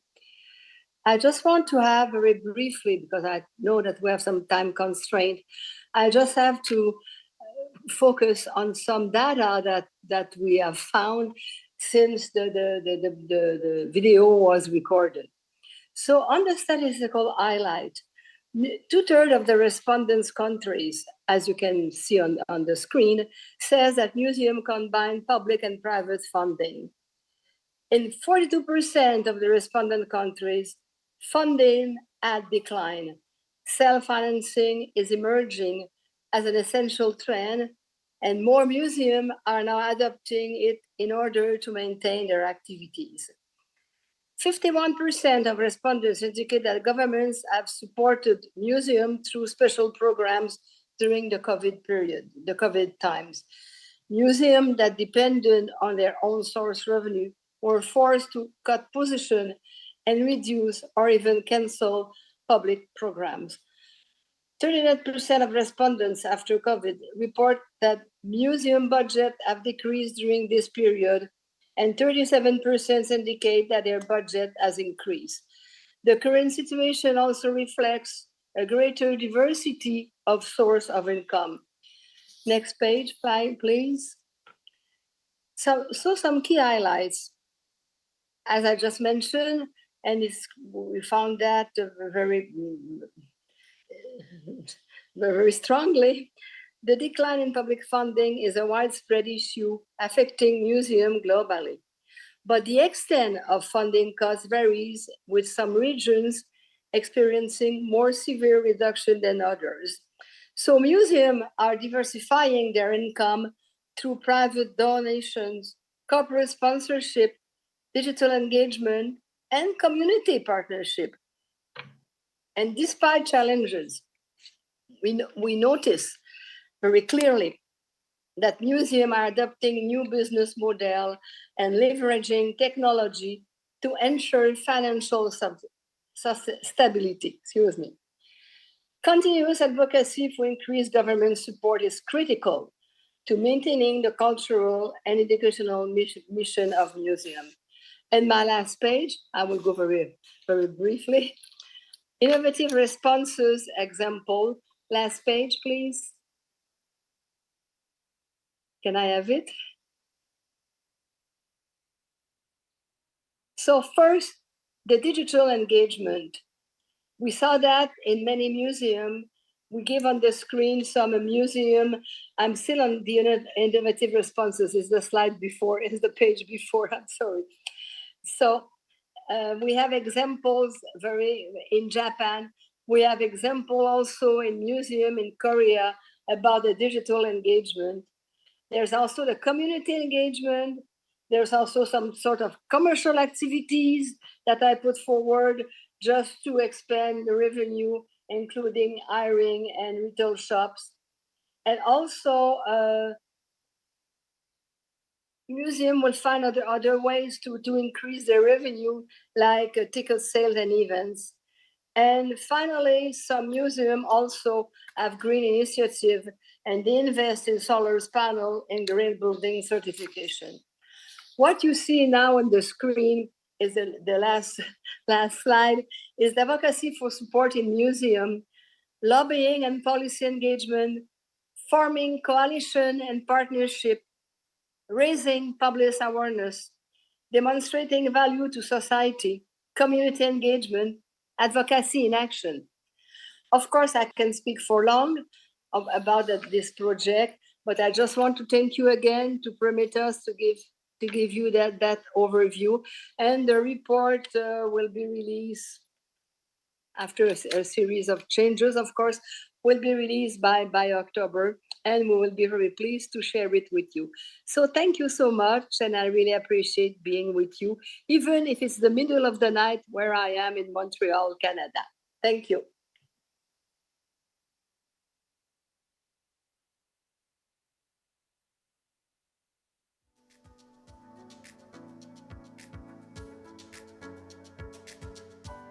Speakers could come out. 나오세요. 예, 두 분. Can I kindly invite two speakers up on stage, please? singer, 이성희 선생님 나오셔서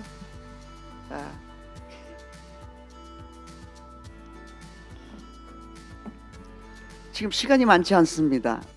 We're running out of time. How much time do we have? 5 minutes, 5 minutes. Sorry for that. We need to wrap up the Q&A session within the next 5 minutes. Anyone from the floor, please? Yes, please move as quickly as possible and make your question brief. Hello, I'm from Koyang Children's Museum. I have a question to Ms. Lee Sung-hee. So, public entities tend to get sponsorship from corporates, and if you only give like image, brand image, or promotion opportunities, that's not really helpful for their commercial gains. Is there anything else besides improving brand image or promotion? Any specific examples of how you give them benefits? Can you hear me? Yeah, so to be honest, I mean, that's the majority of the case. That is why we have created our own guidelines for sponsorship, especially if there's any financial funding coming potentially from corporates. We give them like packages, like what is the chance or ways for them to maximize their marketing effects. Let's say they give a certain amount, then we would launch a press release so that we can market them in our press releases. And to this much money, they can use press release, but for example, they cannot use additionally on their social media, for example. We have specific guidelines and principles that they can use or not use depending on how much money they donate and sponsor us. And of course, if it's a small amount, it's not so much of a problem. But if they're going to give us in a large scale, that could be tricky because they might want additional services from our side. For example, they might ask us to like come to their party, or they want us to throw an event for sponsors, for example, but we always tell them in advance, we have resources from the tax money of Koreans, so we cannot be swayed by commercial purposes and objectives, and we always clearly tell them what's possible and what's not possible. Thank you. Maybe one more question from the floor? One more, please. Any questions? 여기 Over here? I think we do have one. I think we have our speakers up here. While we have them, if you have any questions, feel free to take this opportunity. Maybe address it to Ms. Singer. Thank you for your informative presentation. How do you apply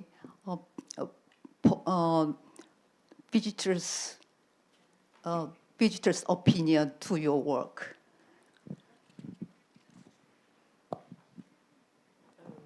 I'm not sure to understand the question, sorry. I will ask again. Do you have a visitor survey, and do you apply that to your program or to your museum? No. Training. If we have visitor survey, yes. You may collect, I will ask again, you may collect visitors' opinions, right? In many ways. Yes. Now, how do you apply their feedback to your work? Okay. First, yes, of course, we try to collect opinion of people, and especially with mediators on people outside the exhibition asking, or they have question and they can answer. And then we discuss, we have every week or every month discussion with all the teams. So we discuss what is the common things we hear, and so we take in consideration when it's not, only a personal, individual feeling, but when we feel that it's a common thing, and especially with young students, it's very important because sometimes, something can look weird, but when you really listen that, you think, yeah, they are right. For example, they find something, it's a word, you think it's very clear, but they don't understand, or even the way, you don't find the way to go in the museum. It's very important also to listen to families. Sometimes you don't are aware that it's too high for children. So I am now working to create a gallery for children, gallery dedicated to children, but also for children to go all around the museum, because we feel and the visitors are changing. They need new way to have some approach. So yes, we are trying to discuss with all the visitors department, with the mediation department, communication, curators. So we try to speak together at least once a month, but sometimes every week. Thank you. Thank you. 질문 하나를. Maybe one more question that was. Maybe one more question to the Quebec University team. Carol? She's on. She's still. She's on, yeah. Michelle, it's Carol here, and I just wanted to explore something with you. I think from what you've described from the findings, it sounds like the landscape of public funding has changed, so that perhaps a decade ago, we would have expected public funding to mean ongoing operational grant. And now it sounds from something that you said, when you presented the final slides, that operational grant has declined, and there is still public funding, but it's on a project-by-project basis. Is that a correct analysis? Yeah, of course, yes. And in the report, we will be much more specific than what we just say in that 15 minutes. But the decline can take several aspects, and namely, it's the government decrease in funding, and so it's a trend. It's a trend, and that might render very difficult the sustainability of museums. Yes. So this is the reason, of course, why museums have to find other ways to get money. And I just give a few very briefly examples, but there's a series of initiatives that museums have taken all over the world, and we have questionnaire answered by more than 110 museums around the world in each of the 5 continents. So I think we have very interesting answers, and that we have to look at what the museums will do, trying to be sustainable, trying to continue to deliver what is their mission about. So I think it's in a way it's negative, because public funding is decreasing, but it's positive because museums find very interesting way to escape that loss on funding and trying to find other ways. So it's very positive about the vitality of museums. Thank you. 5분 만에 나가서 이제 5 minutes. I think we're all up. So we have 5 minutes for the break. So take 5 minutes to go to the restroom. We'll take refreshments and come back. We'll reconvene. Let's give ourselves a round of applause. Thank you, thank you. Thank you, our presenters. Let's give it up for our presenters. And I know you're all busy, and our moderator as well, former Director Kim. Thank you for moderating the session. I know you're very busy. It's 3:29 right now. We will break for 5 minutes and come back at 3:35 and begin with the peace session. So take a 5-minute break and let's meet again.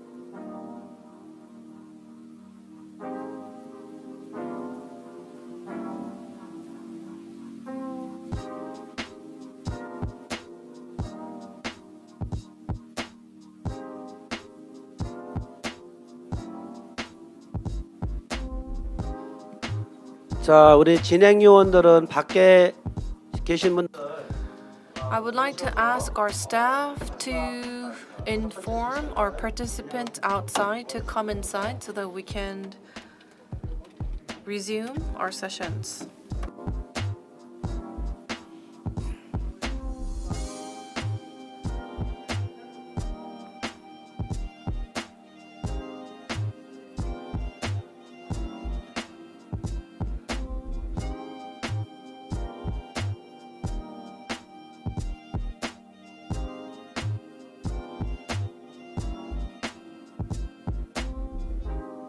네.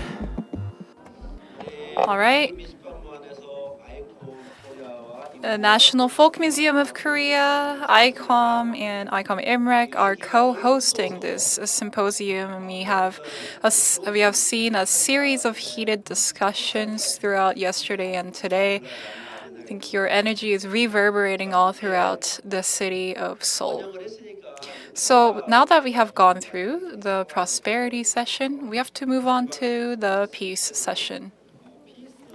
So that brings us to the very last peace session. Let me introduce to you the moderator of this fifth and last session. I want to invite Ms. Karia Sun, the ICOM Cambodia chair. Please join me in welcoming her up to the stage.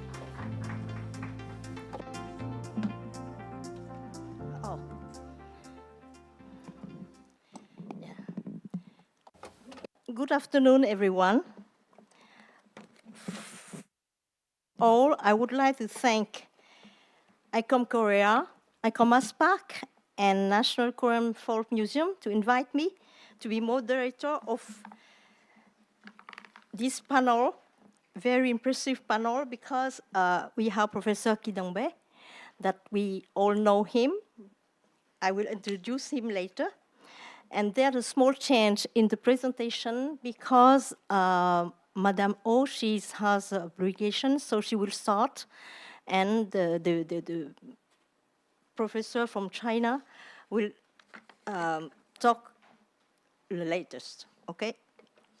So the theme is, can museums be a lifeboat? What role can museums play nationally and internationally to help communities deal with the crisis the world is facing?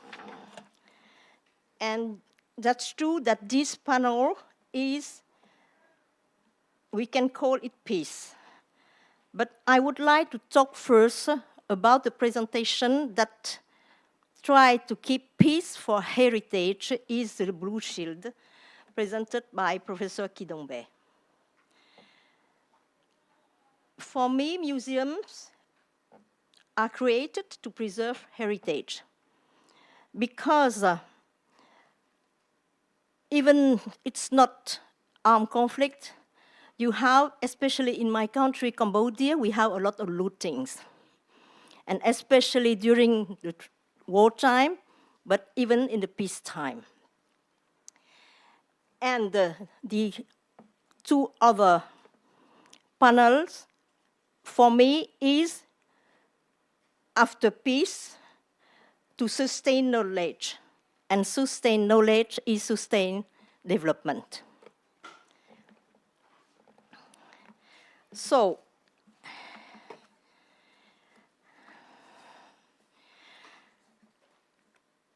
I would like to invite first Madame Oh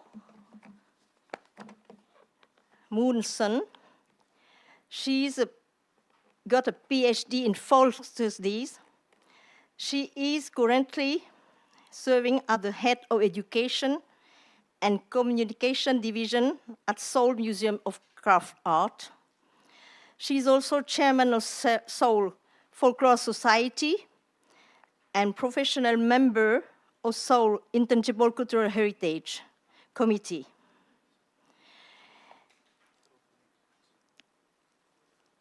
She is leading research trips aimed at facing the future of Asia and promoting historical reconciliation. Madame Oh, the floor is yours.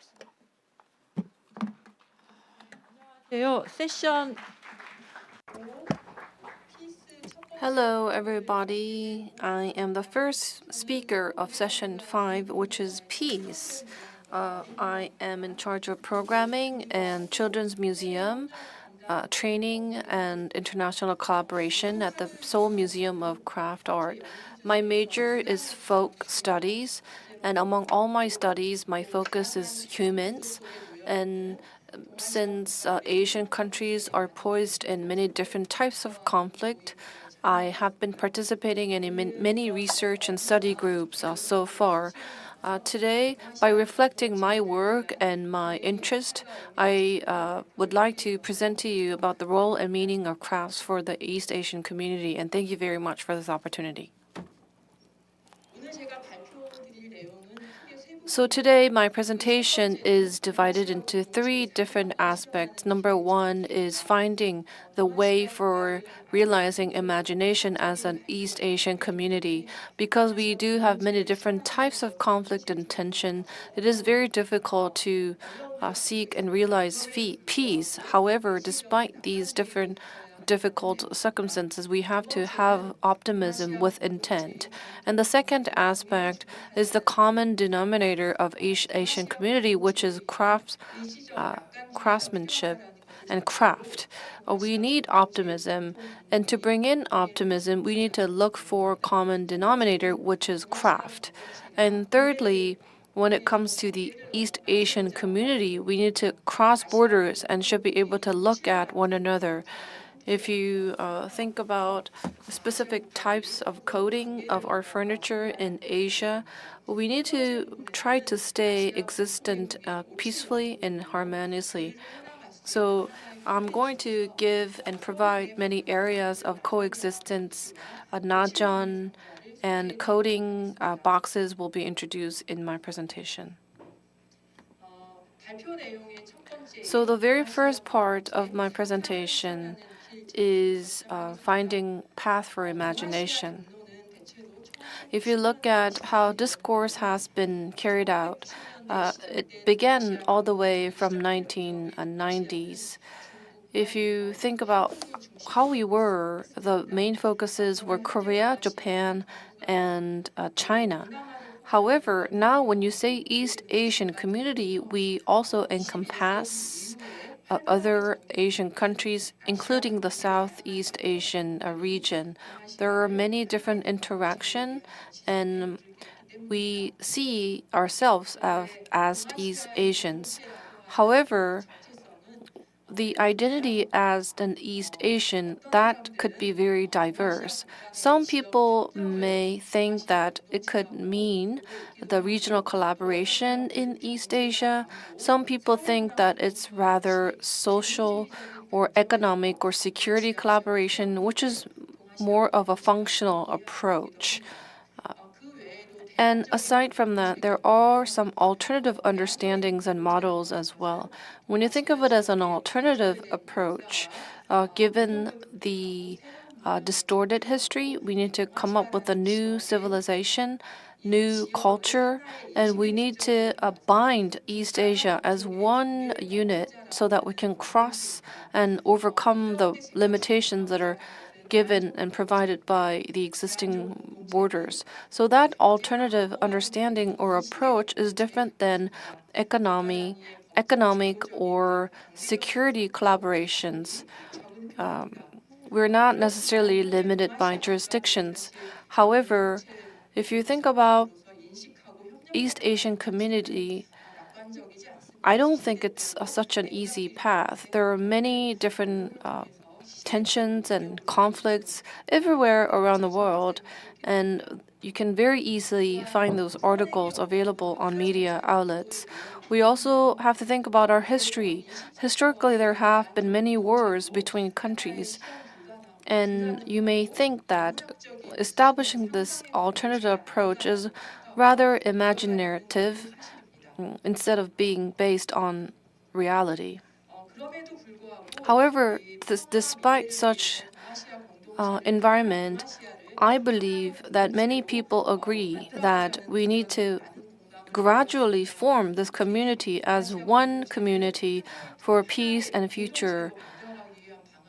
And one way to integrate Asia is to address culture and promote exchanges in private sectors, including Asian culture and civic society, especially if you look at the works of teachers in Korea, China, and Japan. They have been working on making joint textbooks, and we have achieved tremendous results. We need optimism with intent. I do agree with such approach. When I say optimism with intent, we are not going to stop here. We have the calling to make this region more peaceful and harmonious. In order to realize this alternative approach, I wanted to use craft as the common denominator of East Asian community. So this is the second part of my presentation. When you think about the word craft, we don't really use this in our daily life, and it could be very broad. However, think about where craft came from. When humanity first was born, we worked on crafting and using hands to come up with tools that are going to be useful and functional in our daily lives. If you think about lacquering or bamboos, using ingredients to come up with goods, we should be able to overcome the borders and promote exchanges between countries without any conflict. And among all different elements of craft, I want to focus on lacquering. Lacquering is one of the traditional methods of coating crafts and vessels and containers. We have lacquers growing in Asia exclusively, and this is some of the commonality between Asian countries. If you look at the history of lacquering, it goes all the way to the ancient area, which is the renal calculus. In Korea, we can see the traces of lacquer trees from New Stone Age all the way to Korea and Joseon Dynasty. In China, you can see that the warlike ages of China is when the lacquering prospered. And in Japan, there is makia methodology of spraying gold particles when carrying out the lacquering technology, and this is continuing as one of the trends for contemporary arts of Japan as well. And in Myanmar and Thailand, you can see the traces of lacquering from historical literature, and it has become a major part of their crafts too. Lacquering is recognized as one of the intangible heritage and assets of different countries in Asia. And given that nature, lacquering can encompass Asia, both a Pacific and Indian Ocean side, and has been garnering attention as something that's very common in all Asian countries. And now let me move on to the third part of my presentation, which is overcoming the current restrictions. We shouldn't just talk about how different we are. We have to be able to talk about how similar we are when it comes to our craft history. As you can see from many different exhibitions and displays in different museums, we tend to focus on how great our tradition and craftsmanship is. But if you look at craft, instead of pinpointing how better we are than other country, we focus on how similar we are when it comes to our techniques. So given the nature, these optimistic and common nature of lacquering, we can look at the Asian community as one community. And in that sense, I would like to share with you the lacquering wooden box as one content that you can use in your individual locations. And we also carried out a study to experience Najan, the coding techniques. And we are one of the very first and only craft-oriented museum of Korea. We wanted to not only show the results of craftsmanship, but the ingredients and process and the studies and research related to it. That is why we created a project where people can recreate and experience the Najan lacquering box. And it's a very important content in our work. The Najan lacquering box recreation research project was joined by many different experts. We have lacquering, we have coating, we have different boxes used for different functions and purposes.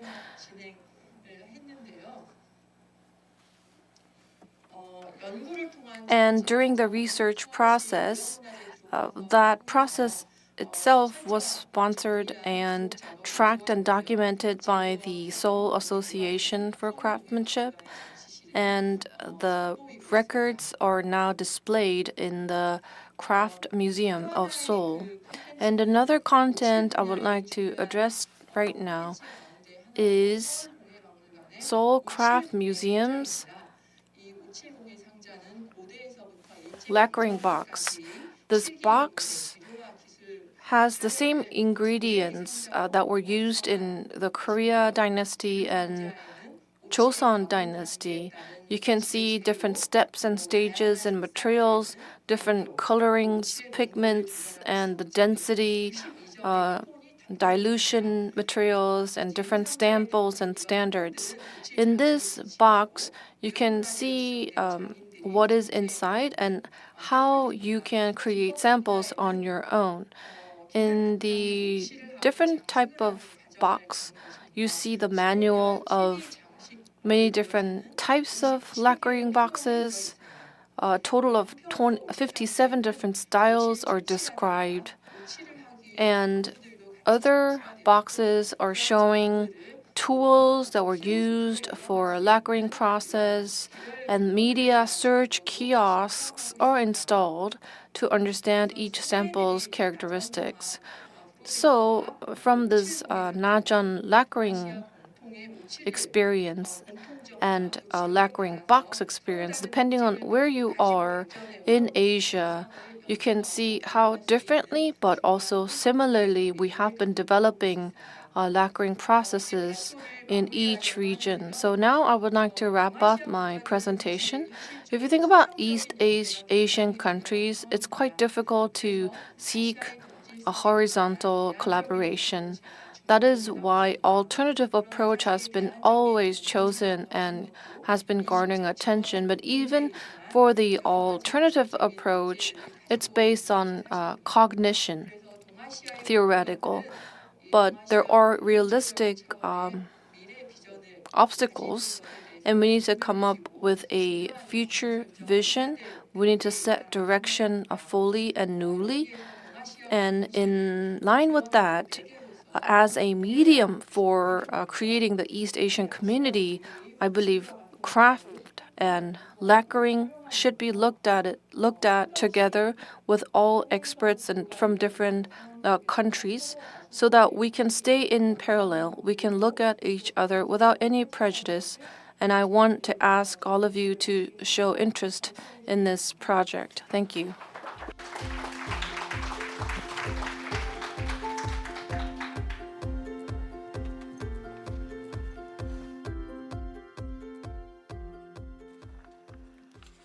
Thank you, Madame O. Now, I would like to invite Professor Ki Dong-bae.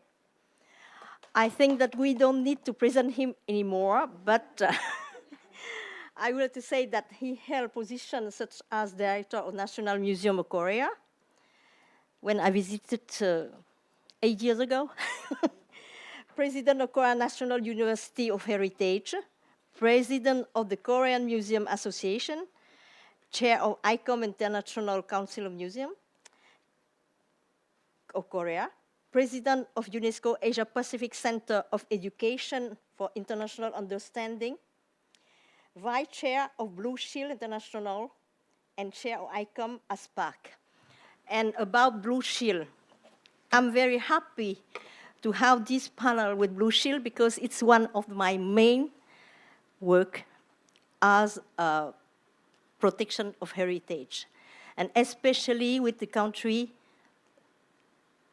that is mine, is Cambodia.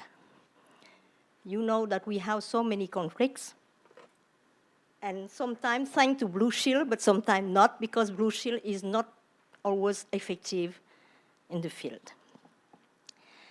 And this year, we are going, it is the 70th anniversary of the Hague Convention that created Blue Shield in that time, and is the 25th anniversary of the Second Protocol in 1999. And the Blue Shield could be qualified as a Red Cross for heritage. So, please, Professor, the floor is yours.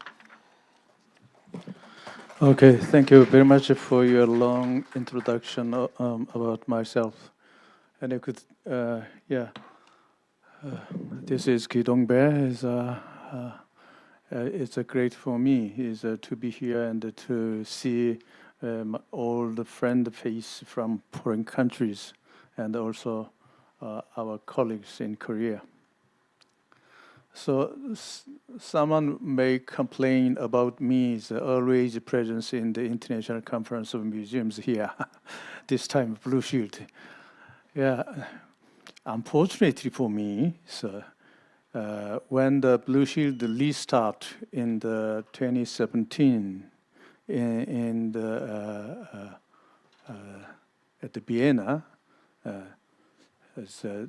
that time I was Director General of National Museum. So we have experienced a really serious war in the last century, in the middle of the last century, Korean War. And we have experienced a lot about protection of cultural heritage in our countries. We lost a lot and we restore greatly. So our experience will give some kind of, the ideas to some other countries. So I decided to join the Blue Shield at the new beginning of Blue Shield 2017. Right now, until now, Korea is the only country in Asian region, the member of Blue Shield. So I hope today's presentation, this is just a short introduction of Blue Shield, and also I will introduce some of Korean experience of loss of cultural heritage during the Korean War, and the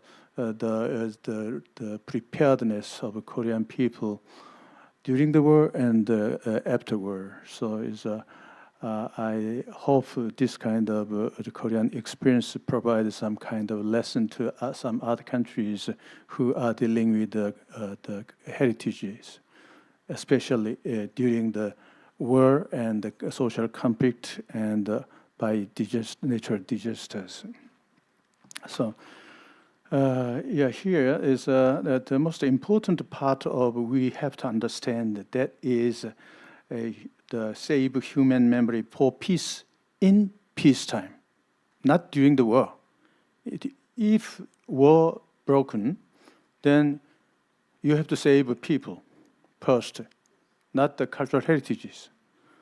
You have to prepare during the peacetime for the war or against the war. So that is a main point of Blue Shield International. So, okay, let me start the short introduction of Blue Shield first. I think many of you understand what is the Blue Shield, but this is a non-governmental organization like ICOM and the non-profit and the international organizations. And it's a non-governmental organization, the NGO. This is originally established in 1996. The protection of cultural, natural, intangible heritage from conflict and disasters. So, as in the introduction, she said about it's a kind of equivalent of a Red Cross for men, and the Blue Shield for the protection of cultural heritages. So this organization started with the founding four. The founding four is you are very used to about the ICOM, e-commerce, and ICA. ICA is the international organization for the archives, and also IFLA, that is international organizations of the federations of libraries. So these four NGO decided to, establish the Blue Shield at the beginning. So still, this founding four participated in the decision of a Blue Shield. Is always send some person to the board members. So they are reading the Blue Shield right now. So Blue Shield, that's the kind of the primary context is 1954 Hague Convention for the protection of cultural properties in the event of armed conflict. And 1954, first protocol of the Hague Convention, and 1999, second protocol. So from the first protocol in 1954, anyway, the Blue Shield, the idea of philosophy of Blue Shield is practically started, because at the time the Director General of UNESCO, he mentioned we need some NGO organization independent from the UNESCO, in correlation with the UNESCO, so which should be kind of a Red Cross in the cultural heritage protections. So that is a Blue Shield. So at the beginning, they used the emblems of a Blue Shield, so the symbol of a protection of a cultural heritages. So, okay, this is the original emblem of a Blue Shield. Yeah. So Convention of Article 2 is, if I say in detail, the protection of a cultural property shall comprise the safeguarding of and the respect for such a property. Anyways, so for the protection of a cultural properties in the war and the disasters. So, as I mentioned at the beginning, all the effort of Blue Shield should be prepared in the peace times, so more effective. During the war, you need to do something for protection of cultural properties, but is a very limited way. And if destroyed, many large part of cultural property already damaged. So you need extra energy to, recover and, reconstruct some part of cultural heritages. So the Blue Shield area of activities, most of NGOs, they do provide some training and some kind of philosophy of cultural heritage protections, and also the build up some legal compliance policies and also the implementations, and also we have to do proactive protection and the risk preparedness. Risk preparedness, that is the core part of a Blue Shield. Emergency responses, stabilizations, post-disaster recovery, and the long-term and ongoing support of activities. So is a Blue Shield working in the war field sometimes, and also is prepared for the war. So is strong ties with the military groups. So this one, European countries, members in the European countries, they do really seriously with NATO military exercise. So they participate in the military actions as the group actions, drilling, the training of cultural protections, preparedness. And also here we have some MOU with the Red Cross. So as I mentioned, the Red Cross for human life, and Blue Shield for the cultural heritage protections. That is we need for our peace both of them is necessary to be prepared against wars. In NATO, they engaged a lot, and is one good example. Blue Shield worked is the 2011 is the allies. They decided to strike Libya. So in the Libya, they put some vehicles, military vehicles, near the site. So Blue Shield discussed with the military groups and to avoid mass damage of the cultural properties. So the NATO military groups, they choose very elaborate the missiles, destroy only the vehicle, not the heritages. So there is a good case, how the Blue Shield worked at the field, war field, And also, most of you is concerns about the museum, protection of museums and the protection of cultural heritage housed in museums. So this one is a Blue Shield in Europe. They worked with military groups to discuss about evacuation of cultural heritages and to protect the museums from the attack of enemies. So this one is a very needed to elaborate discussion about how to secure the evacuation route from the museums to the safer places. So that is kind of military agreement of both sides. And also you can get some safe route before actual fightings at the area, in the area. So that is a basic thing for the Blue Shield. Right now is in over the world, we have a little over the 30 members of national committees over the world, but mostly from the European countries, United States. In Asia, as Korea is the only country members, and some members from couple of members from the African continent. So that's all. However, right now is that there are some ongoing wars in the Ukraine and the Israel and some other area. You can see this. You may heard about some social conflict in the zones, and also, climate change. Because of climate change, you can see lots of flood and storms in the continent. So it is especially important to preparedness for protection of cultural heritage at this age. So I hope you're aware. Anyways, ICOM, IFLA, ICA, or ICOMOS, all we are working for the cultural heritages. So as museum members too, I hope you're aware the importance of Blue Shield actions in your country and international cooperations in the future.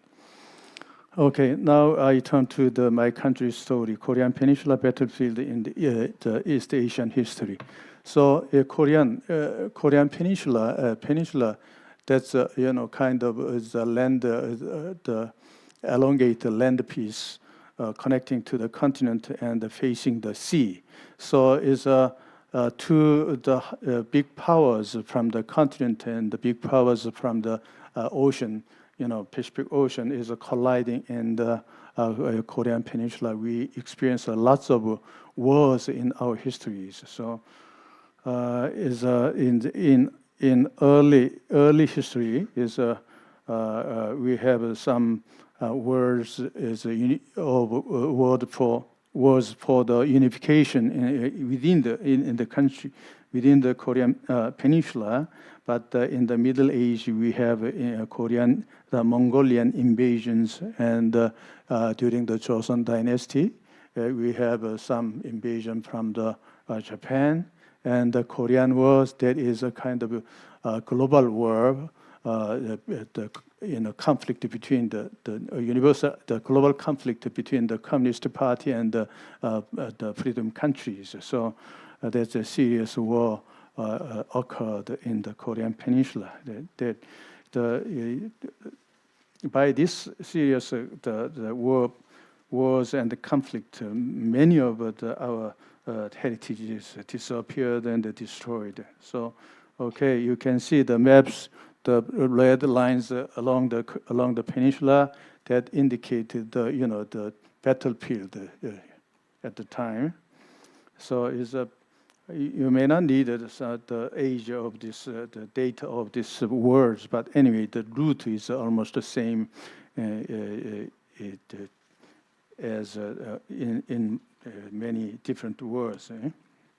Okay, this is, you cannot see in Gyeongju. Gyeongju is an ancient capital of Shilla, and you can see lots of the heritage in the city. That's the World Heritage City. However, you cannot see this the stupa. It's a wooden structure stupa. It was destroyed by the Mongolians during the invasions. So you can see the foundations, huge stones only at the site. So always Korean people miss it, and we are trying to reconstruct, but it's not easy for us to do. And this one's okay. This cultural heritage is during the Korea, Joseon and Japanese War. The Korea and Japan were in the 16th century, late 16th century. So they took lots of the Korean heritages brought to Japan. So these are some examples. One is returned to Korea, and the stone stupa, the stone epitaph. It was originally located in North Korea, so South Korean government received that piece and sent back to the North Korea some years ago. And this one is a very famous painting in the early Joseon dynasty.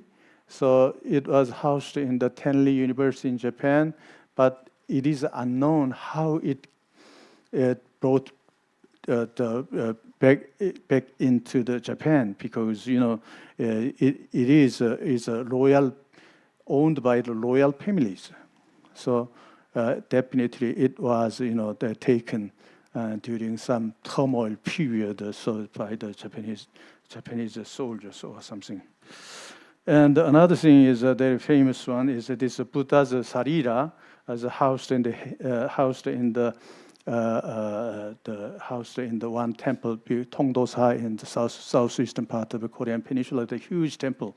So the Japanese invaders, they took the sarira, Buddha's sarira from India, real sarira, took to the Japan, and one of the famous monk, he was delegated to Japan, and he persuaded Tokugawa and brought back to Korea and housed in the Gyeongbongsa near the Gyeonggang Mountains right now. So, and this one is French invaded Korea at late 19th centuries, and they took lots of books housed in the Gangwha island, and right now back to Korea, but it's a loan base, not owned, ownerships. So this kind of things, we had really serious experience of loss of cultural heritages. Preparedness of protection of cultural heritage property protection. During the Joseon Dynasty, they need good policies. They have history books, And all the history books housed in the 4 different localities.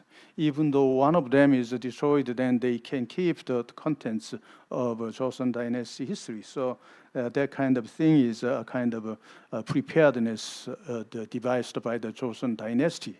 So, and the Waegyu Janggak, that is was located in the Ganghwa Island. The French Navy took them to the National Library in Paris. That is also one extra version of the court document. So that is a really good policy of the Joseon Dynasty to prepare in case of emergency or loss of the important heritages. And during the Japanese colonial period, there are some preparedness against World War II. The Japanese, they always, try to prepare the airstrike by the U.S. Army on the Seoul, Gyeongsang, that time the Gyeongsang. So it's, they try to move some of the cultural property to the remote area, and that is not really happened. But anyways, they made some plans to move the Korean heritages to some remote area from the port or industrial areas. That is a good, insight of preparedness during the war. And the serious loss occurred in recent history is the Korean War. It was happened in 1950. The war lasted for 3 years. So the North Korean invasions, that time 38 degrees was the border between the South Korea and the North Korea, and the North Korea invaded, and they pushed the South Korean military up to the almost the southern end of Korean Peninsula. Then the United Nations Army coming in and push back to almost the northern part of Korean Peninsula, which means that is a good thing for the United Nations Army. However, for the cultural properties, the all of the peninsula is a war field. So the loss of cultural heritage is a lot. So this map shows the situation of the war field during the Korean War. And most of the Korean buildings was a wooden structure. So it's very vulnerable to the fire and also some kind of the shaking impact.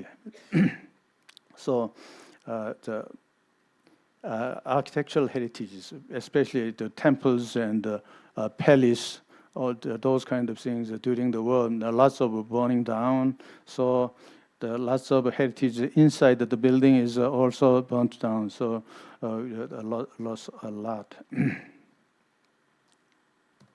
Okay. Okay, you can see some the black and white photos here. Is it shows damage of cultural heritage at the court. This is the Gyeongbok Palace, the stupa in the Gyeongbok Palace, and struck by the bombing by the North Korea. And sometimes the United Nations bombs hit the ground, so it's damaged the buildings here. And this one building, one of the building of a palace in the Gyeongbok Palace is inside the building that we stored lots of the museum collections there. It was hit by the bomb, so many of them was broken and destroyed. And also the cities, you can see the castles and the architecture. And the bears, big bears usually it is housed in the buildings, protected by the buildings. But building is gone, and only bears and some of the buildings on the top of the stone structure of the castles, fortress. But all the building is gone. So yeah, here. Okay, so one of the gate of Suwon Hwasong. Right now, World Heritage is halfly destroyed by the bombs. And also one of the temple the temple, the very famous temple, one of the 3 big temples in the Korean Peninsula, it was destroyed, just a flat. All the building is gone, only except the stupa, and the other one is the southwestern part of Korea, except several buildings, all the buildings gone by bombings.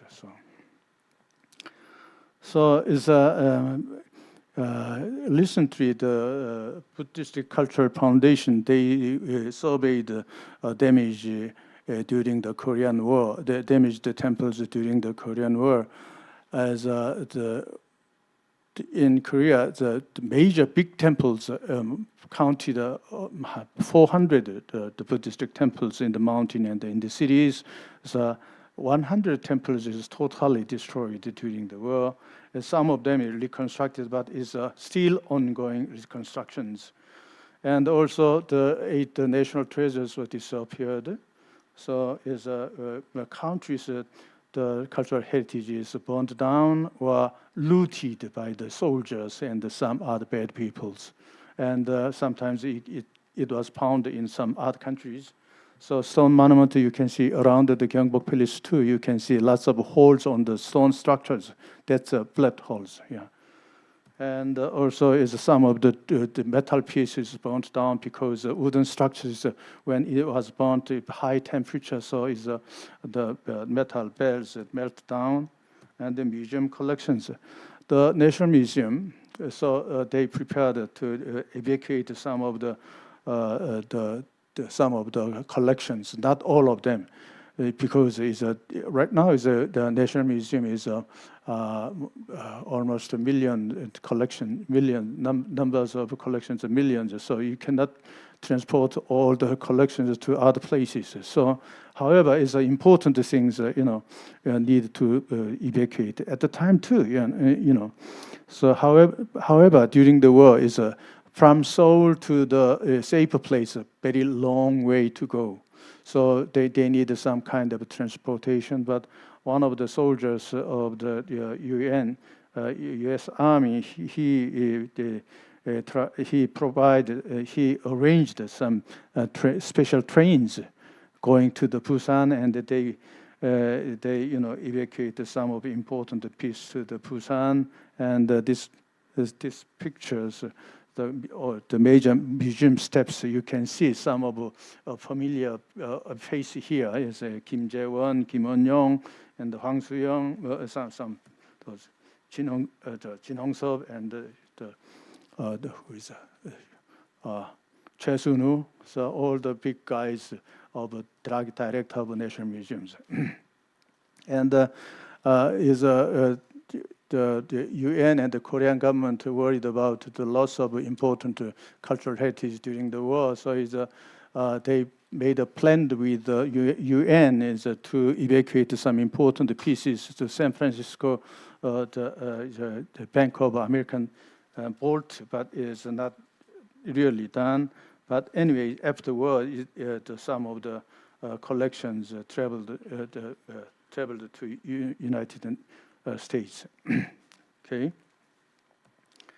Okay. Another thing. This is a very important thing. The Heinsa Tripitaka. That is a World Heritage. It's a very famous the Buddhist the wooden Bible. So, U.S. Army, U.S. not Army, U.S. Air Force. They try to destroy the Heinsa Temple, bombing Heinsa Temple, but the Korean general, Air Force general, he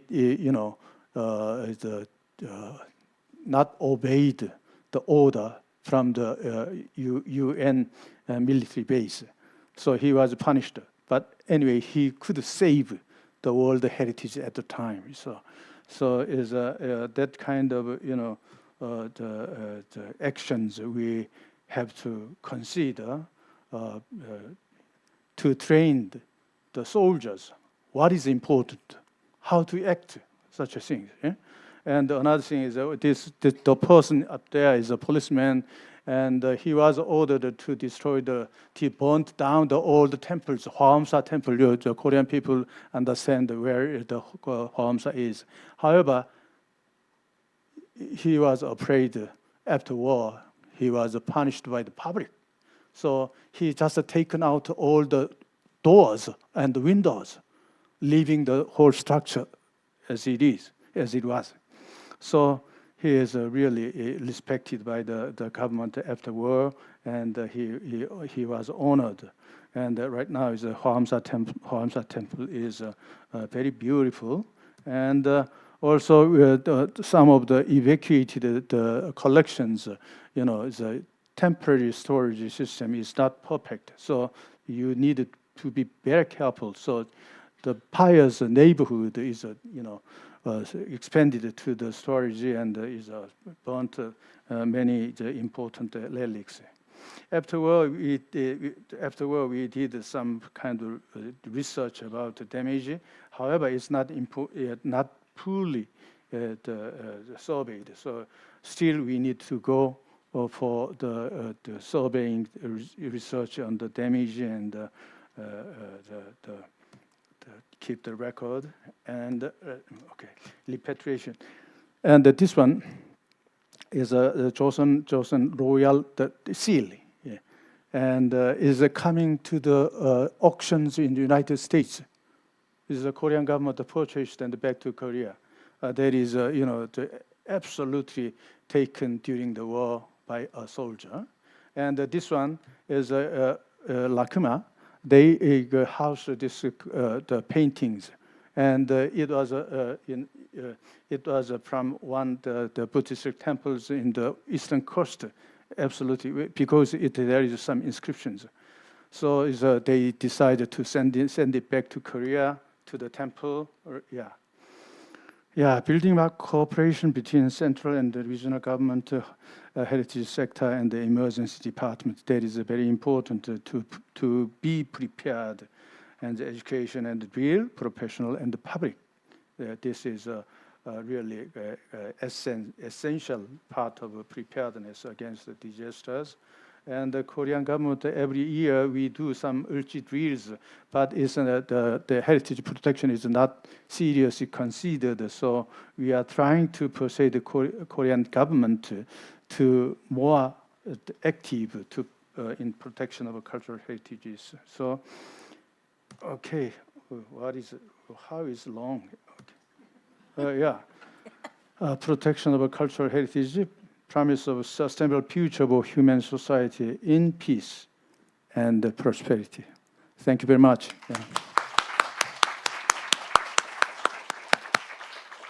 Thank you very much, Professor Bae. So now, Professor Yu Zhu Liu, he is the chair of China Foundation of Cultural Heritage Conservation. And I'm very surprised that they mentioned that China help a lot Cambodia to sustain knowledge and especially to help us to restore our heritage, especially the Angkor site. The floor is yours. Could you video?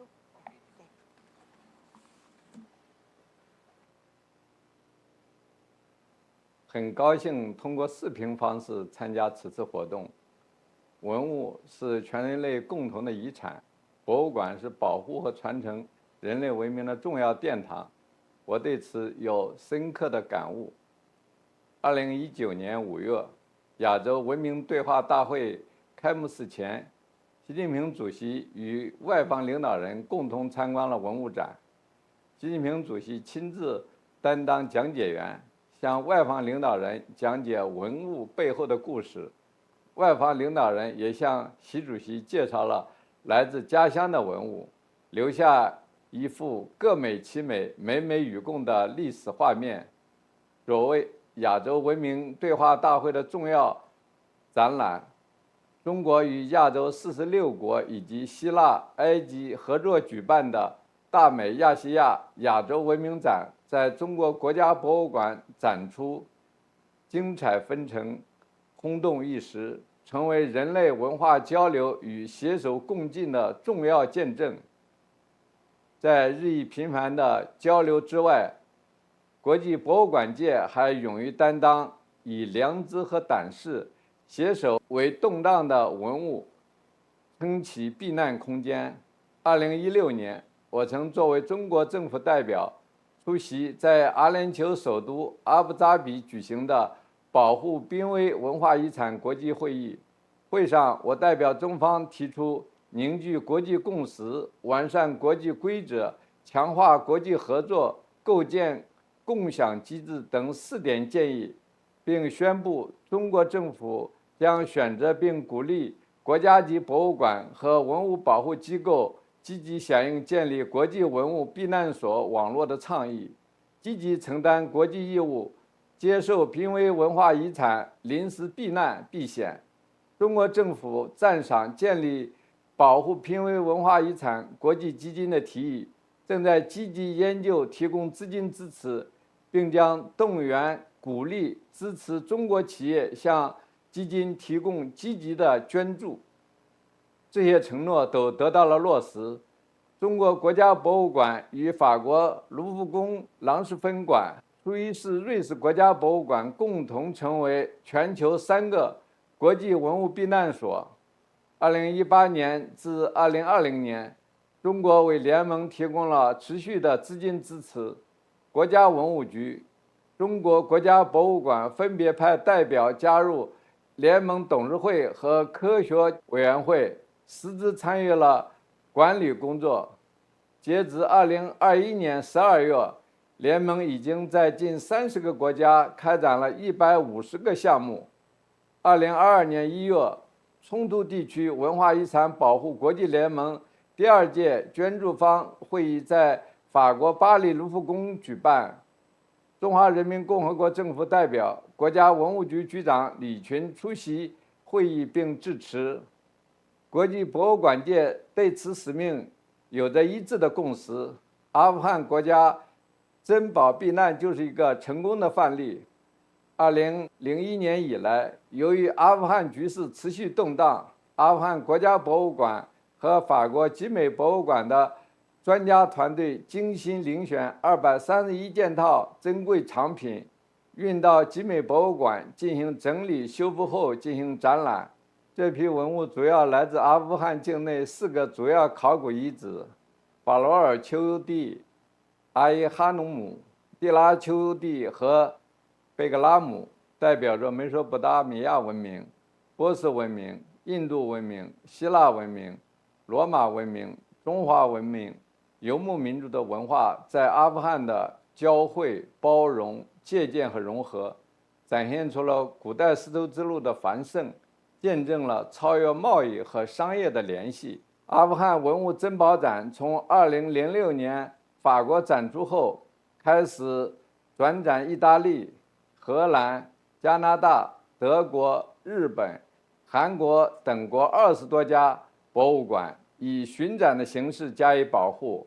2017年，在国家文物局的高度关注和全力协调配合下，中国文物交流中心与中国人民对外友好协会、中国驻阿富汗大使馆以及黄山美术社通力合作，对接国内各大博物馆，协助阿方在华举办巡展。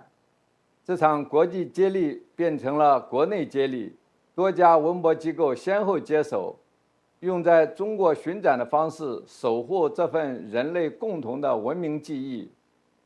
展览先后在故宫博物院、敦煌研究院、成都市博物馆、郑州博物馆、深圳南山博物馆、湖南省博物馆、清华大学艺术博物馆、南京博物院、香港历史博物馆等8家博物馆展出。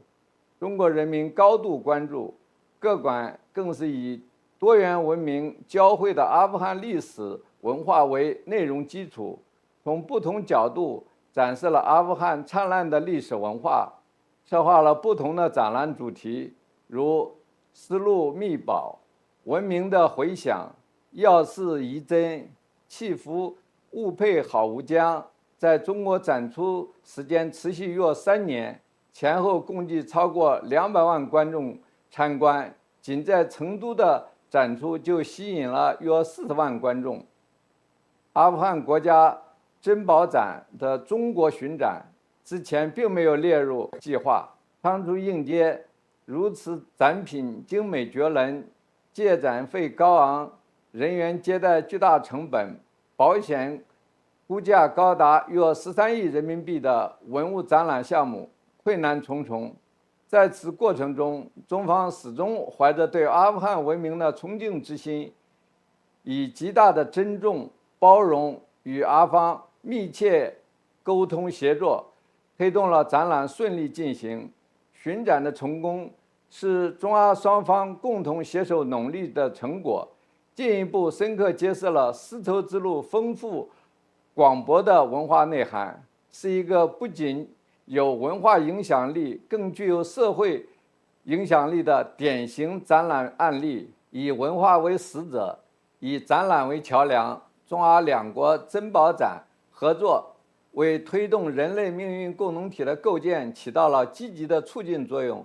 最后一站在香港展出后，阿富汗这批文物终于回到了故乡。在这场文物避难合作中，博物馆为面临战火的人类珍贵文化遗产撑起了和平的空间，成为保护和传承人类文明的重要殿堂。阿富汗国家珍宝展在中国巡展时，展墙上一直印着一则文字：文化在，则国家成。当今国际局势复杂多变，气候变化挑战重重，为应对种种危机，从持续人类文明致力于教育和研究的角度，博物馆要积极行动，为促进世界可持续发展做出应有贡献。其一，国际组织要进一步推动博物馆勇于担当国际责任，在联合国教科文组织框架下积极发挥濒危文化遗产保护国际基金作用。在中国国家博物馆与法国卢浮宫斯朗分馆、苏黎世瑞士国家博物馆等之外，争取更多博物馆加入文物避难所，更要充分发挥国际博物馆协会组织作用，行使必要职能，更好达成组织不同国家博物馆之间以及博物馆专业工作人员之间的合作与互助等良好目的，依托国际博物馆日等传播效应，专注人类社会发展长期目标，持续设定具有重要意义的节日主题，鼓励全球博物馆发起相关活动，促进各界深入思考和有效行动。其二，各国要进一步推动博物馆高质量建设发展。前不久，中国国家文物局发布了最新数据，截至2023年底，中国博物馆数量已达6833家，一年举办展览4万多个，开展教育活动38万多个，接待参观人数12.9亿人次。中国对博物馆实行分级评估。2024年5月18日，中国博物馆协会发布数据，代表中国博物馆最高水平的一级博物馆数量达到了204家。同日还发布了全国博物馆10大陈列展览精品，这是中国博物馆界竞相角逐的奥斯卡奖。精彩纷呈的展览陈列，充满了文化艺术氛围的场所，让中国博物馆成为老百姓向往的文化空间。其三，博物馆要将促进文明交流互鉴作为重要使命。今年是中法建交60周年，中法两国政府举办了紫禁城与凡尔赛宫17、18世纪中法交往的展览，汇集故宫、凡尔赛宫以及其他机构约200件文物精品。近年来，中国和法国在文化遗产合作领域已经做出了系列机制性的安排。故宫博物院与法国凡尔赛宫、中国国家博物馆与法国卢浮宫博物馆、敦煌研究院与法国国家图书馆、中国文物交流中心与法国集美博物馆以及卡地亚当代艺术基金等机构开展了多项务实合作，涉及展览交流、文物保护修复、预防性考古、水下考古、学术研究、资源共享、文化产业和人员交流等多个领域。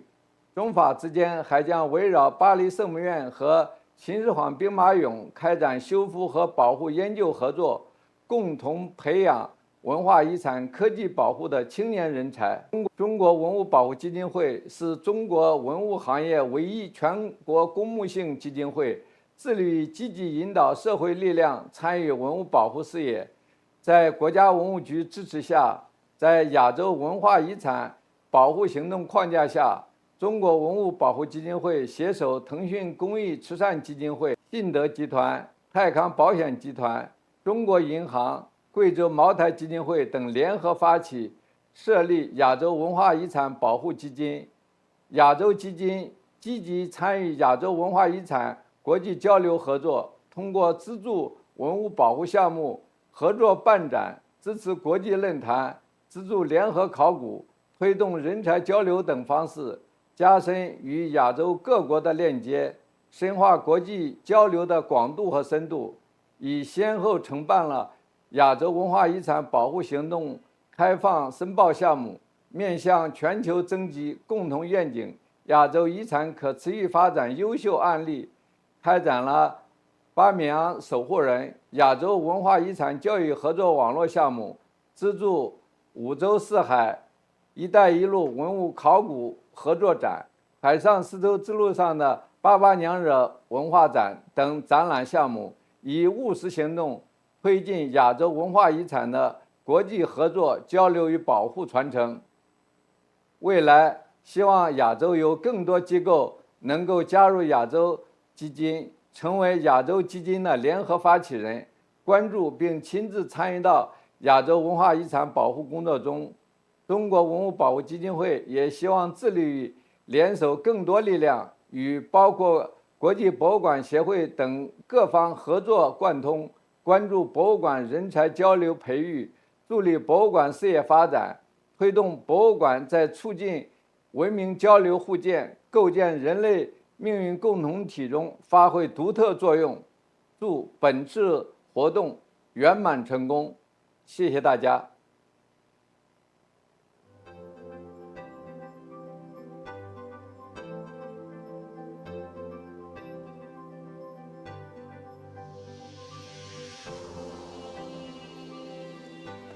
Thank you so much.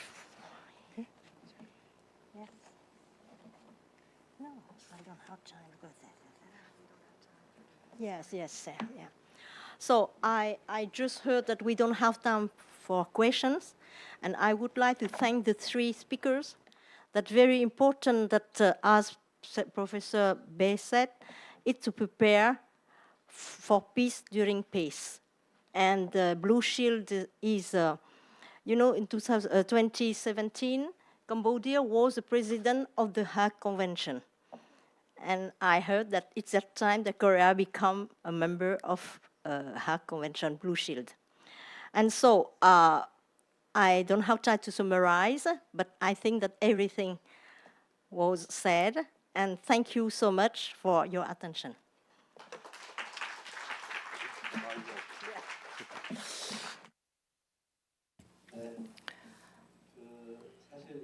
All right. So if you think about the peace session, Professor Bay, I believe, should have taken questions, but we are running out of time. And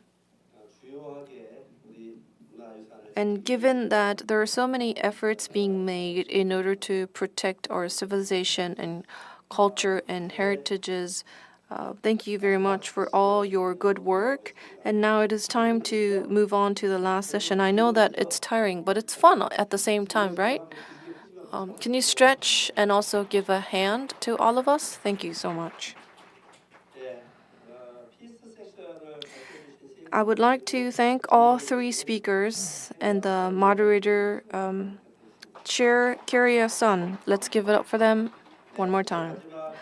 Now we are moving on to the very last section of today's conference, which is where to from here. This particular session is rather a talk than presentations. So in session 6, we're going to invite some of the leaders who were so committed in this journey. And especially let me invite Ms. Carol Scott from ICOM IMREC as the moderator for the session.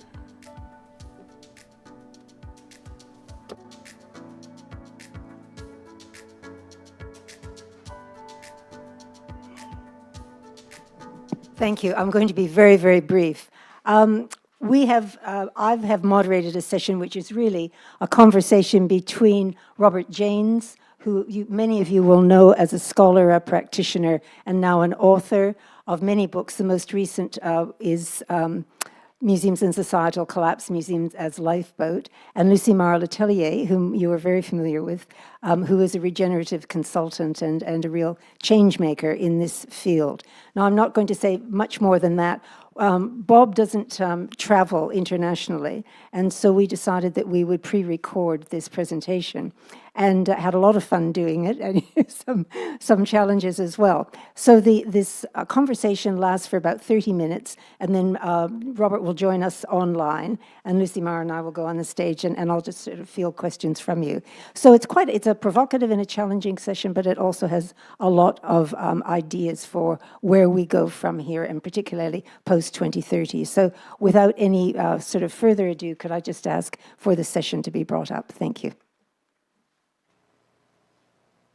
Welcome back for the final session of the conference.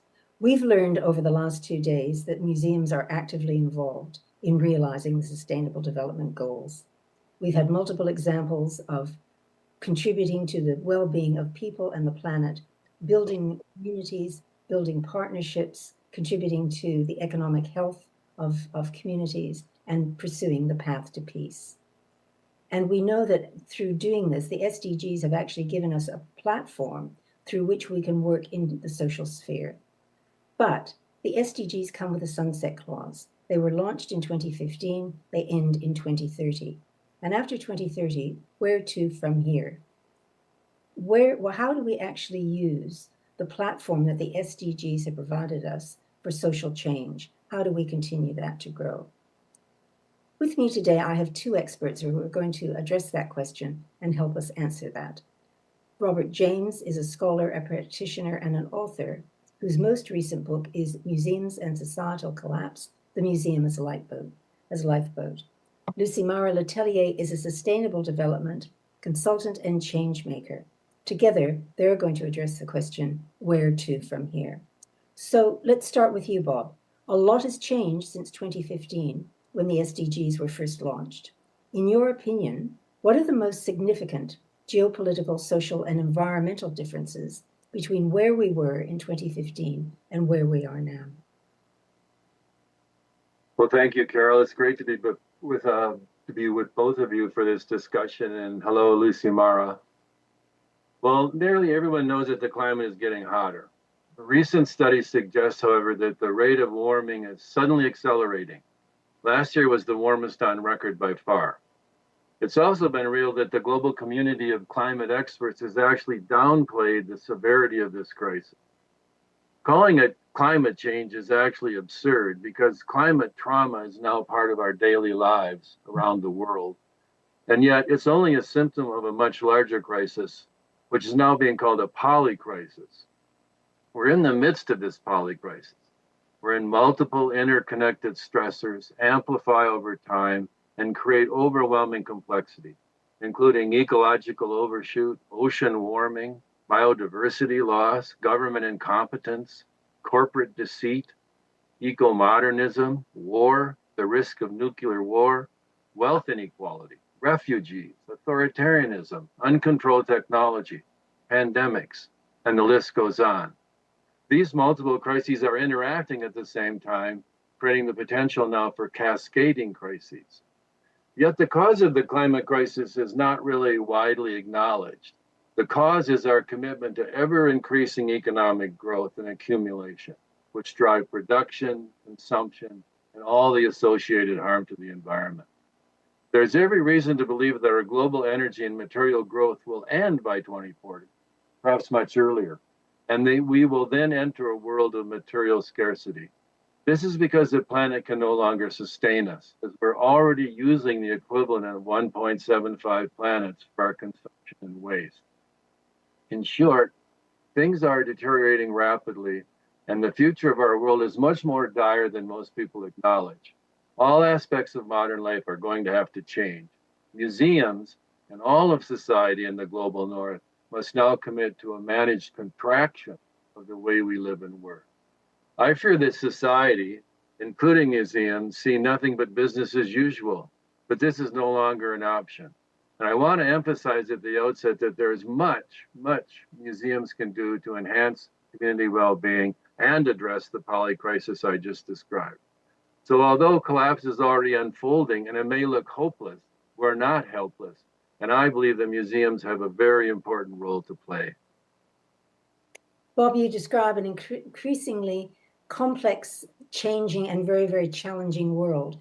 But I think within your book on museums and societal collapse, you do suggest that, in fact, in crises, there are opportunities. And you suggest that there is, these very crises are going to compel museums to reimagine themselves and become something different to deal with this emerging and very present world. So in your opinion, how will this new version of museums differ from what we are today? Well, I believe that we're at a critical point in the evolution of museums, a rare watershed where the fundamental change is both an opportunity and a responsibility. Museums have evolved through time from elite collections of imperial dominance to educational institutions for the public, and now to the museum as mall, at least during my career, essentially an appendage of consumer society. The mall is really the culmination of marketplace dominance, devoted to consumption, edutainment, and entertainment. And there's an important lesson in this historical trajectory, and that is the ability of museum workers and their museums to learn and adapt as circumstances require. The next iteration of museums is pending, and in these challenging times, I submit that museums must become institutions of the commons, belonging to and affecting the whole community as key civic resources, responsive to citizens' interests, aspirations, and concerns, as well as being grounded in enhancing societal well-being. This is the new version of museums, in my view. Now, realizing this reimagined museum will admittedly be difficult, messy, and fraught with uncertainty.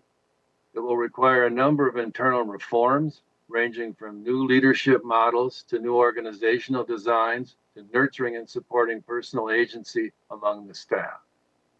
In short, museums will have to embrace new ways of thinking and working, and there's some highlights about them. First, rethinking their visions, missions, and values by asking some essential questions, such as why does your museum exist?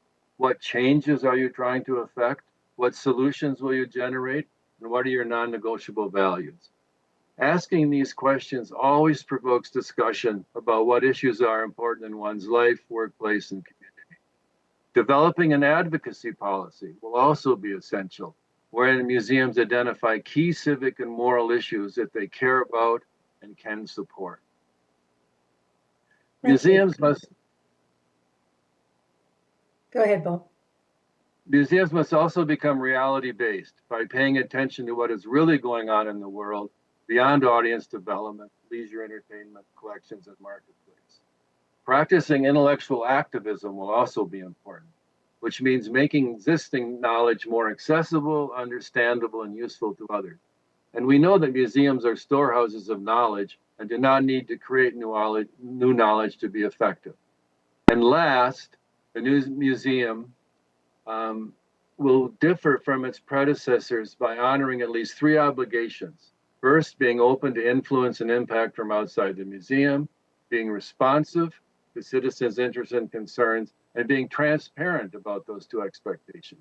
So in short, the new museum will become a force for good. Thank you, Bob. So, I mean, you talked about it becoming a museum of the commons. And Luchimara, the thing that sort of strikes me is that we, however we imagine the museum of the future, we have to have a platform for its sustainability. And I know that you are very interested in both the notions of sustainability and regenerative practice. So could I ask you to first of all, give us an idea of what the distinctions are between sustainability and regeneration. Thank you, Carol, for being here. It's a pleasure. And also to be here with Robert James and to have this conversation with you. Well, when we think sustainability, Carol, the first question we need to ask ourselves is what we are sustaining. If the answer is we are sustaining life, all forms of life, I would say we are in the right direction. However, regenerative thinking also believes that the natural resources have been exploited to a level that it's not possible to sustain anymore. We need to regenerate to be able to reach to a point where we can sustain society back again. So even if we think about sustainable development concepts, that it's all about doing more good and doing less harm, regeneration thinkers would argue that the harm has been so huge that it's not just enough anymore to do less harm. We must commit to regenerate the degenerated areas, the territories, the cities, and starting with regenerating our values. One main reason to apply regeneration instead of sustainability is to be fair and thoughtful in the way that it's possible for us to achieve something with the communities. And we are in the field of knowledge in museums, and we recognize that we need to name things in a proper way. So the nomenclature, the epistemology of the words that we decide to use on the actions we are doing for climate change mitigation, for social and environmental issues in museums, I think they matter and they are important to align and to drive our actions. So in that sense, regenerative development could be more appropriate to think about these actions rather than sustainable development when we're thinking on the areas we are working with territories and cultures where planetary resources have been overused to such an extent that they have reached to a limit of exhaustion and extinction. So if we recognize that this is a commit to change, museums can work restoratively and regeneratively to regenerate lands, places, territories, and resources to a new extent that then will enable us to sustain them again. It is an ancestor knowledge. I think it's important to say it's not a new knowledge. We are remembering us of regeneration practices and thinking. It is an inherent part of how nature and living systems regenerate themselves from time to time. But now we need proper frameworks to use this in strategic thinking in museums, in management system in museums, in daily lives of the way the museums are managing the projects. So while it has been shared with us throughout indigenous knowledge, it also has been systematized from regenerative institutes and authors to support the strategic planning in museums in different organizations. If you think on social organizations such as museums, universities, as well as cities or bioregions. So just to have an idea of what regenerative practice is, how is it applied in the principles? Luchima, that's very interesting. I'm seeing parallels between what Bob is saying in terms of moving away from this overconsumptive approach to life and what you're saying in terms of putting something back. So if I can sort of paraphrase what I think I understood you to say, with sustainability, we are trying to do less harm in the present to ensure balance and stability for the future. But what I hear you saying really in regenerative practice is that it's rather more dynamic. So it's not just doing no harm, it's also but actively putting something back and renewing. And I think that there's sort of quite a bit of synergy there with what Bob was talking about.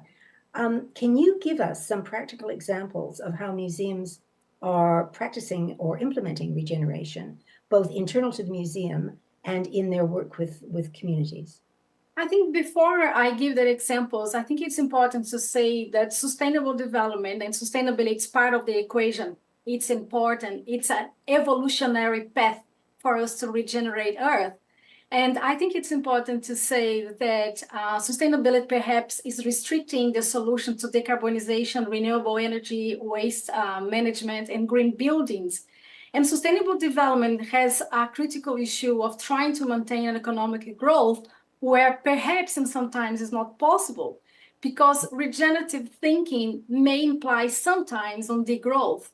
So just by saying this, before I give some examples, Regenerative practice, as you said, is committing to reverse the damage and the degradation of these places, but with some principles in place, which would be the essence, the reciprocity, the holiness of the projects, the nestedness, when you think about the visitor, the museum, the community, the city, and then the planet. And then we look at global issues and how they are situated into global issues. We're always thinking of local solutions, and they're all interconnected.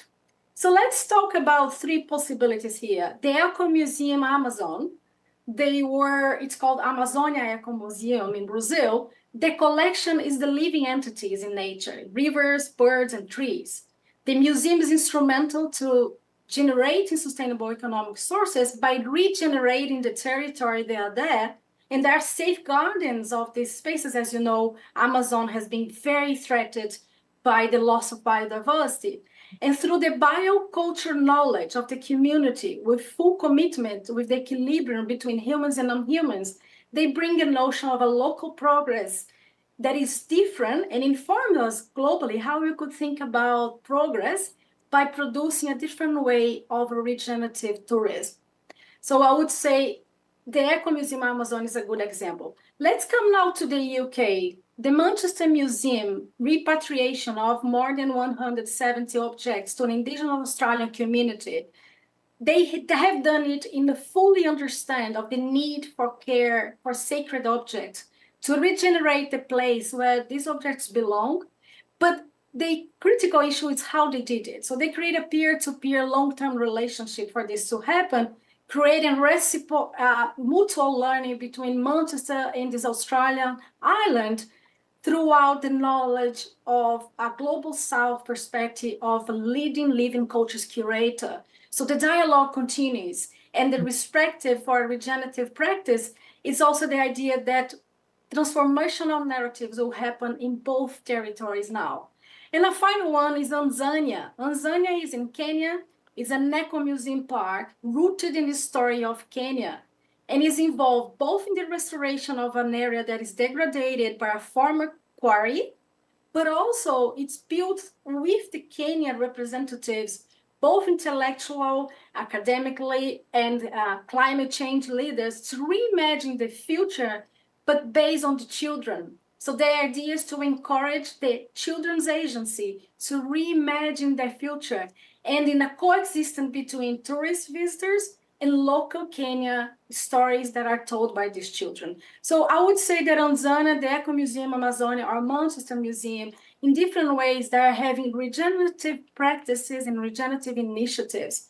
I wouldn't say we are here to say what is a regenerative museum and what it's not, but to recognize the efforts of museums that are going through a regenerative path that it's worth to look at inspiring us.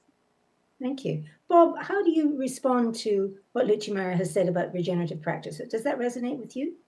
It certainly does. It's the most interesting and exciting, actually, because I think regeneration embraces a number of activities that are relevant to museums, including assessing the strengths and needs of your community, local area, and local ecosystems, and then doing something with this knowledge by taking action and working with your community and the natural world.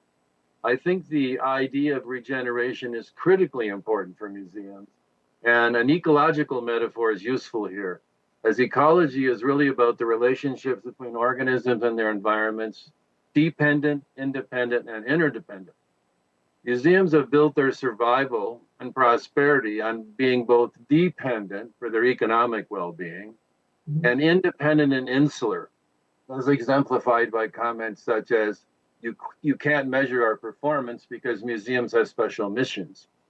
Well, in the process of overlooking the meaning of interdependence, I think museums have created their own marginalization in a lot of communities. So it's time to forge an ecology of museums that recognizes that a broad wave of societal and ecological relationships are really the bedrock of successful adaptation in this increasingly complex and severe world. But I think worst of all, the majority of the world's museums have perpetuated the fictitious divide between the human and the natural world, relying on the rhetoric of disciplinary boundaries, such as I'm an art museum, science museum, History Museum, and then claim that the planet's well-being is the property of only Science and Natural History Museum.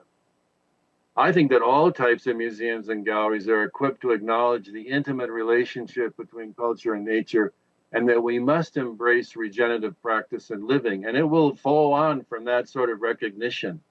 So as individuals and museum workers, we must honor the more than human world before it's too late.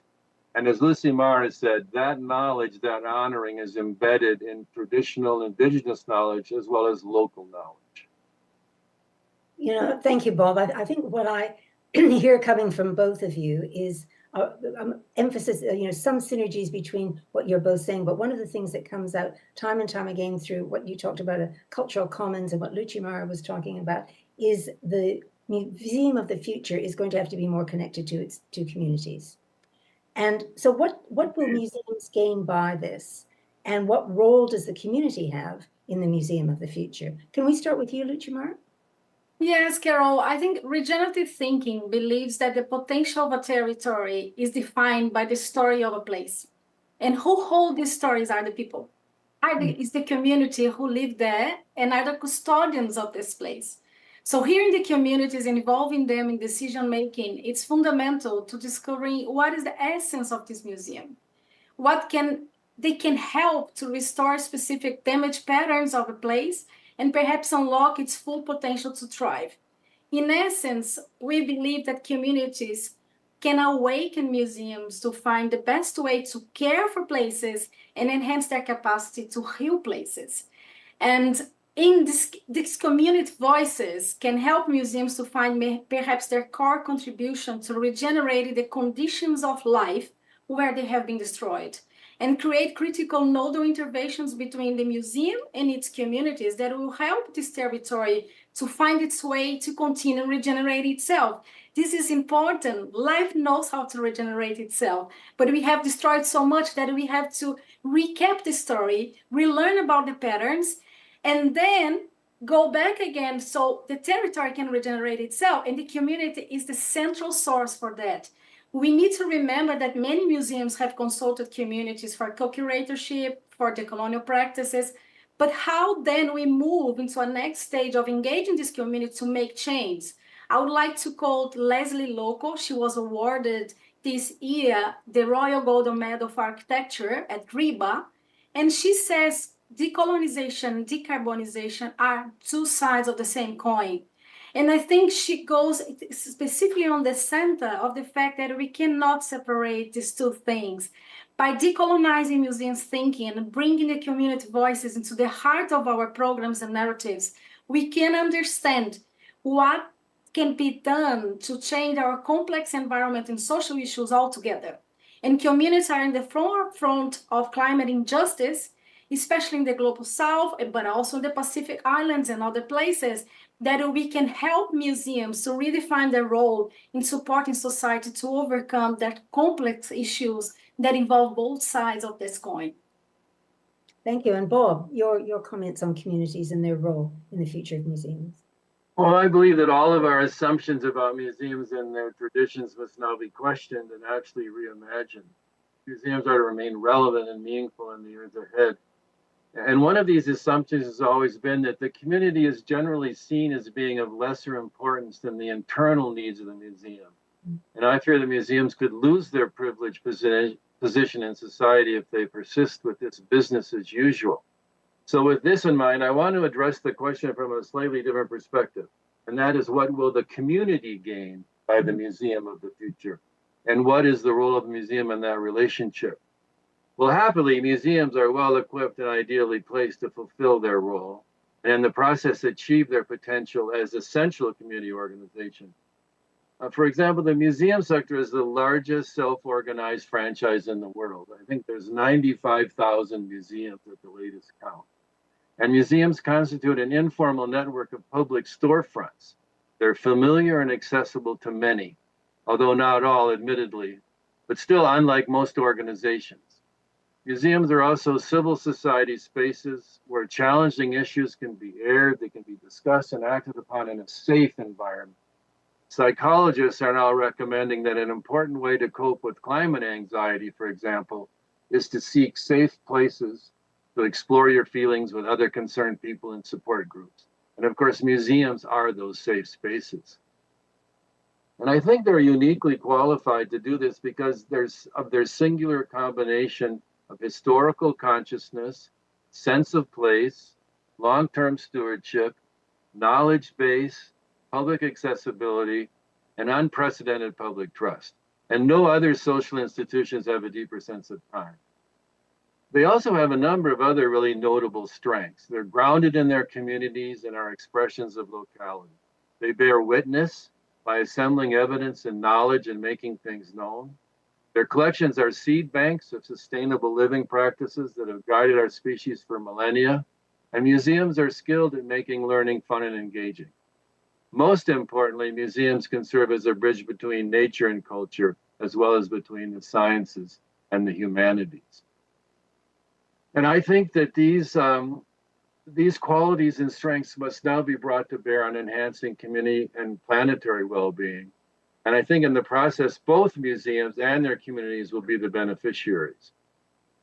No one would dispute the fact that most of the world's museums are expressions of locality, and the world is full of museums of all sizes and shapes because they're spawned by communities. And the number of museums and the familiarity they enjoy are the building blocks of adaptation and renewal in this troubled world. And I think museums, most of all, have a key role to play in assisting with the development of a new narrative for our civilization and the planet. And that's because who's telling the narrative of the 21st century? Well, corporations and governments are, but they're only concerned with ceaseless economic growth. Their rhetoric is familiar and destructive. Consumption means happiness, economic inequality is unavoidable, and rampant environmental destruction is regrettable. So global society is in an urgent need of museums to provide new narratives that identify, explore, and challenge the misperceptions and misperceptions that govern our daily life, and then envision a new and different future in collaboration with their communities. And the range of community voices and perspectives that museums can welcome, facilitate, and support will be essential to the future of society and the planet. I think all of this discussion about being more involved in communities and addressing contemporary issues means that museums are really becoming social actors in the public space. And I think we have a little bit of a quandary here that the public trusts museums as sources of information more than they do government and the media. And the key to this trust is the perception that museums are objective, evidence-based, dispassionate, neutral, perhaps. Now, if museums, as you're suggesting, particularly, Bob, if museums become social actors, is there a risk that this perception of objectivity will be compromised when museums engage with contemporary issues which may be controversial? Luchimara, would you like to start off on this one?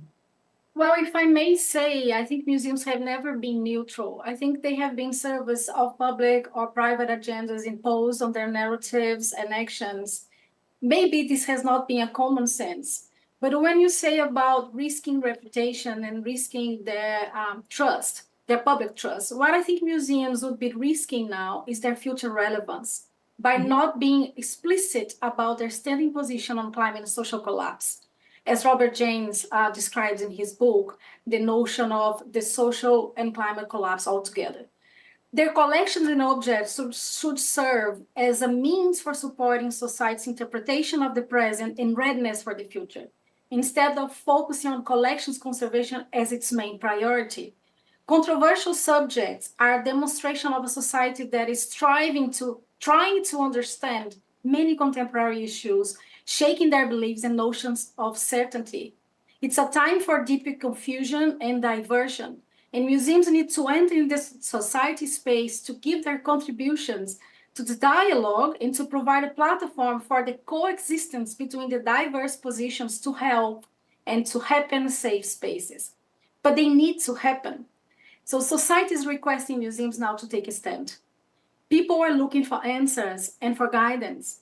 And museums need to embrace their responsibility for the worldview that led us to where we are now as society, and understand their role in deconstructing perspectives that are counterproductive to a more sustainable future.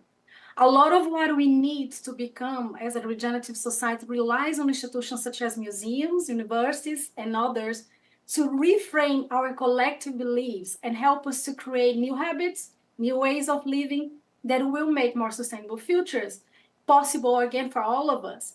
And this requires exposure of what is not acceptable anymore and what needs to be changed on the private and public spaces. And this requires museums to take a stand. And I think that's really sort of cycling back to where Bob was in terms of the new narratives that museums can help to be in charge of. Now, I just want to circle back to the future so that we can put some flesh on that question about where to from here. Museum practice is constantly evolving, but how will our sector have to change to be able to meet the challenges that face us? Bob, can I start with you? Well, I'll try to answer this question by taking a bird's eye view of what I think is required of the sector to meet the challenges. And I say bird's eye view because there is no sort of menu of choices or a prescribed to-do list, because museums are far too diverse. And the approaches and solutions will be as diverse as the museum community. But there are some foundational requirements for confronting the challenges we face. And I mentioned the first of these earlier, and that's the need to become reality-based by paying attention to the world around us. Museums are highly complex, demanding organizations that have a tendency towards self-absorption and an inward focus, understandably. But these will be serious liabilities in the days ahead, and cultivating a much broader awareness will be essential. So each of us fits somewhere along a continuum of awareness that can be summarized with 5 stages of insight. And these stages progress as follows. First of all, dead asleep or happy denial of what's going on. Number 2 is awareness of one fundamental problem, such as climate trauma. Number 3, awareness of many problems. And this is the beginning of recognizing complexity. Number 4 awareness is that of interconnections between many problems. And this is systems level thinking, moving from the notion of problems to an actual predicament. And the final stage of awareness is that our predicament encompasses all aspects of life, including our personal and our professional lives. And I'm hoping that museum workers worldwide will soon awaken to this 5th level of awareness, that our predicament encompasses all aspects of our lives, and then begin to serve as participants, guides, and mentors for their organizations and their communities. And I think that achieving this inner awareness will also require some inner work as well as organizational work. And I think that requires asking some questions of oneself that are both personal and profound and simple and profound, such as, what do I want to be in this time of polycrisis? What am I here to do?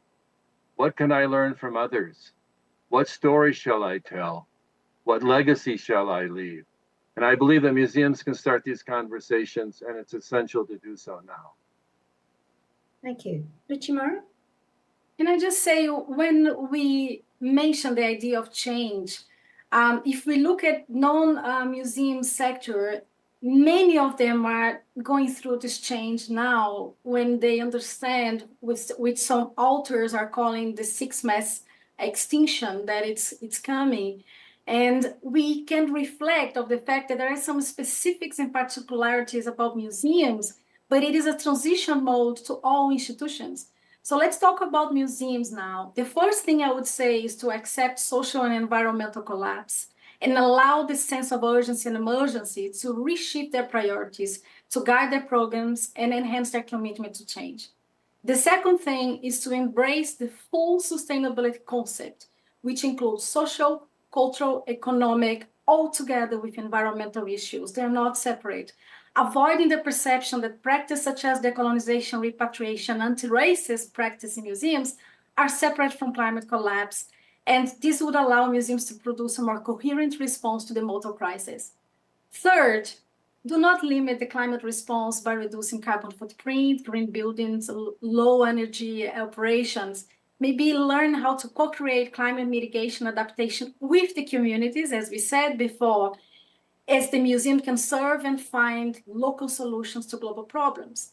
The fourth thing that I would say is to create eco-capacity among museums professionals and eco-literacy among museums visitors to support society to perhaps create readiness for future transition.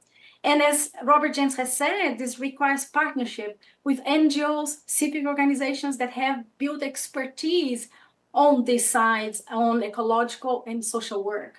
The fifth one that I would say is redesign the museum functions to apply a more holistic approach to sustainable development by identifying specific regenerative purpose of what they are doing in sustainable development, which could be their unique contribution that one unique museum can give to earth regeneration in one unique territory.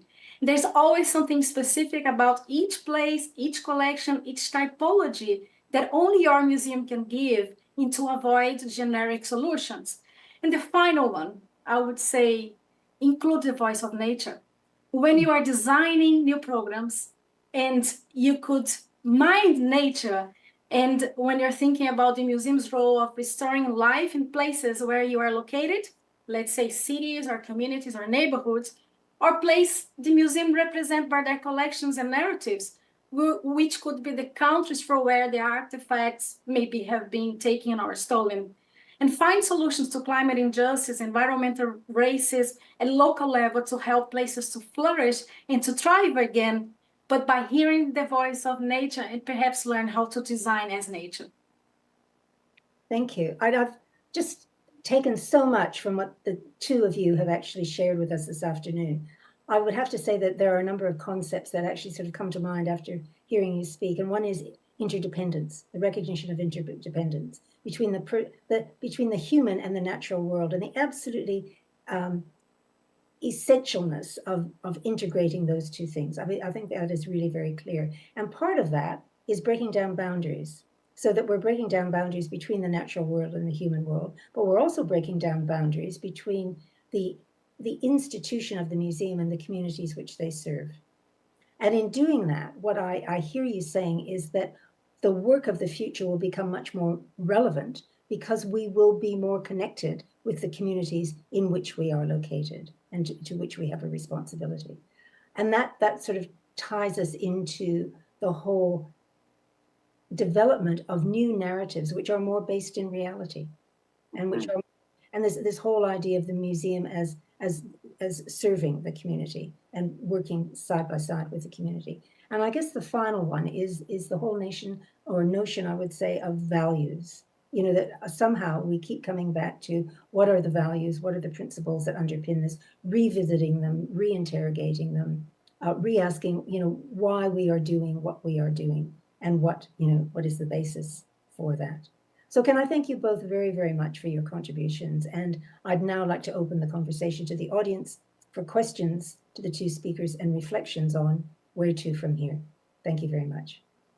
Thank you, Carol. Thank you, Robert. Thank you both. Excellent summary, Carol.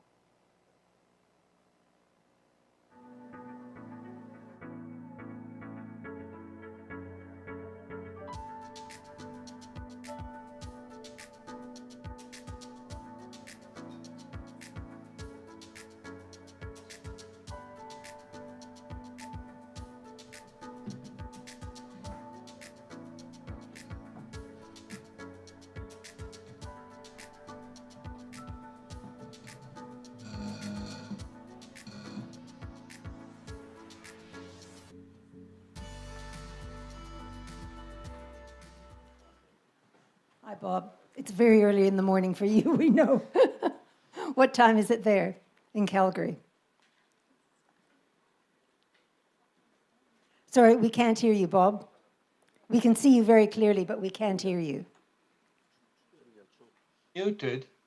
Yeah, you're good now, I think. Okay now? Yeah, but we don't have you on the big screen. We'll just keep it on the little screen. Okay, so the question is where to from here? Reflections. We had a lot of fun putting this video together, and it was, you know, really sort of a very searching conversation. But I'd be interested in comments and reflections from you. From what Lucy Mara and Bob said, what stands out to you?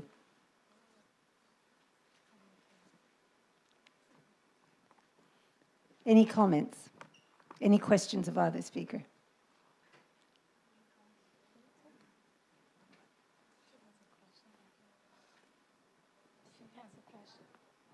Yeah, I don't just know, over there. comment.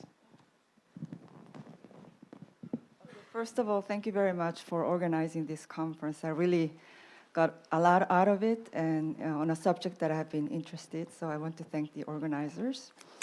But I just have a comment on the 5 Ps that you presented. Planet, people, unequal standing. And I'm wondering whether shouldn't there be a priority given to, among those 5. And I mean, the question about prosperity being included in that, I mean, shouldn't that be, planet be given priority over prosperity? Because prosperity has been a driving force for humanity for centuries. And this is a natural human drive, and we all want to prosper.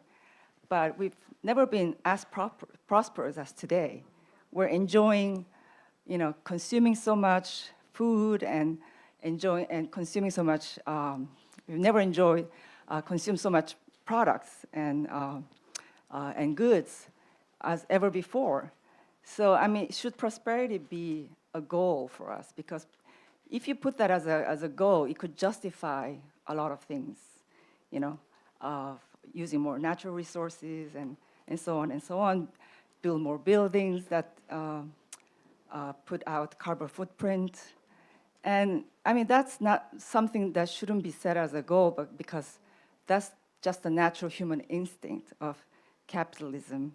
And human beings have always, strived to be more prosperous and has been the cause of war. So I mean, shouldn't this be more like co-prosperity or equity or end of property? I mean, maybe there could be a better word for that. I'm just. Look, thank you, and I think it's a very interesting point, and I want to first turn to Bob, because I know you have a fairly strongly held view about this whole notion of kind of rampant capitalism, and perhaps, did you hear the question, Bob, or did you hear the comment? It really is. Yes, I did. Yeah, I okay. did. Would you like to respond? Well, I think that's a very sensitive and intelligent comment. And I totally agree with it, because consumption, our unbridled consumption, our commitment to economic growth are killing the planet. We're already using 1.75 planets in terms of what we consume and what we waste. And clearly that's not sustainable. So I would agree, it's really no longer about prosperity, at least the way we define prosperity in the Western world, which is economic growth. It's more of everything. You can do whatever you want, whenever you want. That is prosperity, that's capitalism, and it's not working. It's killing the planet.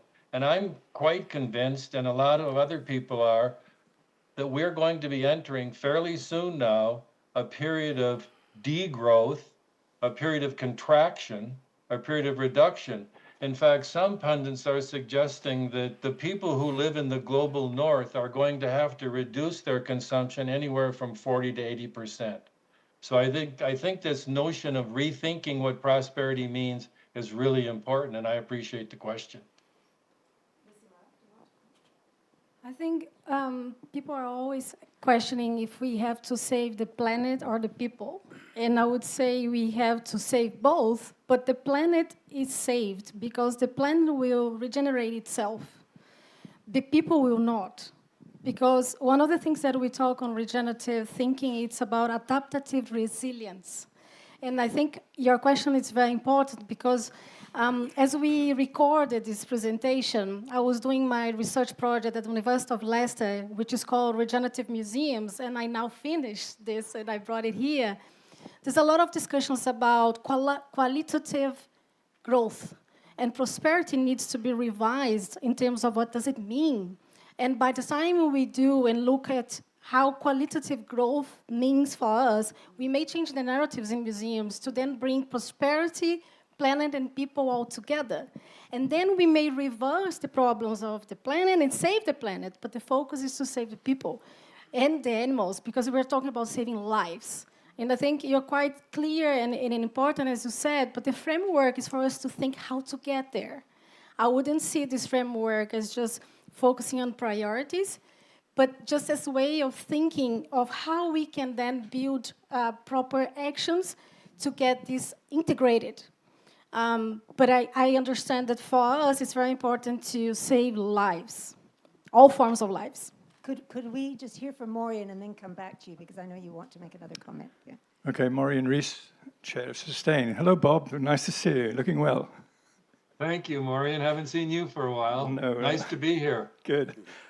I'd just like to make one comment about this, is that the ICOM is not talking about sustainability, it's talking about sustainable development and the Agenda 2030. And if you read Agenda 2030, the clause prosperity reads, the SDGs aim to ensure that all human beings can enjoy prosperous and fulfilling lives, and the economic, social, and technological progress occurs in harmony with nature.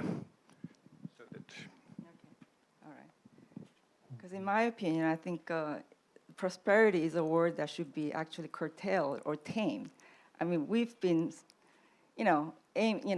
yearning for prosperity for so long, and I think we no longer need to talk about it, because I think we really attained it. We've never been so prosperous, and I think we should talk about, don't look for to be more prosperous. I think it's something that needs to be actually, tamed and kind of try not to be so prosperous, but prosperity and equity.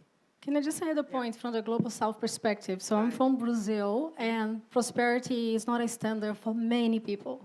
We are living an issue of poverty in our country that is huge, and it's huge in so many ways. And I think when we talk about prosperity in the agenda of the United Nations, we are, as you said, and you mentioned equity before, right?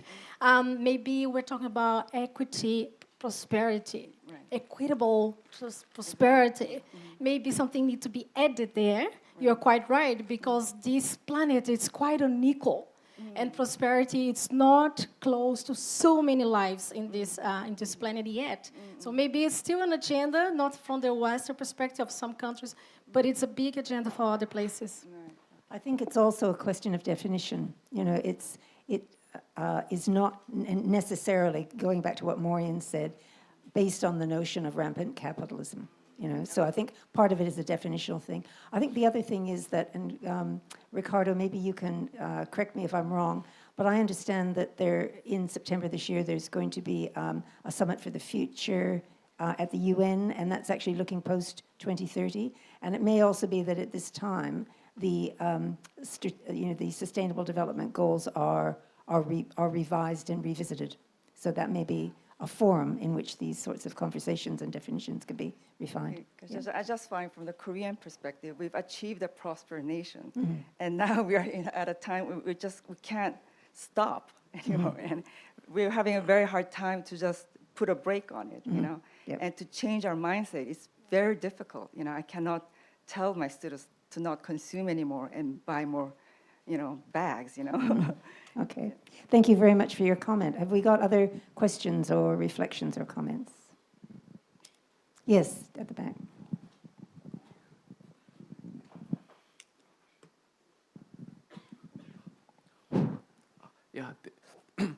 Thank you for your considerations. I have questions about the relationship about the museum and the environment.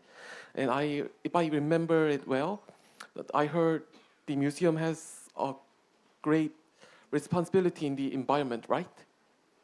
You mean the Eco Museum Amazon, the case that I mentioned? Did you mean the case that I mentioned? No, the case that Bob mentioned. So it's a question of whether or not it is a specific example that Lucy Mara made, or was it something that Bob said? Bob said. Okay. Yes. So, is there any specific way for the museum to preserve the environment? Such as showing some exhibition about the environment or something else. Bob, would you like to answer that question? Is there a specific way in which the museum can relate to the environment? I think there are many ways to approach that, but I think the first thing we have to think about is this notion of other ways of knowing.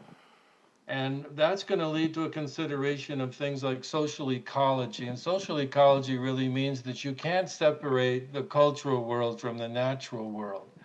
And what we have in the museum sector, at least in North America, is this breakdown into disciplinary boundaries. So you have an art museum, you have a history museums, you have science museums, you have natural history museums. And other than science museums and natural history museums, most other museums really don't embed knowledge or sensitivity to the natural world in the work that they do. And that, I think, has become quite troublesome for all of us because we have alienated ourselves from the natural world. We've alienated ourselves from this notion of interdependence. We've alienated ourselves from the planet on which we depend. So I would just encourage all museums, irrespective of their discipline, to embrace the more than human world and to consider it in whatever you do, whether it's educational programs, whether it's exhibitions, whether it's your collections.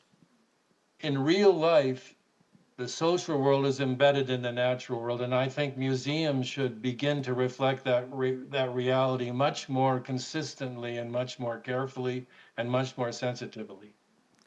Yeah, thank you for the answer. And can I just Yeah, sure. One thing that I would say when you say environment is to recognize what does it mean for each museum, right? Each environment is different. So you're thinking about restoring the neighborhood, restoring the city, restoring what's happening in places where objects come from. They all differ from. Do you want to complement you want to add something? No, it's okay. Okay, so basically, I think I agree with Robert James. We need to unlearn things in order to adopt new ways of thinking. So, for example, the Eco Museum from Benin, we learned today how they are restoring the land throughout ancestral knowledge. And they are doing this throughout bioconstruction. Here in this museum, the Folk Museum has a bioconstructed tradition house in the exhibition. But how does that help society that visits the museum to relearn how to rebuild this house in a way that is sustainable? Maybe it requires more than the exhibition. It requires to understand how this type of house can be rebuilt in Korea. Is that a possibility? Does it apply to modernity architecture by bioconstructing their house? We need to do maybe tailor-made activities that will restore the local environment by knowing that this technology exists here, but maybe the people who visit need to relearn by doing hands-on activities. So the activities that Benin's doing could help maybe the museum here to learn how to do hands-on activities with its visitors, so they can maybe relearn of something that it looks like in the past, but it's very important in the present. Thank you. Carol, may I add one more comment, please? Yes. I was moved by by an earlier keynote in this conference by the director, I believe, I don't know if the pronunciation is right, but the Tata Samba Eco Museum in Africa, I believe. And the director recommended that there be a university of local knowledge. And I just think that's a wonderful idea because local knowledge means traditional knowledge, and that includes the environment. And it doesn't have to be a university. It can just be a program within a museum. It can be a work unit within a museum. But this idea of emphasizing local and traditional knowledge is key. And I think that will help with the integration of the natural and cultural perspectives. Thank you. I know we're running out of time, but are there any final comments and questions before we move to the summary of the conference? Yeah, In-kyung. Thank you so much for this wonderful opportunity. I learned a lot, and then I'm thinking and thinking and thinking. Because the museum wanted to be very elite and very specific, discipline-oriented, because the museum professionals are specialists. So we have to really break all these pre-notions about museum. Otherwise, we cannot tackle these things. Because still, to get into the museum, you have to have degree in certain academic areas. But that's not a prerequisite. But when we talk about all these approaches, we don't really learn from the school, because we have to do it on the spot and on the community. And who is going to train us, or who is going to, we have to do, at this moment, we have to do learning by doing it itself with many mishaps or failures or something. But we don't know how to really because the museums used to be like a hand museum or feet museum and a brain museum, and everything was separated. But as a human, it's a whole body, and then we have to see it as a whole. But now in reality, the museums are arguing that art museums are different from museums, and science museums are different. So, but when we interpret the culture, we live the culture. Culture cannot be really divided into segments. So we have to change ourselves. So it needs a lot of practice, because I hear that we have to change the habit. So thank you so much for the very informative and inspiring and also challenging sessions. Thank you. In-kyung, I think, thank you. I think there are real implications here for, what we have to change in ourselves before we can sort of, change the environment, and also for leadership. And IMREC is planning to do a series of research fellowships around leadership, and this may be a topic for that. Any final comments from anyone? Oh, yes, there's somebody, one more comment? Yes, yeah. Ki-dong. Thank you so much. 여기 앞에 있습니다. 앞에. 이 앞에. I can go on? No. Yes. I think we have two final comments. So Ki-dong, and then also, Ibrahim. Okay, thank you so much. So thank you for your comment. Yes, our idea about our museum, we see that sometimes the mission of many museums is not complete, because museums normally look like you have artifacts, exhibition, people come and just walk around, read something, and see something and go back. Sometimes some small practical activity or interactive activity and finish. And the mission is, for the museum, is make transmission. And in this context, how you can do transmission? Yeah, people can learn about the object, about story, about history and something, but there is still a work to do. You have to bring them in activity, and then they can learn from what the museum are saving for the next generation. I was speaking with some of your panelists today, and I said that one day when your children ask you, how was your parents? How was your mom or your father? What is food or clothes or building? And you say, I didn't know. It's very sad. So museums have to play an active role in terms of training, in terms of teaching, not teaching theory, but practice, doing many activities for the children, for the community, and for the visitors. Thank you. Thank you. And final comment, Yeah.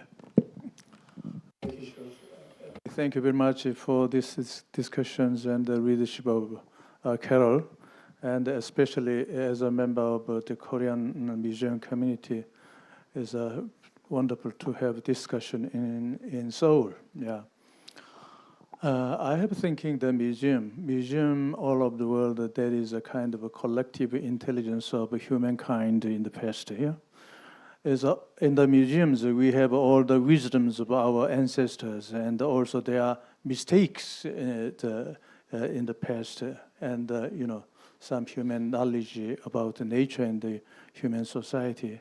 So if we know museum well, then we will have some kind of solution for our future, sustainable future. Yeah.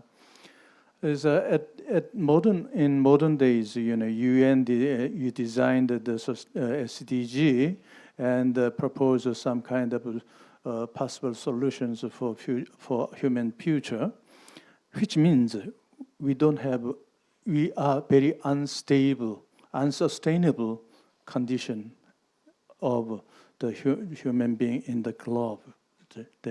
So we are, stressed about to do something for the sustainable future. So I think we need some kind of a really intense cooperation of museums for the human beings in future. And at this stage, the ICOM will do something much intense than before, because this is a really turning point of civilization in human history. So we need to prepare. Nobody else, I think a museum can do. So I hope all the discussions in this hall and discussions of sustainable future among the museum society, that is a really good one, and kind of give some inspiration, and is a possibility. We can build some possibility. We will have some solution for human society. So in my recollection, there are huge discussions about at the turn of this millennium about the human's future, human intelligence. But the dissemination was really bad. So no one remember about those discussions. So done by the UNESCO or some other good, wonderful organizations, institutions.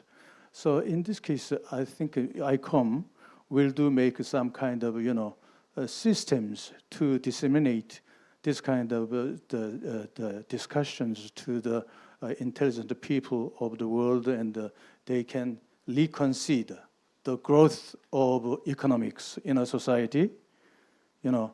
We need to focus, sustainable lifestyles in future. So I would like to ask you, Carol, you can lead again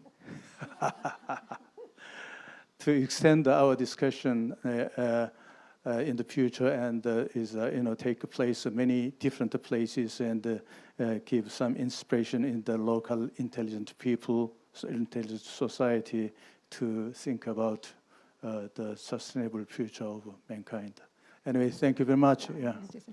Kirong, thank Carol, you so may I add just something to that? Yes, quickly, Bob. I just wanted to confirm the professor's observations, because I really do believe that we are actually in the most profound period in human history. We're going to see the resolution of the crises we face one way or another, and the human predicament we're in. And I don't think there's any greater challenge. And each of us as individuals and museum workers and museums, I think, must be involved and responsible, as the professors indicated. I think that was a very important observation. And Kirong, I'll just add to what Bob has said. I mean, really what you're saying is that the collective, and what Bob and Lucy Mara are saying, is that the collective intelligence of museums can be brought to bear on what is a global problem. And just to talk a little bit, just briefly, I think ICOM is both a professional association and a leadership organization. And this is something where the leadership organization actually sort of starts to take precedence. And we need to remember that this Sustainable Development Action Plan is there for the implementation from now on. And I think we'll take that forward. It's been a terrific session. Thank you so much. No, you can't. I'm sorry. We're going to have to move on. Okay, let's continue the conversation over dinner. Thank you. 네, Thank you all. 감사합니다. Thank you. Where are we headed going forward? This was the pivotal topic of the heated discussion. Thank you, all three of you, Carol, as well as Uchimara and Robert, for your contributions and insight. Thank you once again. Wow, what a heated discussion and conversation. We are so out of time, which is why I don't know. I wanted to dedicate as much time as possible to Maureen, and I think he should. He deserves all the time. So we'd like to now invite Maureen up to the podium, to the stage, to summarize the entirety of the symposium. Join me in welcoming him. 10분 정도 부탁드리겠습니다. About 10 minutes. Short and sweet. I had all this, but I think you all want to get home and have your tea. So, to start with, I've just been looking for a word to describe this astonishing range of presentations over the last 2 days, 57 from 17 countries, and I've landed on abundance. Here's a definition: a great or plentiful amount, the condition of being in rich supply, degree of plentifulness. I think abundance pretty much sums up what we have heard and been witness to. So I'd like to focus on 3 things garnered in these last 2 days that might cast some light on a possible future important role for ICOM. The first was introduced already in Emma Nardi's opening remarks and reiterated by Bob and Lucy Mara and in their conversation with Carol. Emma suggested that the work of local communities helps change mentalities and creating new expectations. As we've heard, communities were a keyword also in the conversation between Carol, Bob, and Lucy Mara, and indeed have also been central in a number of other contributions over the last 2 days. Secondly, I would like to align communities with something Bob mentioned, and which is a much overlooked characteristic of museums. Museums understood as one of the last remaining examples of a common, or more precisely, a knowledge common. Communities and knowledge commons then.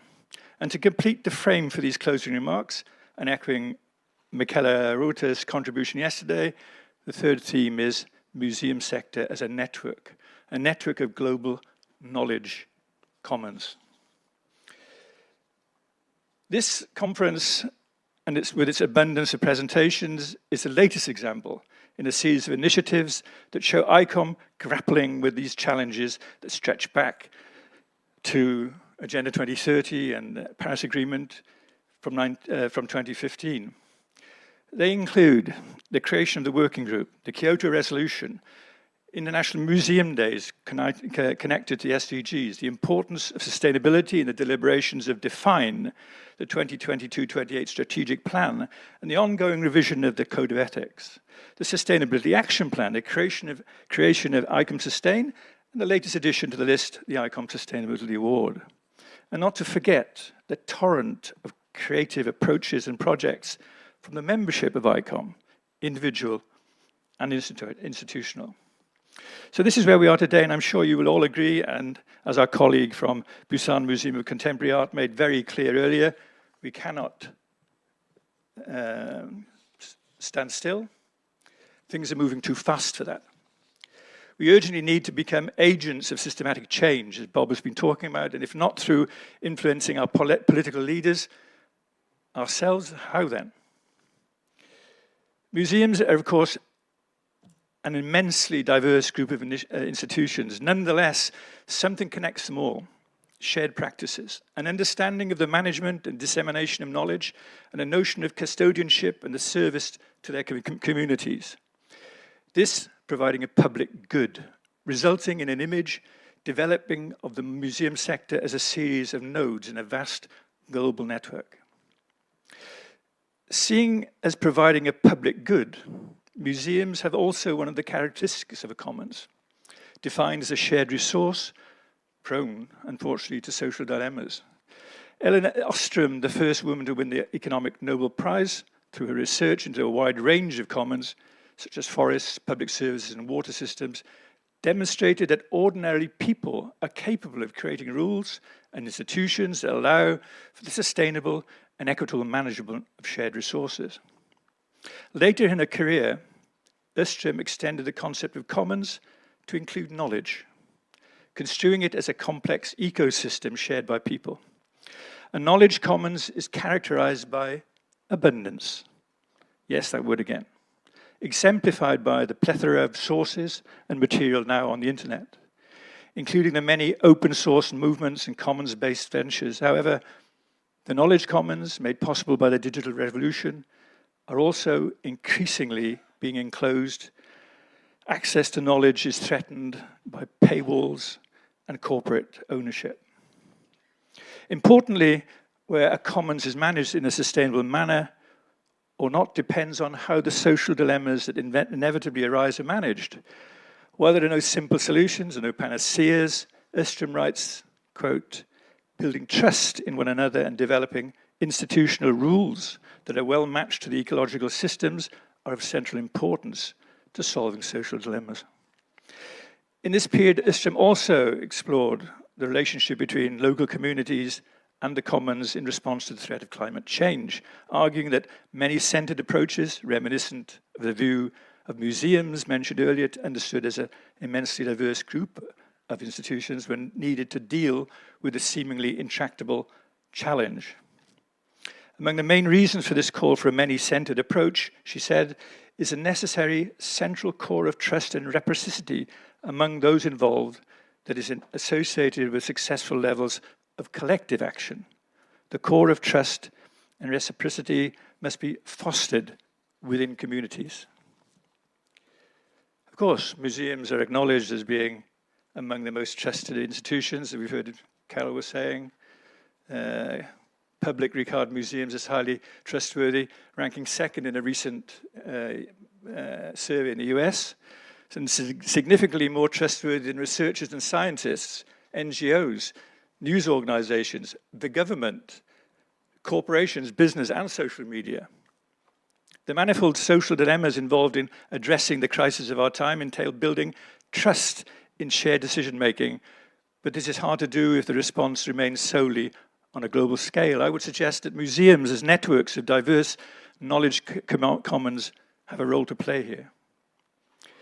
So, through activating and developing different networks and forms of cooperation between levels of individual museum and that of the global network of ICOM, museums participate in the development of a knowledge commons at different scales. The examples of this are many. I won't go into them, but I will mention one specifically, and that's at COP27. The Climate Heritage Network facilitated the participation of African heritage and culture voices, including our guest from Benin. And of course, ICOM Austria yesterday with their 17x17 project is another remarkable example. So, as societies and communities grapple with the social dilemmas of the Anthropocene, museums as nodes in an existing worldwide network are well placed then, as Bob and Lucy Mara pointed out, to function as spaces for transformation and transition. By connecting the image of ICOM as the global museum network with the knowledge commons, I point towards a domain which is, in Öström's world, polycentric, one where there are many decision-making centers, and authority is dispersed throughout the system, yet governed by a certain shared rule. Through involvement in local community measures aimed at long-term environmental protection, social justice, and people's needs, ICOM's members can form a critical mass of knowledge that has the potential, via its global network, to help in activating the global public, a prerequisite for necessary political action. So, you're all ready to go home, I suppose, so I'll sum up here. So in these closing remarks, I've tried to show how the museum sector, represented here by ICOM, and the abundance of approaches at this conference, is not only responding to the challenges of the present through a series of varied initiatives, but also how museums across the world themselves might be involved in processes leading to the development of a global knowledge commons embedded in local communities. The tens of thousands of museums around the world that make up the museum institution could then be viewed as a network of nodes supporting the communities in meeting the increasingly urgent challenges of the imminent future. Offering in the same space sustenance and empowerment to these communities in an arena where local and global sustainable viewpoints and solutions could be aligned, disseminated, and most importantly, maybe resolved. Thank you.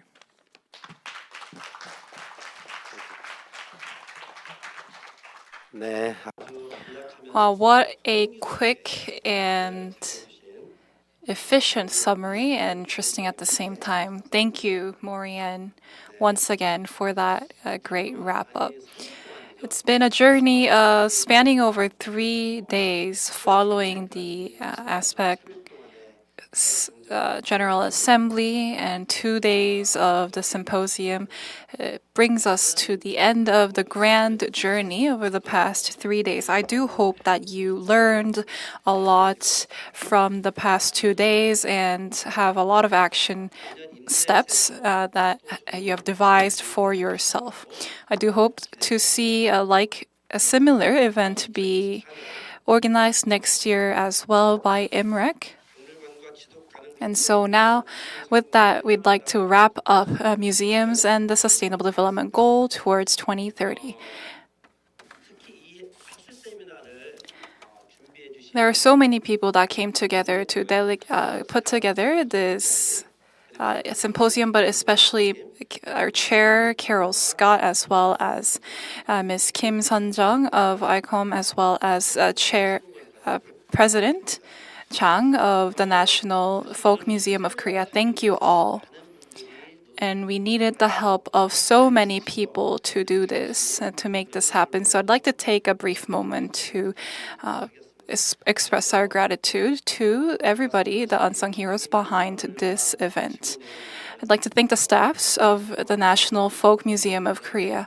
Thank you, as well as the staff members of ICOM Korea, including the chair, Ms. Kim, and the working level staff of ICOM IMREC. Let's give it up for them.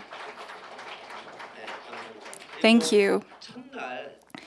And I don't remember on day 1, July 1st, when you went to the National Museum of Hangul, they also organized the event with Aspect, the heads of National Hangul Museum.